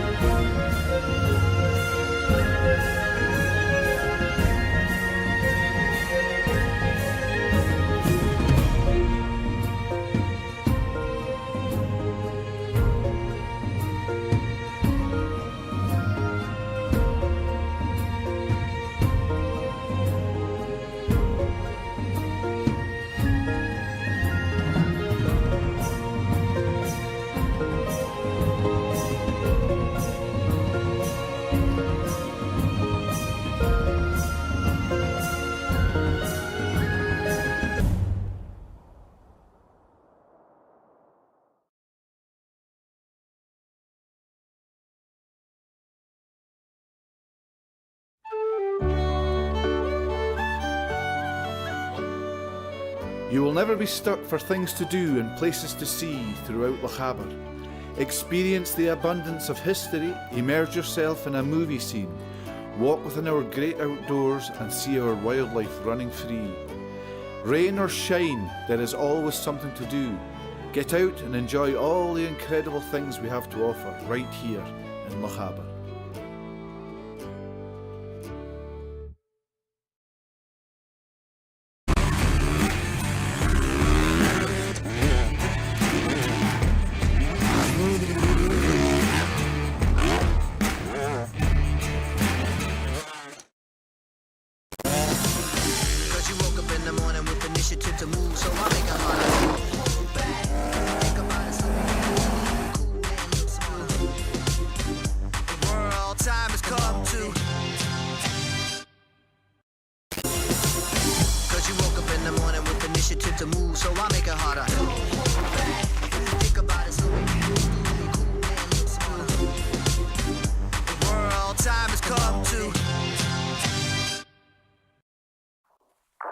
Visit a Scottish region full of wonder, from stunning mountainous landscapes to deserted sandy beaches, relaxing woodland trails to heart-racing adventure. From historic treasures to the simplest of pleasures, the view from the top, the cleanest air, hidden places and wide open spaces. Unearth a breathtaking world right here in Lochaber.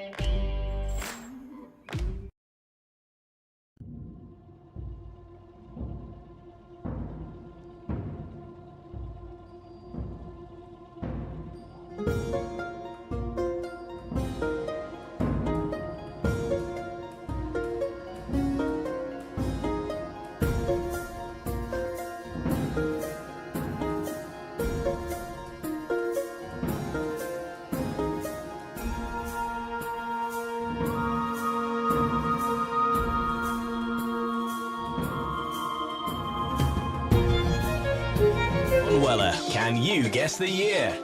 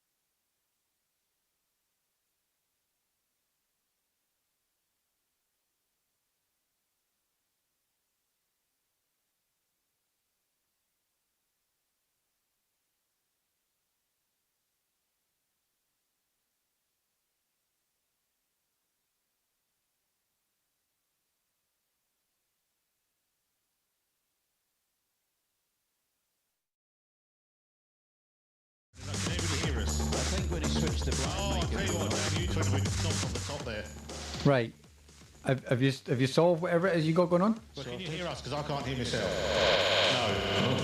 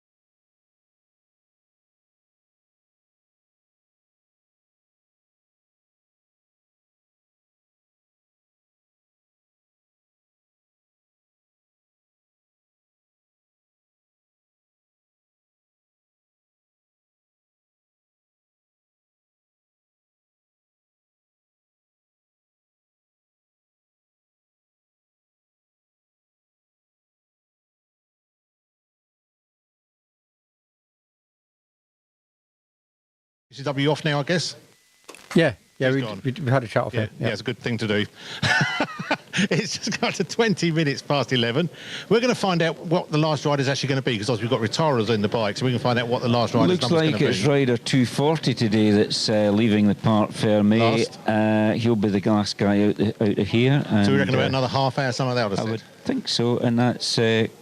oh, wow, 240. Guess who it is? Carlos Casas from the Moto Club Olot on a Vertigo from Catalonia, the SSDT ambassador to Spain. He'll be the last man out today. So we'll try and get him around that time. Have a quick chat as well. There he is. Say hello, there's the man himself. On cue. Morning. He's Can't hear us. obviously, something's more important. He's heading to the bathroom facilities. I don't think you can hear the No, probably thingies. not. I shouted loud. You did. It's great to be with you. It is Nevis Radio. Into the last day we're going. There's the Scottish person in front at the moment. Yeah, 11-time Scottish Trials champion, Gary MacDonald, or Gary Mac, as he's got in the back of his jacket There's there. a steady old stream going that way, isn't there? Literally. Yep, stream. We are sponsored by Michelin Tyres, Yeah. Trials Magazine, Comms West, Thistle Access, the Great Glen Grub Hub, and Gavin Cairns Rough Casting Limited. Nevis Bakery. We're down to the last 6 packets of biscuits now. They've been going, which is good. And as anybody else which has helped, as I say, Gary in the Fort, thanks very much for the merchandise. It's good to have it here, and hopefully you've got a few people coming into the shop and buying bits as well, because that helps us doing what we do. Sounds good to me. That's it. So it is the final. I guess we've got to do the weather. Yes. To be honest, I hadn't loaded it in because I don't know how you run this. Well, I normally do. It's not like any other show. All right. In that case, then, yeah, you've got to do some weather. And have you got a tune, John? One of your last ones of the week. Well, that was played earlier, wasn't it? No, it's been one of the last ones before we finish today. Is what I'm getting at. So you got another tune, your final tune of the week. Let's go for that way. Yeah. Have I give you one? I know I should know this after several years of doing it. What tune would you like played in a minute? Oh, is that what it is? Oh, my in a goodness. minute. AC/DC. Oh, yes. Thunderstruck. He's typing now. Oh, we don't have that one, Elsie. No, we got that one. Oh, we got that one. Oh, we you got that quite a one. lot of Oh. AC/DC on there. Do you have a preferred power type? Not particularly, no. No? But a traditional one. Just curious, AC or DC? That kind of Oh, thing. right, I see. No, I thought there was maybe different versions we were looking at or something. Are you Sorry. flagging slightly? Or do you need sugar? What's going on? You seem to be a little bit- No, I'm with it now, I think. You thought you'd won the competition, you had. I did, didn't I? I got a euphoria there, which wasn't correct at all. I was year out. That wasn't bad, 12. And I sort of did get in the right zone, didn't I? I was 78, 79. So I must have sort of. Well, I started dating in 1978, but then we were still going back and forward to the green tree at that time, I suppose. 79, Oh, the old then green we tree. abandoned it. That green tree could tell a story. Yeah, couldn't it? Oh, my goodness. and that was it. I was engaged for about 5 years. Guess what we you know? were doing this time last What's year? We were finishing up the Scottish 6 Yep. days last year. There's something a bit more 2023. special than that. We were sitting here wearing crowns and waving flags because our king was coronated. Oh, that's right. Yeah, that's on this true. very day. Mm-hmm. Wow, a year ago. A year ago today. Time Had to be, well, passes within quickly, yeah, doesn't within- it? Yeah. Yeah. Last King day, 6 Charles. days. Yeah, King Charles as he became. Right, let's do that weather. Let's do that tune. We'll try and get John out there with some people. Maybe Gary would like to have a chat. You got time for a chat in a minute? Yep, I don't know what I said. I think that was a yes. Yeah, we'll catch up with Gary and we'll do that right now. Today's weather on Nevis Radio, brought to you by Thistle Access. Most places staying dry and warm with plenty of sunshine. Clouds building in the afternoon with a few showers breaking out. Light southerly winds and a maximum high of 23 degrees centigrade, 73 Fahrenheit. Tonight, any showers soon dying out to leave nice dry evening. Somewhat cloudy at first, but some bright clear spells developing. A minimum overnight low of 8 degrees centigrade, 46 Fahrenheit. And a quick look at Sunday. Dry and bright at first on Sunday, but some hazy sunshine. Then scattered, possibly thundery afternoon showers, forming longer spells of showers as we head into Monday. Your maximum high tomorrow, 22 degrees centigrade, 72 Fahrenheit. That was today's weather on Nevis Radio, brought to you by Thistle Access.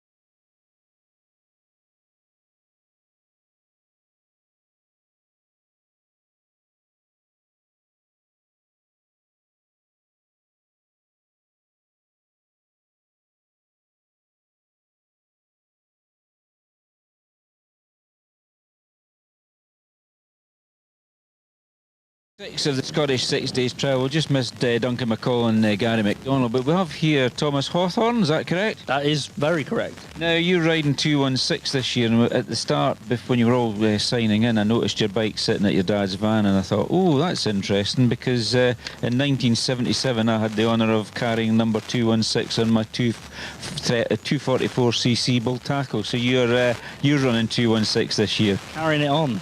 Yeah, absolutely right. So your dad kindly took a picture of me, sent it to me, I put it on my Facebook page. What position were you in? 76? God, well down. I mean, I think I was in the last sort of 20 riders, to be fair. It was my first Scottish, and I must admit, it brought my riding on considerably after they'd done the Scottish 6 Days. I went out and won the Edinburgh Evening News Trial a couple of weeks later, and then I also treated myself to a brand new motorcycle at the end of the year. But I'd actually been riding a 6-year-old bike in the Scottish, which was, you know, even then it was unheard of. Mm. Yeah, well, tough week, isn't it? Yeah. Treat yourself with a new bike's always nice. This bike's held up well. I'm going to have to keep that for probably another 6 months. She's done me good. Last day to claw back a few marks. We've had a bit of a funny week. Start of the week was nice. That Thursday was tough. We were sort of second pack away. A lot of water, a lot of marks. Put me off again yesterday. Yesterday, half my score from Thursday, which was good, but see what happens. That's the Scottish 6 Days for you. Yeah, I was in the top 50 nicely to start the week, which I was surprised myself with that. My goal was sort of top 70, top 60, but that's back where I am now, so hopefully I can keep that today and just enjoy the week. We got sun, haven't we? Can't complain. You can't complain today about the weather. No. So looking forward to it? Yeah. Looking forward to a pint at the end, no doubt. Yeah, more than the riding, I think. That beer tent is going to be... Yeah, it's going to be full of people. Yes, it is. Yeah, that'd be me. That's it. Well, anyway, good luck today, Tom. Yeah, thank you very much. Okay, it's Thomas Hawthorne, rider number 216 on the 300 ST Sherco. So, yeah, it's blistering sunshine here. It's a really good day. And if you're holidaying in Lochaber, this is the place to be. And why not take in Town Hall Bray this afternoon? So we reckon that the first man could be back in before the last man leaves. And the last man today to leave the car park is none other than Catalonian rider Carlos Casas on his Vertigo. He started riding the Scottish 6 Days Trial here in 1979, missed it for a few years, but yeah, got a few under his belt now, has Carlos, and still enjoys his trialling, and obviously still loves the Scottish 6 Days Trial, an event he's definitely in love with, no two ways about it. It's always about another 20 riders to go, we reckon, something like that? Yeah, there's something close to about 20. We're up to number 214 it'll be, just ready to go. Well, 213's up on the podium, I think, just now. Well, the podium's gone, so up on the start line. I'll just double check that for everybody. It's, while you're doing that, I'd say a shout out for Eva and Amanda watching on YouTube as well. Hello, you guys. Nice to have you there. I'm sorry, I didn't realise that you were going straight on to adverts because Gary, I knew that he had about 4 or 5 minutes in hand, but it just went, the adverts took over. We had to catch up, unfortunately. Yeah. Can I ask you to come back this way, Mr. Moffat, because I've got a young person who wants to have a of course, I've forgotten. Yeah, we've been talking about him. I'll be around the corner, you can't see what's going on. You've got to stand up there with John. Right, there you go. You got there. You're all ready. David will turn the camera on to you too. Yep. Now, is this Mr. Jacob Weller? Yes, I am. Good morning to you, and how are you? Tired. Tired? So you enjoy watching the Scottish 6 Days, I take it? Yeah, find the time every morning to watch. Yeah. So. What's your occupation? What do you do for a living? Play games, watch 60 trials every year. So you're still at school then, are you? Yeah, still at school. Good. What age are you? 13. All right, yeah. A bit older than when I first took an interest in the Scottish 6 Days way back about 1969 or 70. That's prehistory, of course. So, do you manage to see any of the sections this week? Besides watching you guys, don't really know. All right, okay. Are you going out to Town Hall Bray today? No. No, that's a pity. Because a lot of action even on that final sub. It's and of course the weather's good. Might get a treat of an ice cream. Might. That's good. Oh yeah, look at that. You've got your name up, Jacob Weller. It's whole thing. I noticed you put some comments on YouTube, so you're obviously active in the old social media and everything. Yeah. And of course, you've got a relative that's involved with Nevis Radio. Yeah. Yeah. Who's that? Granddad. Granddad, what's his name again? John Weller. John Weller, that's the fella.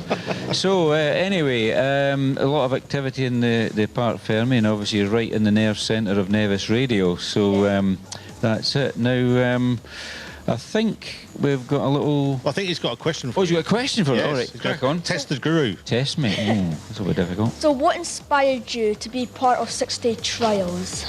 Well, it's a long story, but I'll cut it short. My father rode the Scottish 6 Days trial in 1953 and 54, and he was down to ride the 57 Scottish, and he just bought not a brand new bike, but he bought an ex-factory bike from Matchless, from Associated Motorcycles. So he'd actually entered the trial, and at the last minute he pulled his entry and they gave it to somebody else, and he went up as an SACU steward. And basically, when I was growing up as a small boy, that very same motorcycle used to live in our garage in Bathgate, and it sat against the wall of the garage. It was a wooden garage in those days, and the family car was parked in there, and I used to look at that bike and wonder if one day I could actually ride a motorbike. Now, I used to go to trials with my mum and dad, and that's what really inspired me to take up trials riding. I suppose. I was more interested in trucks at that point. I used to like looking at lorries and the liveries of the lorries and the sign writing of them. And my father had a couple of clients that were haulage contractors, so it was trucks for me to start with, trucks and cars. And then they brought a bike up to my home for the SACU steward to use, and it was a Dalesman, and I sat on it at the back door, and that was me kind of ready to rock and roll. So that bike went up to the Scottish, and it was parked up at what was the Highland Hotel up the top of the hill there. Yeah. And in 1970, my dad decided to go up, take us up on the Monday and the Saturday to the Scottish 6 Days, and I just became hooked on it. And of course, from that point on, I wanted to ride the Scottish, I wanted to ride trials. And then my father bought me a Dalesman motorcycle.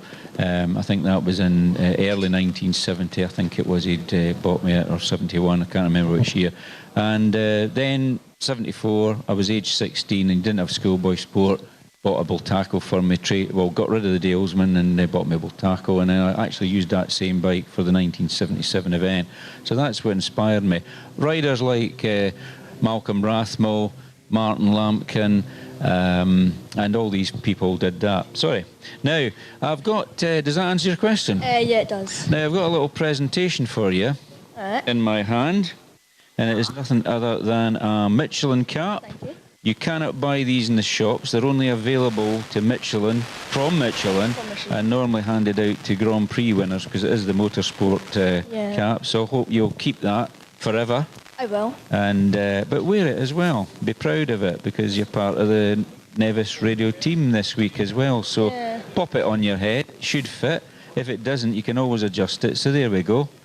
Mr. Jacob Weller, thank you very much for coming in. John, do you want to say something? No, I think if people don't know Jacob, he's done radio shows before. There's a lot of the young people. We try and get the young guys to come in, girls and boys, to come in and do their shows, and they're thrown at the deep end. They do all the controls, they choose all the music. Si's kids have done it, Sean's kids have done it. And it is quite daunting, but he's done 2-3 shows now, Tony, on your own? 2 alone and maybe 2 with you. Yeah, assisted, yeah. So they do, an hour or 2 hours shows, which we do, and I know you want to do it, and you're quite nervous about coming in to push the buttons. Yeah, I am. So just to clarify, when you say doing shows alone, they are obviously supervised on the age of 16 as per our rules and regulations, but yes, they do run the desk by themselves. But we get the schools have been involved as well, and there again, the kids come in with a teacher or a parent, an adult, and they are just thrown in at the deep end. You're going to push the buttons, you're going to do this is what you need to do. And they're sort of shown as they're pushing things and what things do. Yeah. And they learn very quickly. Sounds good to me. It's great fun doing it, that's the thing. Can't stop him doing it, he wants to do another show. But, we're always struggling for time, but holidays and that. Keen as mustard. Holidays we try and do that, but no. So we've been watching your sort of comments and that. I know you've been trying to listen in every day and talking to your mates at school and that. So you've got a very unique hat there as well. So I've not got one. My ours are different. If you look at our hats, they're different to yours. Yeah, you've got the latest one. So there you go. Yeah.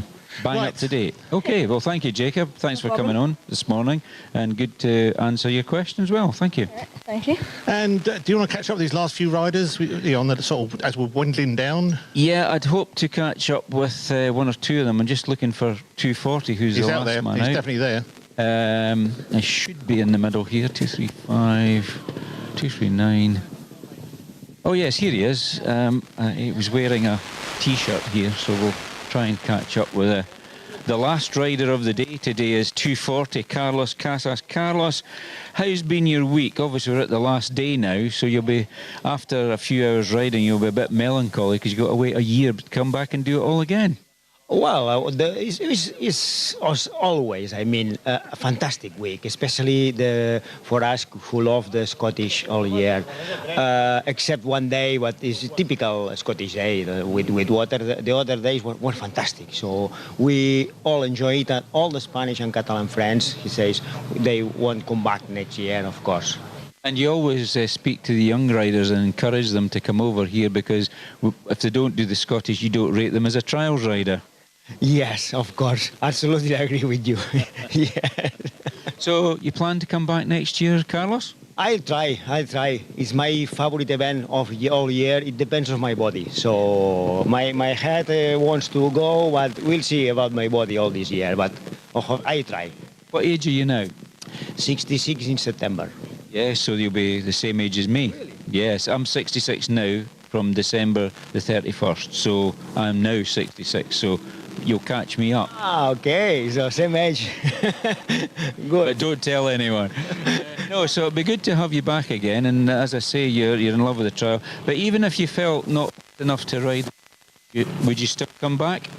Well, this is a really hard trial, so it's not for a medium clubman riders. I explain what this means. So it's not only the section. It's about the moorland and the time. So it is a fantastic trial. It's very rushing, so that's why we love it. But would you come back without a motorbike to look at the trial in the future? Oh, of course, for sure, because my son is riding, my friends are riding. So if I'm not riding, so I'll be there as a server or helping or watching the trial. That's the way to do it, because you're so enthusiastic about the sport of trial anyway. Yes, of course, for sure. Brilliant. So that's Carlos Casas.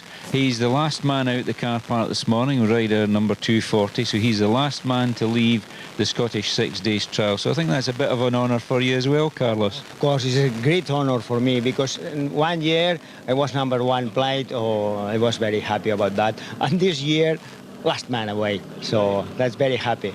Very proud of it. Yeah, so thank you very much, Carlos. Thank you. Now, he, as you say, Carlos was given the #1 plate here in Fort William for the Scottish 6 Days.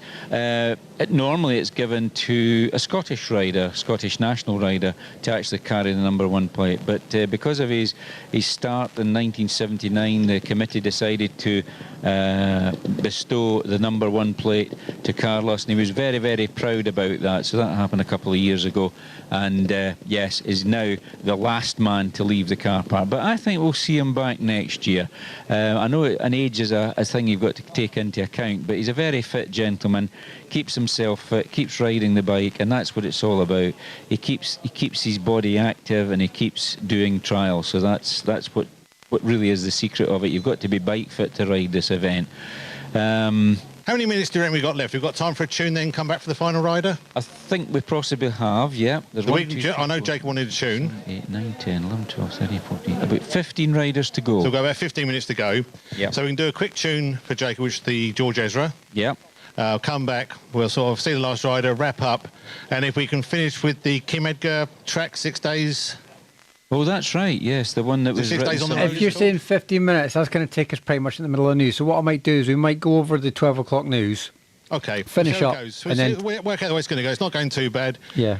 Okay. Actually, I'll tell you what here. I mean, do you want a quick word? Because you come on. Because you help sponsors. Shy. Rob Skinner, the main host of Thistle Access, has just come on. Come a bit closer. He's coming in for a chat. I know you don't like this stuff, but you've been a big supporter of Nevis Radio for many years. Well, you've got to support local, just good causes that do a lot for local people. They do a lot for the community. You know, you pass that information all the time if there's something wrong on the roads, which we get a lot of the times up here in Fort William with the traffic problems that we have. So supporting Nevis Radio, yeah, it's a good thing to be doing. I really appreciate it. So you keep all our equipment dry and safe, and Dan's been quite happy in there all week, which is good. No, I was talking with Dan there, and he's delighted the fact the nice big space there. He can stand up. He's got loads of room. So no, it's a good thing, and it keeps all your equipment dry. So looking forward, we'll just keep supporting Nevis Radio.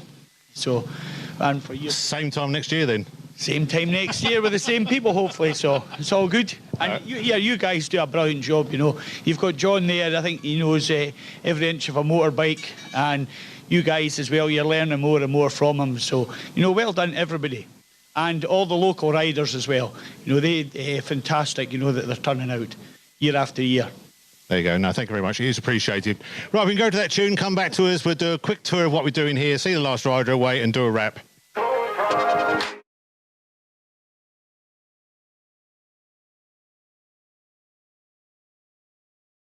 Who's like lightning?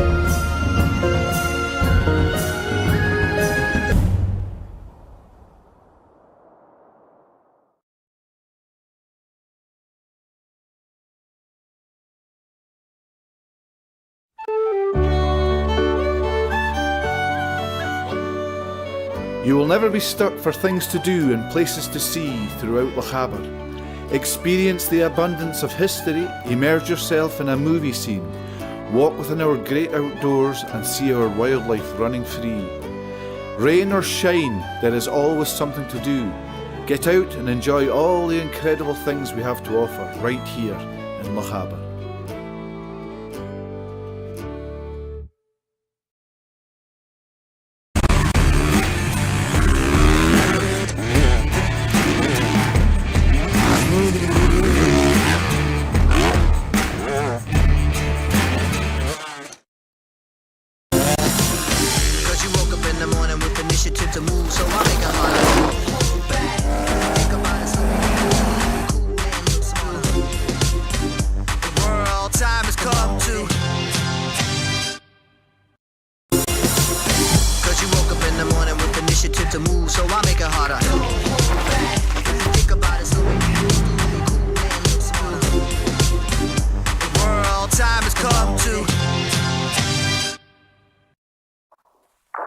Visit a Scottish region full. Getting back to the studio, regroup, ready for next year. We've spoken to a lot of people. A lot of people still happy to support us next year, which is, means we must be doing something right, Si. Well, that's something. I say me and Dan are quite pleased with what we managed to put together this year. It's been quite a major undertaking from a technical point, which I think you're going to go through very shortly. Is that right? Yeah, what we're going to do is we're going to go. We could do it now, but I think we've got about 5 or 6 riders to go. That's all right. That's all right. But overall, from presenting to the way it looks, to the way it sounds, to everything else, quite happy with what we put together this year. So hopefully everyone else has enjoyed it as much as we have. Putting it together and working out the puzzles to make it work. Right, so I think, John, you're just heading off that way with Robot Dan. I'm just taking a rain check to see if anybody's come back into the Parc. Rain check? Don't talk about rain. No. Have you not learnt nothing, rain Mr. Moffat? check as opposed to rain. Yeah, we've got, what rider have we got up to now? We're just about at the end, but not quite at the end. Rider number 232 is just getting his route card into the pocket, and he's getting ready to start his gas, and he'll be off. And the previous winner of the trial in 2005, rider 233, Sam Connor there on he doesn't get out as often as he'd like to nowadays because of business commitments, and he'll be the next guy to go up onto the start line. and looking forward to his run. We'll not interview him because he's got his route card in the pocket, but he'll be enjoying himself. He puts in some really good rides, this Sam Connor, and as I say, previous winner, nephew of Rhoda Rathmole and Malcolm Rathmole, so and also Malcolm, previous winner of the Scottish 6 Days Trial as well. Some big road bikes just going past there, look like Harley Davidsons to me. Anyway, so that's it. There's just a few to go. Laia Sants there, ready to go. She'll be 2 minutes until she's called up, and then she'll get a route card. Laia riding the 2025 300 GP gas machine, which is coming out to be by the general public very shortly. Should be available. And we had them on the radio earlier this week. I'm just moving about here because the metal container seems to interrupt the signal of the microphone. So Laia is looking pretty relaxed. She's currently in second place to Emma Bristow, but you can't sort of say that it's finished yet. It's not complete yet until they come to the finish line this afternoon. So we've got, let me see, 1, 2, 3, 4, 5, 6, 7 bikes to go. So we've got, my calculations, there's about 8 minutes till the last rider's away. I don't see any riders coming in yet. So I think we've managed to get all the riders out before the first man comes in. But he can't be far away. That would be potentially rider 241, Craig Talbot, but of course they don't all finish in numerical order. There goes one of the Moto Club Singles riders. So these are predominantly Spanish riders that are left. 238, I think, is Pere Casas. Pere? Yeah. Good morning. Son of Carlos Casas. We're talking to your dad earlier on because he's the last man to leave today. You're not far short of it. Have you enjoyed your week at the Scottish 6 Days? Yes, a lot. It's the best week of the year, so enjoying a lot to be here and with this perfect weather that is almost like Spain. So enjoying a lot of the sections, the routes and everything. So it's really nice to be here. So you'll maybe be back next year as well then? For sure, for sure.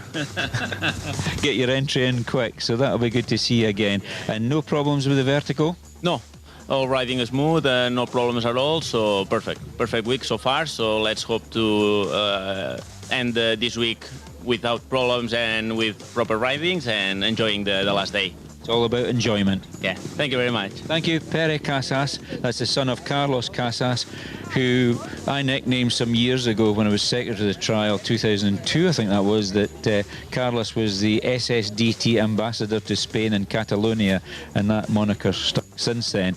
But it was a good one, I thought it was a nice one. So we've got a couple of still looking after the bikes here. Neil Dawson, one of the back markers, a previous Scottish Trials champion, and Neil, having finished riding the Scottish 6 Days, didn't hang up his boots. He went on to back mark the event, which is very important. And there is Franz Ortner of Gas there, speaking to Laia Sants. Obviously looking after her because of the fact that she's on the gas, and it's also the 2025 pre-production factory bike, of which is based the new 2025 TXT Grand Prix bike, GP bike, with various ranges, still using carburetor, not onto fuel injection. We heard that on the early part of the week. So as I say, just a couple of riders to go. And that will be the finish of, well, not the finish of the Scottish 6 Days, it'll be the last man leaving the Parc Ferme. So Laia Sants, 14 times World Women's Trials Champion, getting ready to start her gas. She does a lot of rally raid type competitions now, riding in the famous Dakar Rally, previously known as Paris-Dakar, but now the Dakar Rally, which is a very, very tough race. No relation to Carlos Sainz, no? No, there's no relation to Carlos Sainz. I don't think so anyway. And of course, Carlos Sainz there's two of them, isn't there? One does Formula 1 and one does Dakar. Well, the rally driver being the famous one, and then obviously his son Sainz Jr. Yeah, for F1. So that's Laia away on the gas. Pere Casas now ready to start his vertigo when he comes under starter's orders. And the official's handing over his time card, which is effectively his Bible for the week. You've always got to check the time card because that is the accurate guide for the riders. There's a map on the reverse side of the times. And if there's any delay in sections, that's where the officials in charge of the hill mark any delays at any of the sections if there's a gaggle of riders holding things up. And these time cards are, you've not to lose them. You've got to keep a hold of them throughout the week. A new card every day. A gaggle of riders, I do like that term. A gaggle, there you are. So all Spanish riders at the tail end today, and Carlos Casas is very proud to be finishing off the Scottish 6 Days Trial 2024, and previously has been number 1 at the trial, so we'll commentate right up until Carlos fires up his 300 Vertigo Nitro. Does he run on nitro? No. It's the name of the model. There's different models, obviously, that Vertigo put. They've got the DL, Lampkin replica, they have the nitro, and some other models as well. So, yeah, Carlos getting the helmet on, ready to go. People eating ice creams. I can hear a piper. I can hear smell ice creams. And smell ice creams. Somebody's practising the pipes somewhere in Fort William. Yeah, there are. Very poignant. Piper for the Scottish 6 Days. One to start it, one to finish it. And now, Carlos is pushing his bike up to the start line. The official number 124. Going to scan his number. Scan the chip that's at the back of the number plate. He's got to do that, and he's also licking his ice cream that he's got with a 99 stuck in it there. And sauce. Not just chocolate, they got sauce on it as well. Yeah. Well, Joe. Bit of raspberry sauce, I think that is, isn't it? He's getting ready. He's looking at the time clock. He's just itching to scan the number plate. In fact, three of the guys have got ice cream. They all have. Must have been supplied by somebody. We're missing something here. Well, I can see the ice cream van for here. Oh, it's on the way as I walk out, isn't it? That's quite handy. You mean it's leaving? No. When I walk out, we're past an ice cream van. Oh, right, okay. You never know, I might be telling you. There he goes, the last man of the go. Scottish 6 Days Trial 2024, Carlos Casas on the Vertigo Nitro 300. John Weller, you'd like to run us through the technical side I'm of going to get Nevis Robbie. Radio. Robbie's on the camera, right? Oh, Robbie, right. Robbie, follow me. Keep going. Here we go, right. Follow the man. So this is where the bike's been setting off from. We've just seen the start. So that is the Secretary's office. You want to look that way? There you go. So that's where they've been doing their admin from. And if Simon, if Robbie walks sideways, this will give you a perspective of where we're based, which is right behind the Secretary's office. So that is our gazebo. Gavin Cairns helped us get that last year. You'll see our little office at the back there. And we're going to keep coming around this way. We go past the Thistle Access trailer we've been talking about all week. The mast up there is supplied by Comms West. That gets our signal out to over the hill over there, back to the studios and everything else, and gives us internet and broadband, I guess. Above that, you can see our transmission aerial. That is going directly back to our studio from here, where it gets rebroadcast up to the pipes up at the smelter. And that's where I come in. That's where Simon comes in, so he picks it up from there. Keep going sideways. We must show you the power unit. We work from the power unit, which is our generator. This was acquired after last year's event. Very exciting. There's a nice generator, nice quiet running next to the toilets. Then we're going to walk towards the trailer and peer in the door. Not many people seeing this door. There he is, Dan the Techie Man van with the legs. Can you get up in there as well? This is going to be smooth. All right, so this is where the I like the titles. Yeah, I like the titles. We lost signal. We're back on. Right, so this is where the technical stuff's happening, the mixing, post-production, would you call it, I guess? But it's all done live on the wire. Boxes at the back there, transmitters, microphones, sound processing. Right, and then if we go round, I'll let you go through that gap there, Robert. Robert? Who's Robert? Right, excuse me. Into this door is the other back end of that. And if you're sort of technical, that's what we're doing it with. Simon knows more about the gadgets and what they're called. You want to get into that, Simon, anymore?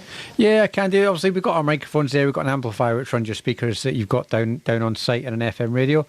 Then we've got our main transmitter which sends it back here where I can sort of listen to what you guys are doing and broadcast everything there. That's all fed through the wee mixer at the top. And then obviously from here I can add in voice and whatever it is we've got going on here. So when Bernie was with us from Switzerland earlier in the week, that was all patched through from here, which obviously you can listen to as well. So there's a lot of different things all working together. And so the videos are live mixed on site by Dan that's been done all week from the cameras you've got down there. And then we've got an adverts which are all fed through a digital sort of media player. When we've got music playing, obviously to get us around any copyright issues on YouTube to meet their terms and conditions. It is as simple as that, just plug it in and play, really? Oh yeah, just plug it in and away you go. It's only taken, 6 years to figure all this out? It's taken someone's a bit longer than that to work it out. Yeah. Someone's been here a long time, haven't we, mate? Yeah, it's all technical stuff that's above my pay grade, but it's interesting to know all these things that go on. I think people appreciate that, or they now appreciate what's involved in running the radio station and an outside broadcast. The one thing you can't see from that video is the camera that Robbie's got. Yeah, I can't. We can with David. Where's Robbie gone with the other camera? Right, Robbie, where are you? If Robbie can come back out. All right. So this is obviously a bit of a new addition for us this year, not the camera. We've had the camera for a little while. On the top.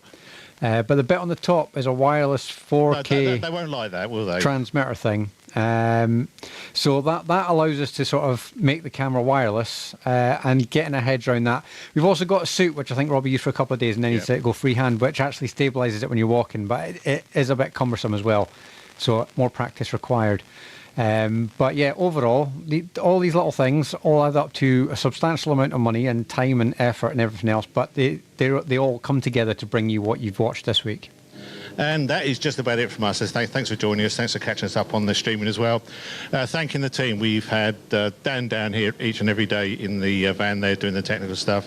We've had camera operators, David, Deborah came down, and Robbie as well. Mr. Moffat, can't say enough really, the knowledge you have got and what you share with everybody. One tries, one best. One trials, one best. Oh, maybe. Yeah, it's always a pleasure to come down and help out Nevis Radio. We make it a family holiday, obviously, and because my son competes, that adds a little bit of extra dimension to it too. But yeah, we've been doing it for a few years now, and it gets better every year, I must admit, and all the different toys that Simon plays around with. Is just adding that little bit extra to it. I mean, we never used to have video or live streaming and things like that, and that's all come in over the years, and it's just upped the level considerably. And even this awning, the Gavin Cairns helped get together for the Nevis Radio. All these things just help. All these little bits all come together to make the show happen, and it's great fun as well. Our sponsors, Michelin Tires, as ever indebted to them, Trials Magazine, Comms West, sorry, without them you wouldn't get any signals or it wouldn't work.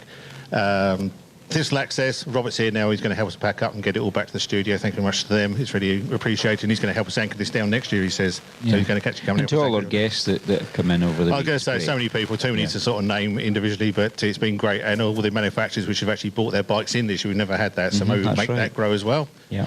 And of course, you back at the studio, Simon. That's all good. I know you're paid, but you're not paid today. No, I'm not. Or last Saturday, or last Sunday. No, it's a lot of effort, but I'm proud of the output we can do from, as you say, from a small community station to basically a worldwide audience. So it's always worth a challenge. And you want to get involved, you want to help out, you want to work behind the scenes, be a camera operator, learn how it plugs together, get in contact with us. It sounds pretty dull sometimes, but it can be quite exciting too at other times. So please to get in contact with us. We are a community station, always looking for volunteers. It'd be good to have you involved. I've been John Weller, sort of anchoring it. I've been called the anchor from the start. I'll go in as a big anchor and hoist it above the ship now and say that's it, it's for us for the Scottish 6 Days trial. We're going to finish off with Kim Edgar. Was it with her dad? Yeah, her dad used to ride. He's passed away now. Derek Edgar from Edinburgh, a former competitor and brother of the previous Clerk of the course, Norman Edgar. And this is a nice way just to finish the last 6 days of this trial. We'll be back next year, same place, same time, hopefully. We'll look forward to it. See you then. The Scottish 6 Day Trial on Nevis Radio is sponsored by Michelin and Trial Magazine.